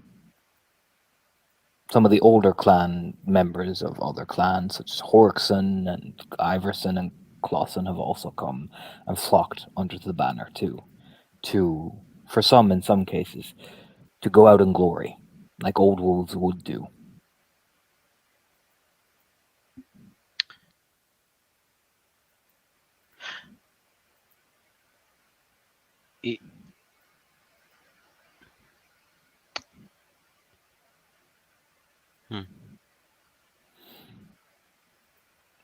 Dealer Magnus is the closest thing we have since before the Gleaming Eye of War to the old European septs that were severely depleted, but still follow the old ways, but in terms of numbers and leadership.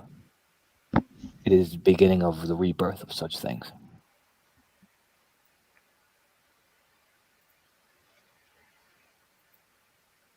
What about those other clans? Are they that they're just there for like the last kind of trying to rebuild their name, trying to die More in honor so, kind of thing? more so, those who appear, some of the older ones, such as Bjorn Horikson, is an old man. So he is trying to die as a warrior one last time and see his sons and grandsons. Some of the others joined out of sheer invitation, such as Siggy Oriksson. Others, they have the belief to join. Just curious, what's old? Like old, or like Bjorn Oriksson is pushing his 60s after a rune. Yeah, barrels will jump up because that's pushing the level where you actually get like serious renown just for surviving that long. So just Yeah. You can imagine as a Fenrir, he wants to die as a Fenrir, you know? Oh yeah. makes sense. But others are young, fresh, eager, hungry. In either way, they all come under the banner. Clans do not matter as much over there, though they have their, affiliates. But it does not matter. They are only loyal to the Sept, to Fenris. One people, one army, one tribe.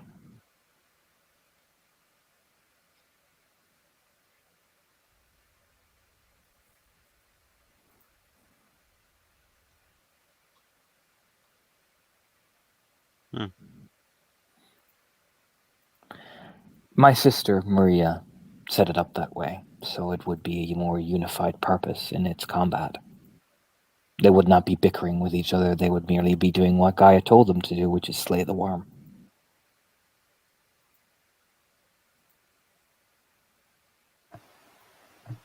Yeah, there's a glance over at Lena like, ooh.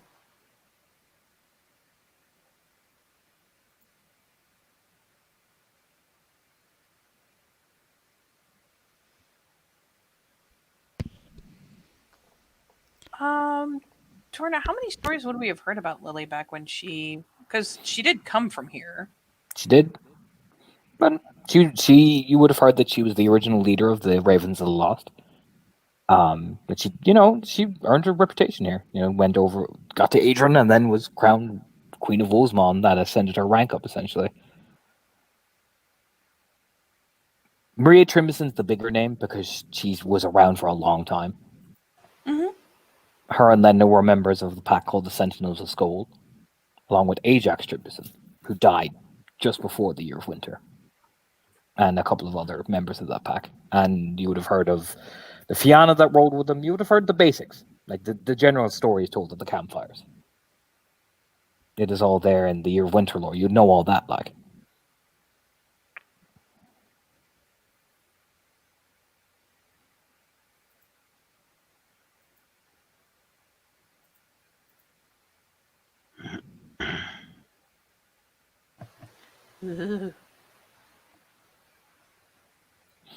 And Lena just gives a shrug. They are fanatically driven people. So, and they strive to be the dominant force in the north.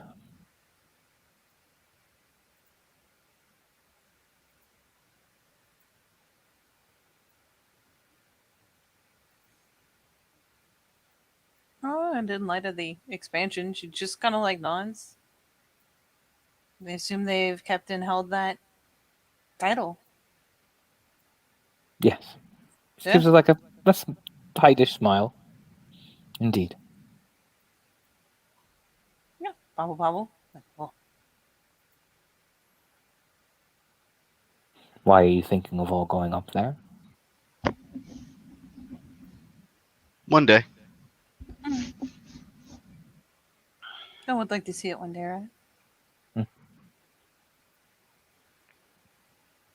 The north is a very wild place.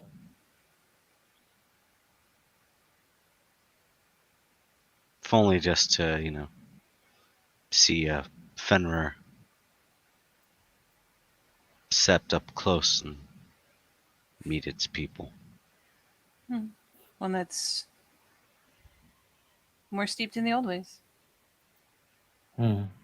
Here is very multi-tribal, so there are old ways, but we have to be balanced to consider the others. Woolsmaw don't have that. They have the luxury of being able to practice older aspects. Mind if I ask, like, what? From what I know, she says with like a twinkle in her eye. Any foe that is captured by them is sacrificed before the altar of Fenrir, before they go into the next battle.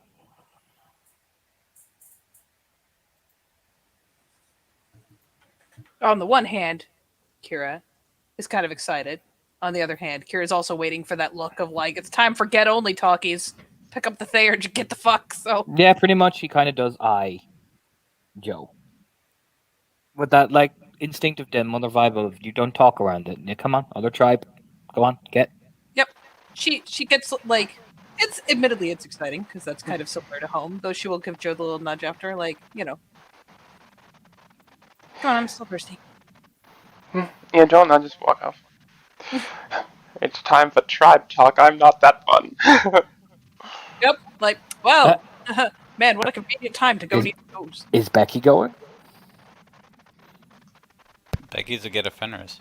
Yeah, I know. I just saw the site. I was like, wait a minute, Becky, where are you going? No, Becky's no, leaving, like, no, that's goodbye. Kira grabbing Joe. It's like up and away, hair's leap. And then once the tribes are gone, these sort of things are not best talked about with the other tribes present. They will not understand. Oh. I mean, the five Fenrir just say not. After all, we have our tribal ways, and while the Fianna, I would say, are the closest in understanding, in tribe is in tribe, is a mutual respect. We don't ask about Silent Strider business or Fianna business. Makes sense. As from what we know, we've gone to Naga, and Naga will say, Maria Trimson kept the policy of sacrifice the wormish creatures before battle, feed them to Fenrir himself. The younger ones walk what is called the path. They go up into the mountain, and they face Fenrir's judgment to see if they are worthy of joining the tribe. And during the rite of passage, and the same with rank challenges, they are given the challenges by him or the queen.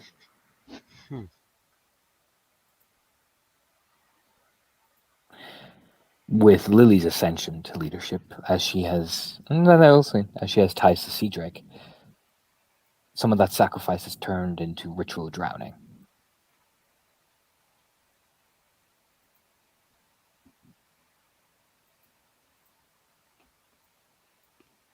Wow. Some Guru have offered themselves up, much like her mother did during the final battle, to become part of the sacrifice if they are too old. The tenant of suffer that not by people. And they would rather put their bodies to use as a vessel to harness their warriors. So they just allow themselves to be drowned? Yes. Or allow themselves to be sacrificed willingly. Give their body to the spirit. They earn great glory for this. It is a noble task to give yourself, if you cannot longer fight, to give others the strength to fight. With your energy. Huh.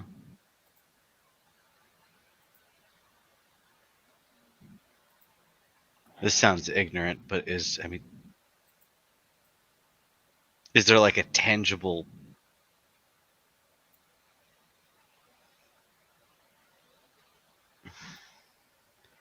how do I say this without sounding offensive? Is it one of those things that is symbolic, or is it like real? It is real. I have seen it done when I was a young woman.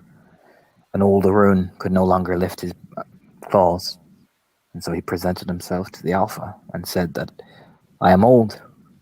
I cannot fight. And that is what I was born to do, and rather than die in my bed in shame, let me face Fenrir as I am, and let me give myself to the tribe, so they may fight again, harder and stronger.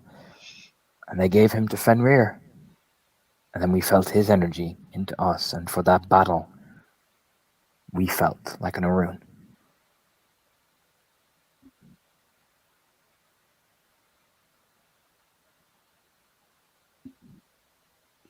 Wow. That's a lot. It is a noble sacrifice, one that, in his Fenrir's hold, I imagine he is rewarded greatly for having the honor to know and face his time with nothing but bravery.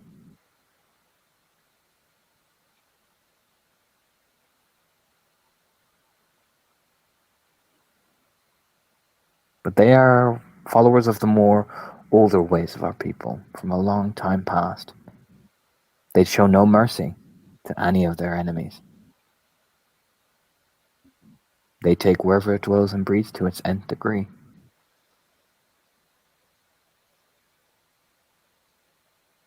They will butcher Fomori, spirals, spiral kin. If it is tainted, it dies.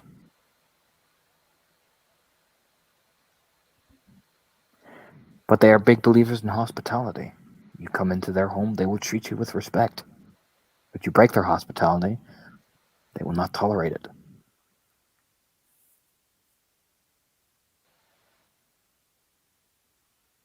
It does not matter the tribe. I have seen Black Fury representatives go up there and be treated with respect. Despite the animosity between them? So long as they respect their home. A Fury can walk in there and sit with Lily, and she will exchange a drink of mead, listen to her tales, ask her questions. But if that respect is not given back, or spat on, then they have 2 hours to leave the forest, or they'll run them down.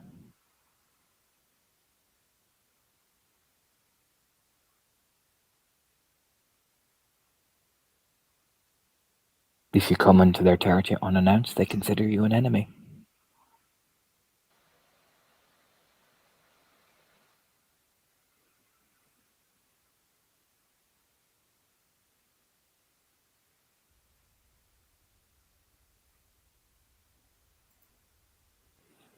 But they are our strongest allies, and they have been for a long time.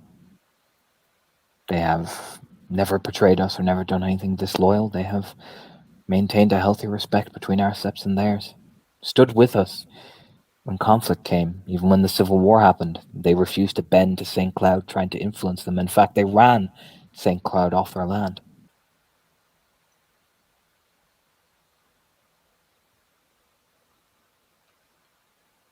Did he just look over at Becky real quick just to make sure everything's okay? Becky's all right. Okay.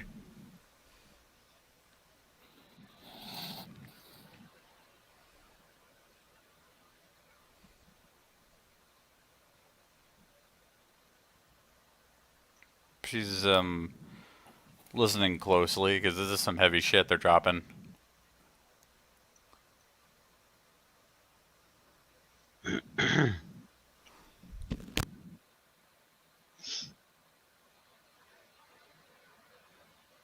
And the family's there. The you mentioned the Tribisons, which I'm familiar with. Mm-hmm. Carlo. I'm meeting you guys now. But there were a few that you mentioned that I was a bit. I certainly haven't seen any of them here. There is Clan Iverson, that I'll say. They're like Galliards, they're what they're famous for, but they travel a lot. A kinfolk here is Cole Iverson. He is a member of that clan, but they are renowned Galliards and storytellers. They travel the world or travel their people. They always share a fire with someone. There is Horixon, the Berserkers. There is the Carlos, the Closen, the Closens, and then there is my family, the Trimbisons.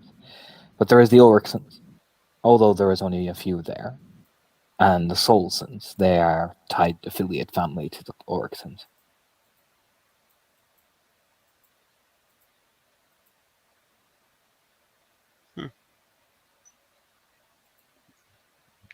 You mentioned berserkers? That is the Horixon, yes, that is what they are famous for. They are runes, who style themselves much like the berserkers of old.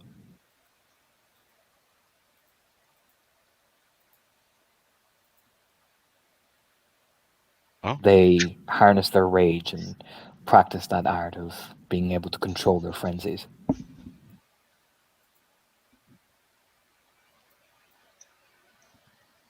Their Wormfoe is a Horixon, Doomclaw. Very powerful young rune. Like my age? Yes, your age, but an Adrian already, and well, he's tied to the wolf himself, and he charges into battle fearless. Yeah, they all nod. And Finn's like, Doomclaw is batshit insane. Does not care, will fight you to the death if it meant you stood in his way against the enemy. Great family man, though. They all nod like, oh yeah, absolutely.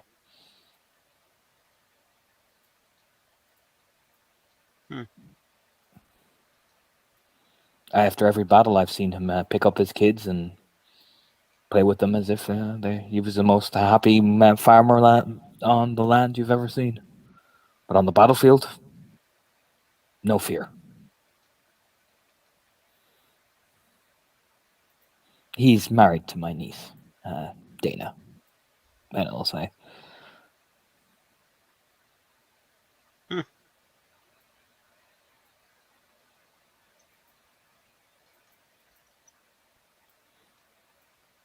I mean, all this is very interesting to hear. It's the tribe, and well, you'll see them soon enough. Just glance at Becky. Do you have any questions, Becky?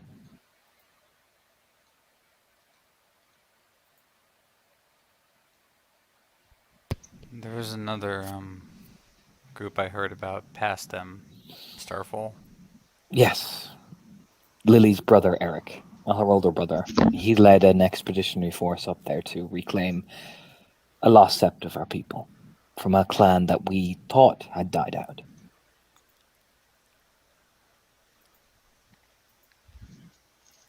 The Sigurdsson clan were nearly all but wiped out during the Gleaming Eye War. And they faded, much like what happened when you have barely kinfolk and much to other things. Eric found one of the last living members of that clan and married her, and rather than take the Trimberson name, he decided to change his name to Sigurdsson, so their children would be Sigurdssons.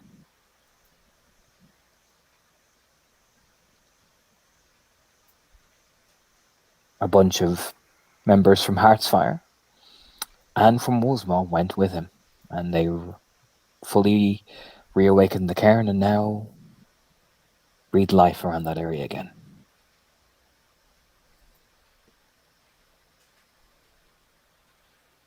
Not just Fenrir. I believe there's a Fianna, a Black Fury. Of all things, a Bonar went with them.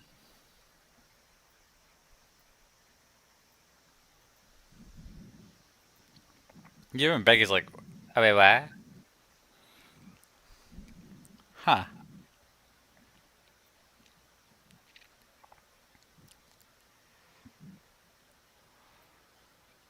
But some of the members of the Architects of Concord, a very well-to-do pack around here, are up there too, in Starfall.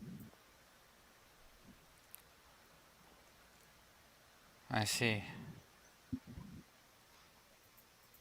The only thing I really had questions about so far, right? I keep hearing the same phrase, and every time I hear it, somebody changes the subject.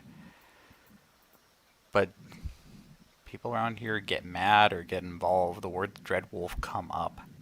It's another name for Fenris. The Dreadwolf Fenris. Oh. That's a good name. Yeah. It's a traditional way. It's an old world way of calling him the Dreadwolf. Sons of the Dreadwolf, daughters of the Dreadwolf.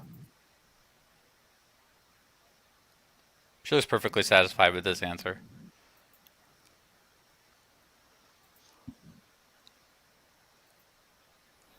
Wolvesmaw actively use it because, well, they follow an older way of things. So they refer to him as the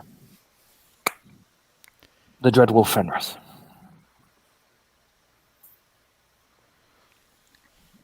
She nods like, oh, well, okay, shit, that makes sense, actually. Like, There is, of course, more septs up there. There's the Northern Woods and Black Claws territory.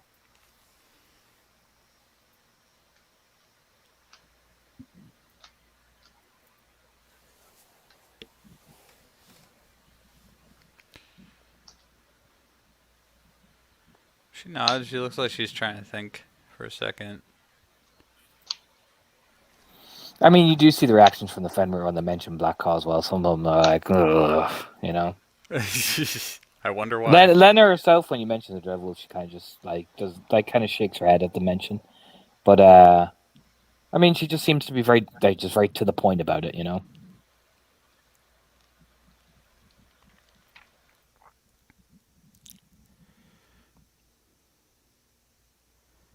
Kind of oddly, just short and cut, like, oh, it's the ancient name for Fenrir. That's it. So we fucking say. Becky has literally zero reasons to not believe that is 100% the God's honest.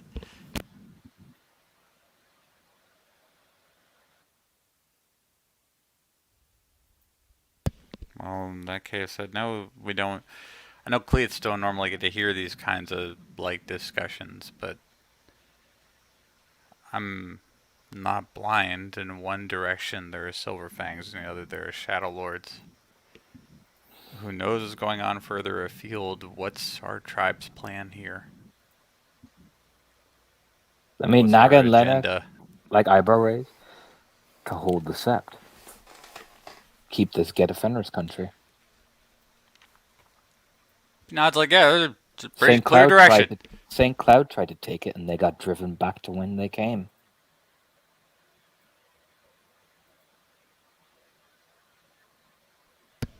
They did. And so, our initiative as a tribe is to maintain this place as a bastion of Gaia and fight the enemy.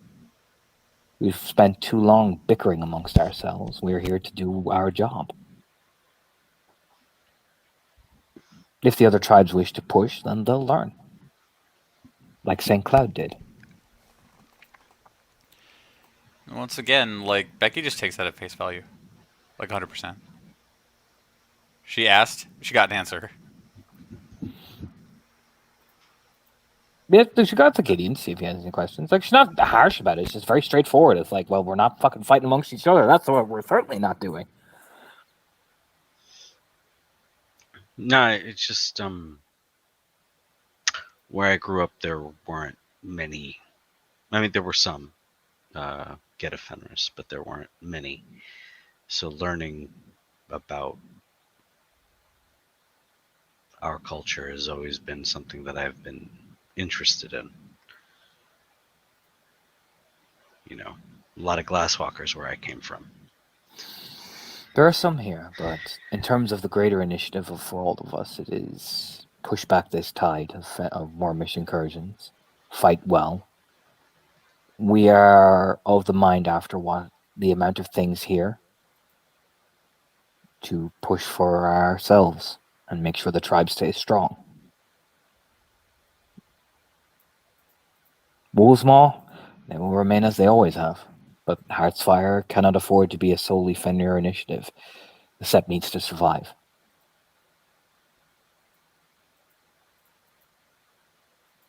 That's the biggest priority, I can imagine.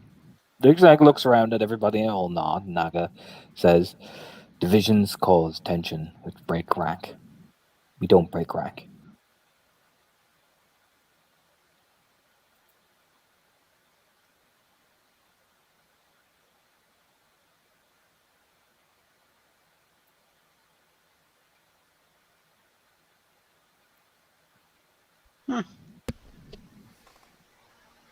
All right.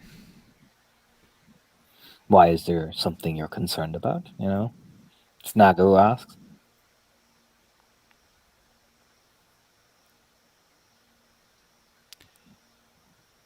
I just don't like not knowing, right? Well, I'll put this out very simple. Some of you may not like it, but it is what we were told as Cleat. Your job right now is to stay alive to get to the point where you can be influenced by tribal initiatives. Right now, you are the frontline soldiers. You are the people who are out there day after day pushing against the grind and earning your glory. Right now, that is your concern, is getting to the point where you can get to decide or learn or study things. Your objective now is simple: survive.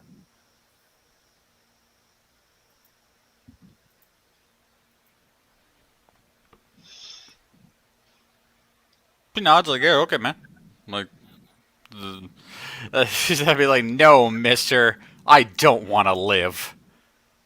So there's none of that shit.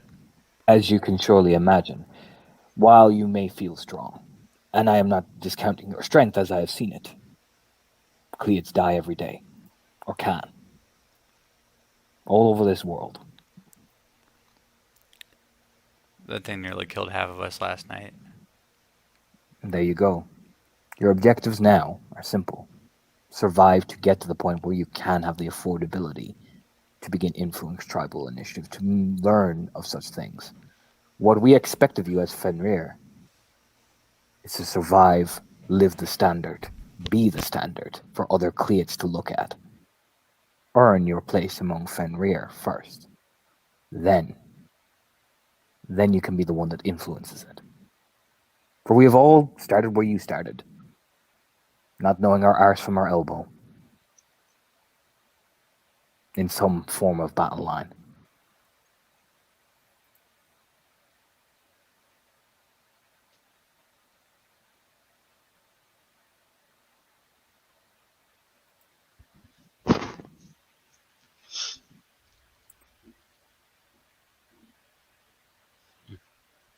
I'll give this to Naga.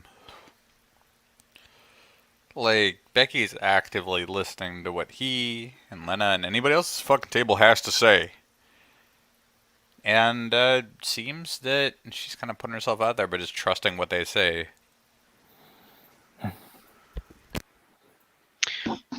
Gideon seems conflicted, but he's receptive. Interesting. I know that. And don't lose heart because you may feel like you're not making the right differences. You make the differences, the small ones, out there in the battlefield every day.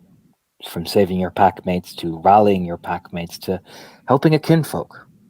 These are the little things that will define you when you become an Adrian. The mistakes you make now will define the mistakes you make as an Adrian. This is the most important time for you as Guru, because you're learning who you are, how you fight, how you live.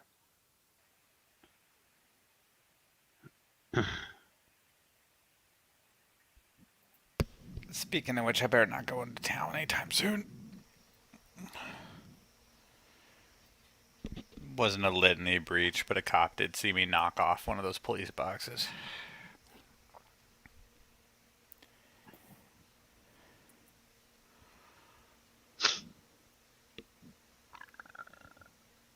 That's been a problem we've been seeing lately, Raya. The cops are more involved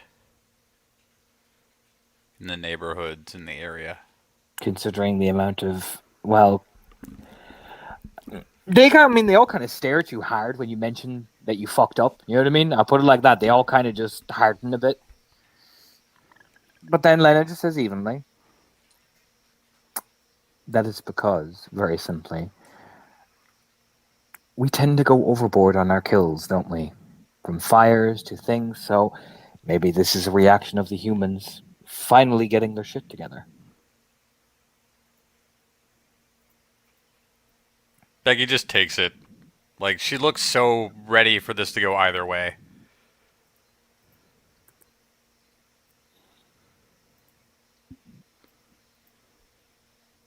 Like, I mean, she's not squaring up on them. I'll give you that. She just sits up straight and looks like she's ready to either have this blow over or get a fucking hit or whatever the fuck they decide, really. I mean, yeah, I mean, you do see it from the eye too. They kind of harden when Becky mentions that she messed up like that. Like, Lena is much more even, probably because she's a den mother and she's well used to have cubs having to, you know what I mean? It's that experience of, oh, for fuck's sake, you know what I mean? But they seem a lot more stricter on shit like that. Yeah. Whereas Lena has a much more even keel to having to, like, teach from punishment in a different way. Because she's dealing with so many different cubs and so many different things. Yeah, she sees it, and when it isn't like an immediate one way or the other, she'll get Gideon. I gotta go get our vehicle straight. I'll see you later, right? Yeah. I should probably get out of these people's hair, let them enjoy themselves. Well, yeah, I mean, it's... Oof. Yeah, you get up and it's Olga first. Why would you willingly offer that over? Are you looking to be punished? She eases up. Everything gets to everybody pretty fast around here, Raya. If I don't own it, I'm just dishonest. Then why not tell your alpha that? Why tell us?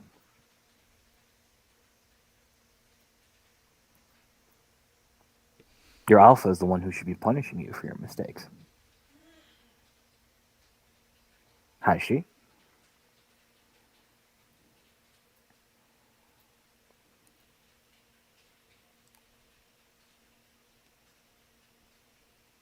I think she's still getting it ready, Raya. You mean she hasn't punished you for your mistake? Have you told her of this mistake? She knows. I know she's cooking something up. Do you? No, Magnus starts easing up as well to stare.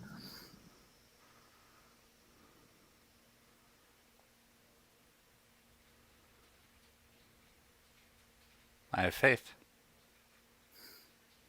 Obviously not if you told it to us. Otherwise you would be awaiting it. And the matter would be done.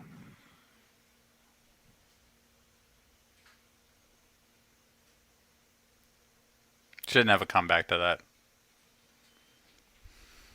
Now, for the record, Naga has not stood up, or Finn, right? I mean, and Lena's just watching curiously, you know, she's kind of just easing back. These two seem the more serious, like, you know, whereas Naga's just studying.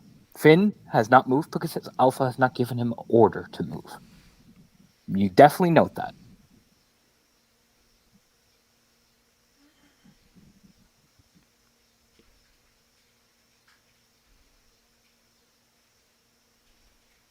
Whereas Olga and Magnus are intently staring.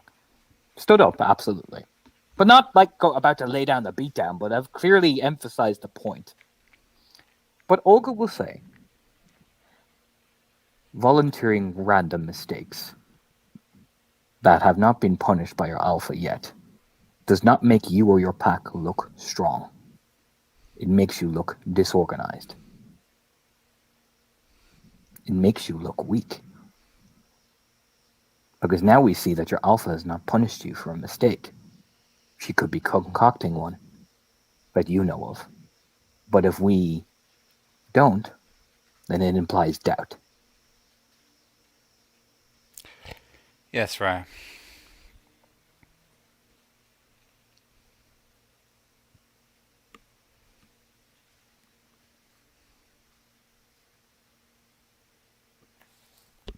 I mean, they'll glance to Gideon to see how fucking he's taking it as well.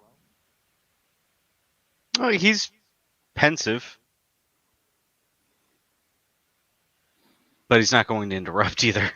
I mean, they're not being hostile. They clearly look annoyed. You know what I mean? That clearly fucking annoyed the shit out of them. And then the responses even got them a bit more annoyed. But you can tell the fact that they have not attacked because this man has just, you can tell whose word is law. Absolutely. There is no hostile procedures. There is none of that unless he tells them to. That level of discipline is clearly there.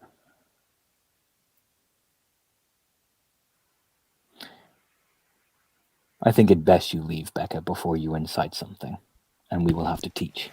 And she does. And she glanced at Gideon. Apologies for the tone taking a more clearer route, but we have a standard and we make sure Cleats live up to that. Naga will say from his sitting position.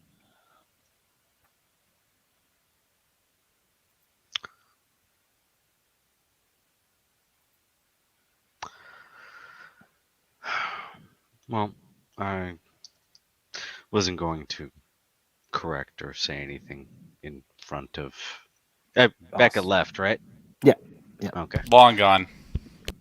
Then it will say, very just gently, sometimes it is better to say things when it is after, so it does not look like there is more chaos. Mm-hmm. Becca's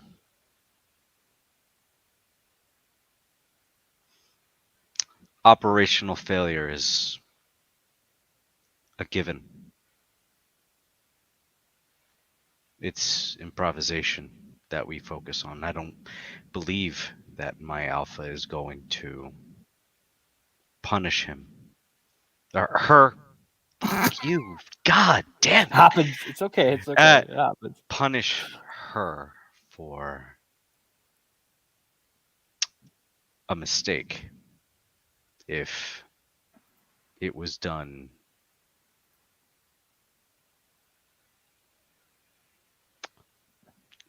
ignorance is the wrong word. If a mistake happened because she tried and failed, but the operation still succeeded because of improvisation, at least she had the balls to come up for the failure. And I wouldn't punish her for it either. And But that again, is Naga will nod, like, okay, I'm listening, I'm taking your point. I will offer one bit of advice. Do not punish her for improvisation. Absolutely not, for the battlefield is a random occurrence. But ensure that mistakes are corrected, and volunteering mistakes to an unknown pack with no context or clues, or merely just, I made a mistake in front of the cops. You can see how that looks to us and how we perceive it. that makes sense. I'll take that into account. It's different here. It is. Well, he nods sagely. And it's that tiered vibe. But this place breeds hard people. And she knows that. She was a cub here. Where she comes from has no excuse, and I don't hold people to where they come from. I hold them to the now, as I have always done.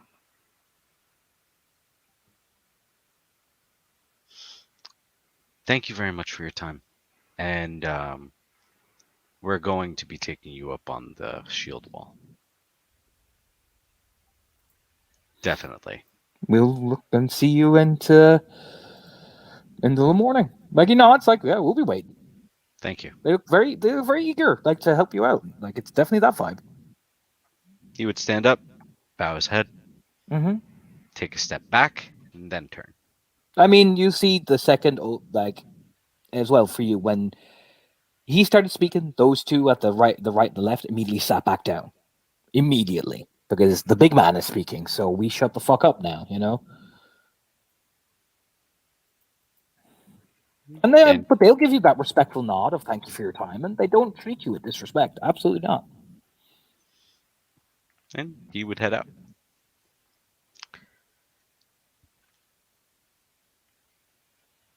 Yes, you can all regroup and do whatever. Yeah. Do you want to regroup? Does anyone want to grab anyone?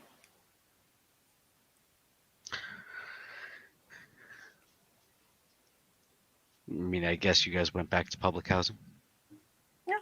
Honestly, Kira probably walked with Joe over to like the beer garden area to make sure he ate. Like, essentially not like I think he's going to run away, but like, oh hey, it's yay time. It is a meal time. Let's make sure you don't like get skimmed past that by getting distracted. And I do not know if Becky would have come back over where they are or would have scooted off somewhere else. No, she made herself as scarce as humanly possible. He's gonna go find Becky. I mean, she's not a silent strike. She's not impossible to find. It's just that, like, there are parts of the Sept that are way more remote. You're not going to run into anybody unless you're fucking Gideon and you can find her. No, he's not gonna ask in the link. He's just gonna find her. Pretty easy to do. You were in the woods. She turns around. This is footprints that way. Not hard, dude.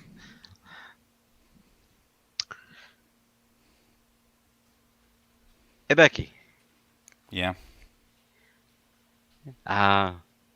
Only because I wasn't there. I don't really know what happened. What was the mess up? Fucking tamper thing went off. I had to make a quick job of it. B cop happened to be there. Nothing led any breaching. But he got a good look at me.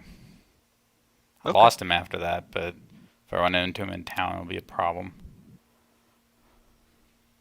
Okay. Now I know. Give me your hand. She does.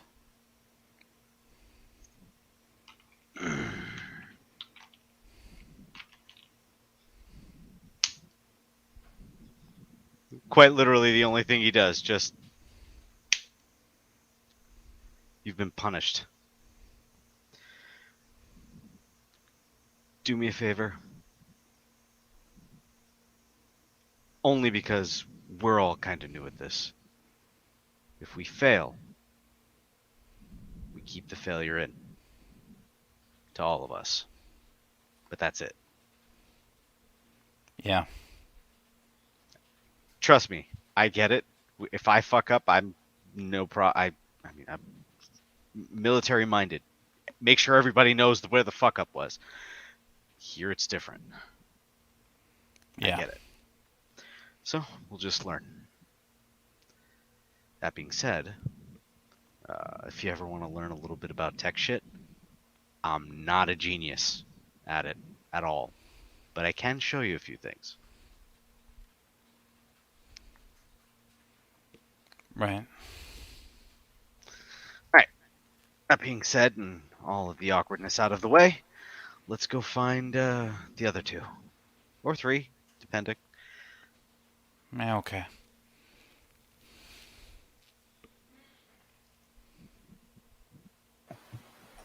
I mean, two of us are easy to find. Alright, I am going to go for a bit because I've got about an hour or two before Lara has to go to bed, so I still have to feed her. But I'll be back if you guys are still on. Okay. I'll just pop you in the green room. Or you can disconnect, whatever you on you. Murder everyone. Moida. It's like so many shots, Kira. Stop it. It's like what? I've only done like 3. You've only done like 4. No, that one was yours. Totally didn't count. You realize it still counts if you're drinking mine. Yeah. He like waves a hand, like yeah. Besides, I'm that was- just saying. Oh, did you check in with Anastasia? No. I figured she was probably fussing over her brother, and I should probably go check this. And make sure she gets the thing. Yes, I did give her that. Okay. Like I checked in with her before the fight, but considering what happened with her brother, I figured. And I probably shouldn't figure because she has surprised me before. So you know what? I will. I'll be right back. Enjoy just nuts. Yeah, it's one of those things where she's like scarfed food, had a couple shots, and just kind of like realized like, oh, you right though. It's been like a day. Joe has an amazing grasp on relationships. She might already be back. I thought she'd fuss for longer, but I might be wrong. Oh god, check. She's left you a note that she's gone just to like spend like an extra day with Michael and all that because he did get pretty banged up. But she left you a note. Yeah. She was good like that. Oh. So it's like, you could text me all these times, but this is actually adorable. So I'm just gonna, leave that right there. Beautiful. She'll actually like go ahead and fold it up and move it just so that it's like it's clear that she's seen it if Anastasia happens to come by for some reason. But like, yeah, she just checks and like trots back out. I'm good. Finger guns. Good. I mean, I suppose don't smother her about it, but make sure her brother is alright. You know, when next you talk to her. Maybe I can prepare a few things. I don't believe that he is in a pack yet, so I could prepare like a gift basket of get well goods. I think Anastasia at least would appreciate it. He might get a little weirded out if you spend him too much, though. I mean, he came out pretty okay when it was all said and done. Like, I'm sure he got a wicked scar, but You know, but if he is not in a pack means he might not have a theurge, so I would not be mad to, you know, make a few things. true enough. So hey, those guys seem pretty solid. Was he all solid over there with you guys? Like, the rest seemed really in sync. I think he and Becky held the doors while the second explosion was going off. I'm not entirely certain, it was a bit chaotic at that point. But he made sure that Siren got out of there, I think. I mean, awesome.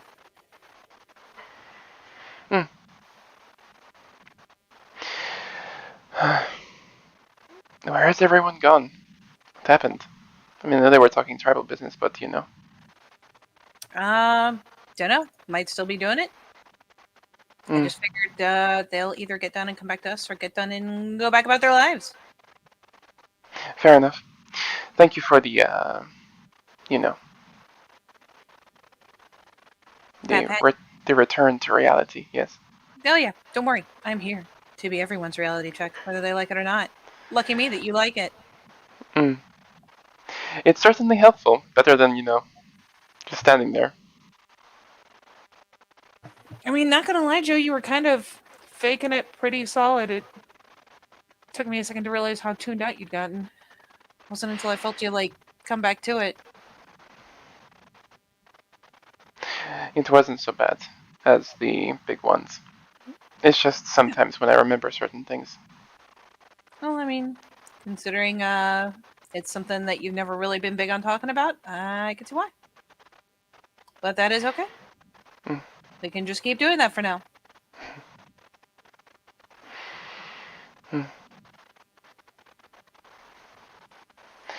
Well,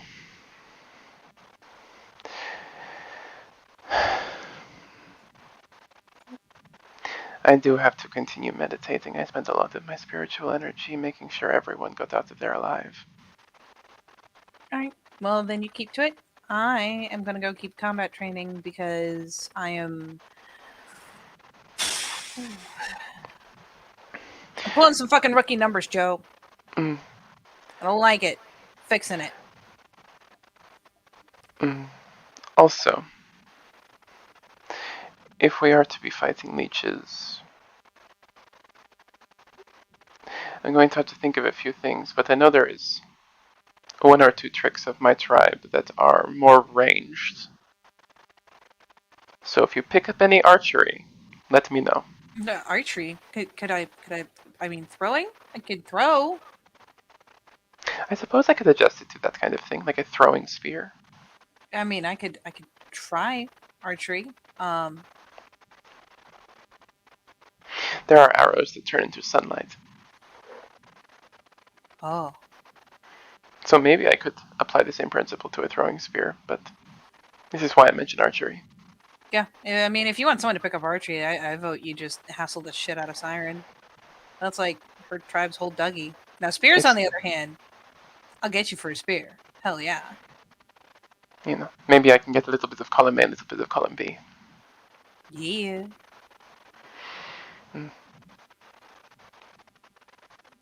Also, given it is a projectile, I had the the strangest thought that between a Glasswalker and a Silent Strider, we could create ammunition that did the same thing.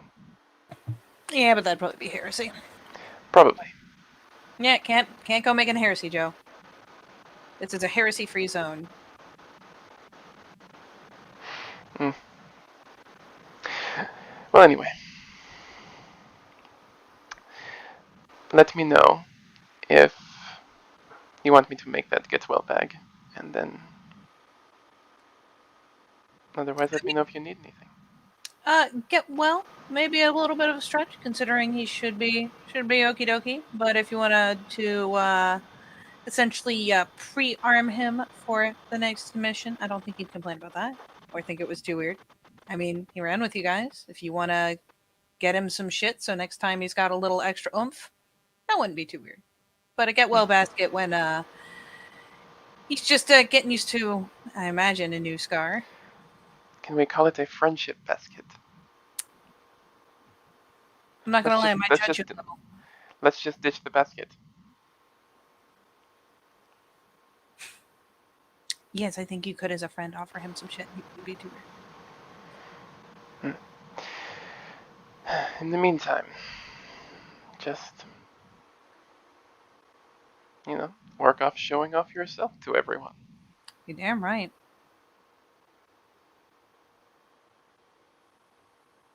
Okay, bye. Poof. Yeah, poof. Yeah, Carol will just go off to do more training, work on her shit, and probably absolutely get into it because fuck it. For one, she needs the training, and for two, Maria had a good point. She doesn't need to be like, I'm okay all the time. She could just not okay through some dummies and through some training targets and have absolutely no fucking shame. Boom. But I dare say with that, unless there are more shenanigans afoot, we are good. Yeah, you're fine. Okie dokie. And I push the button.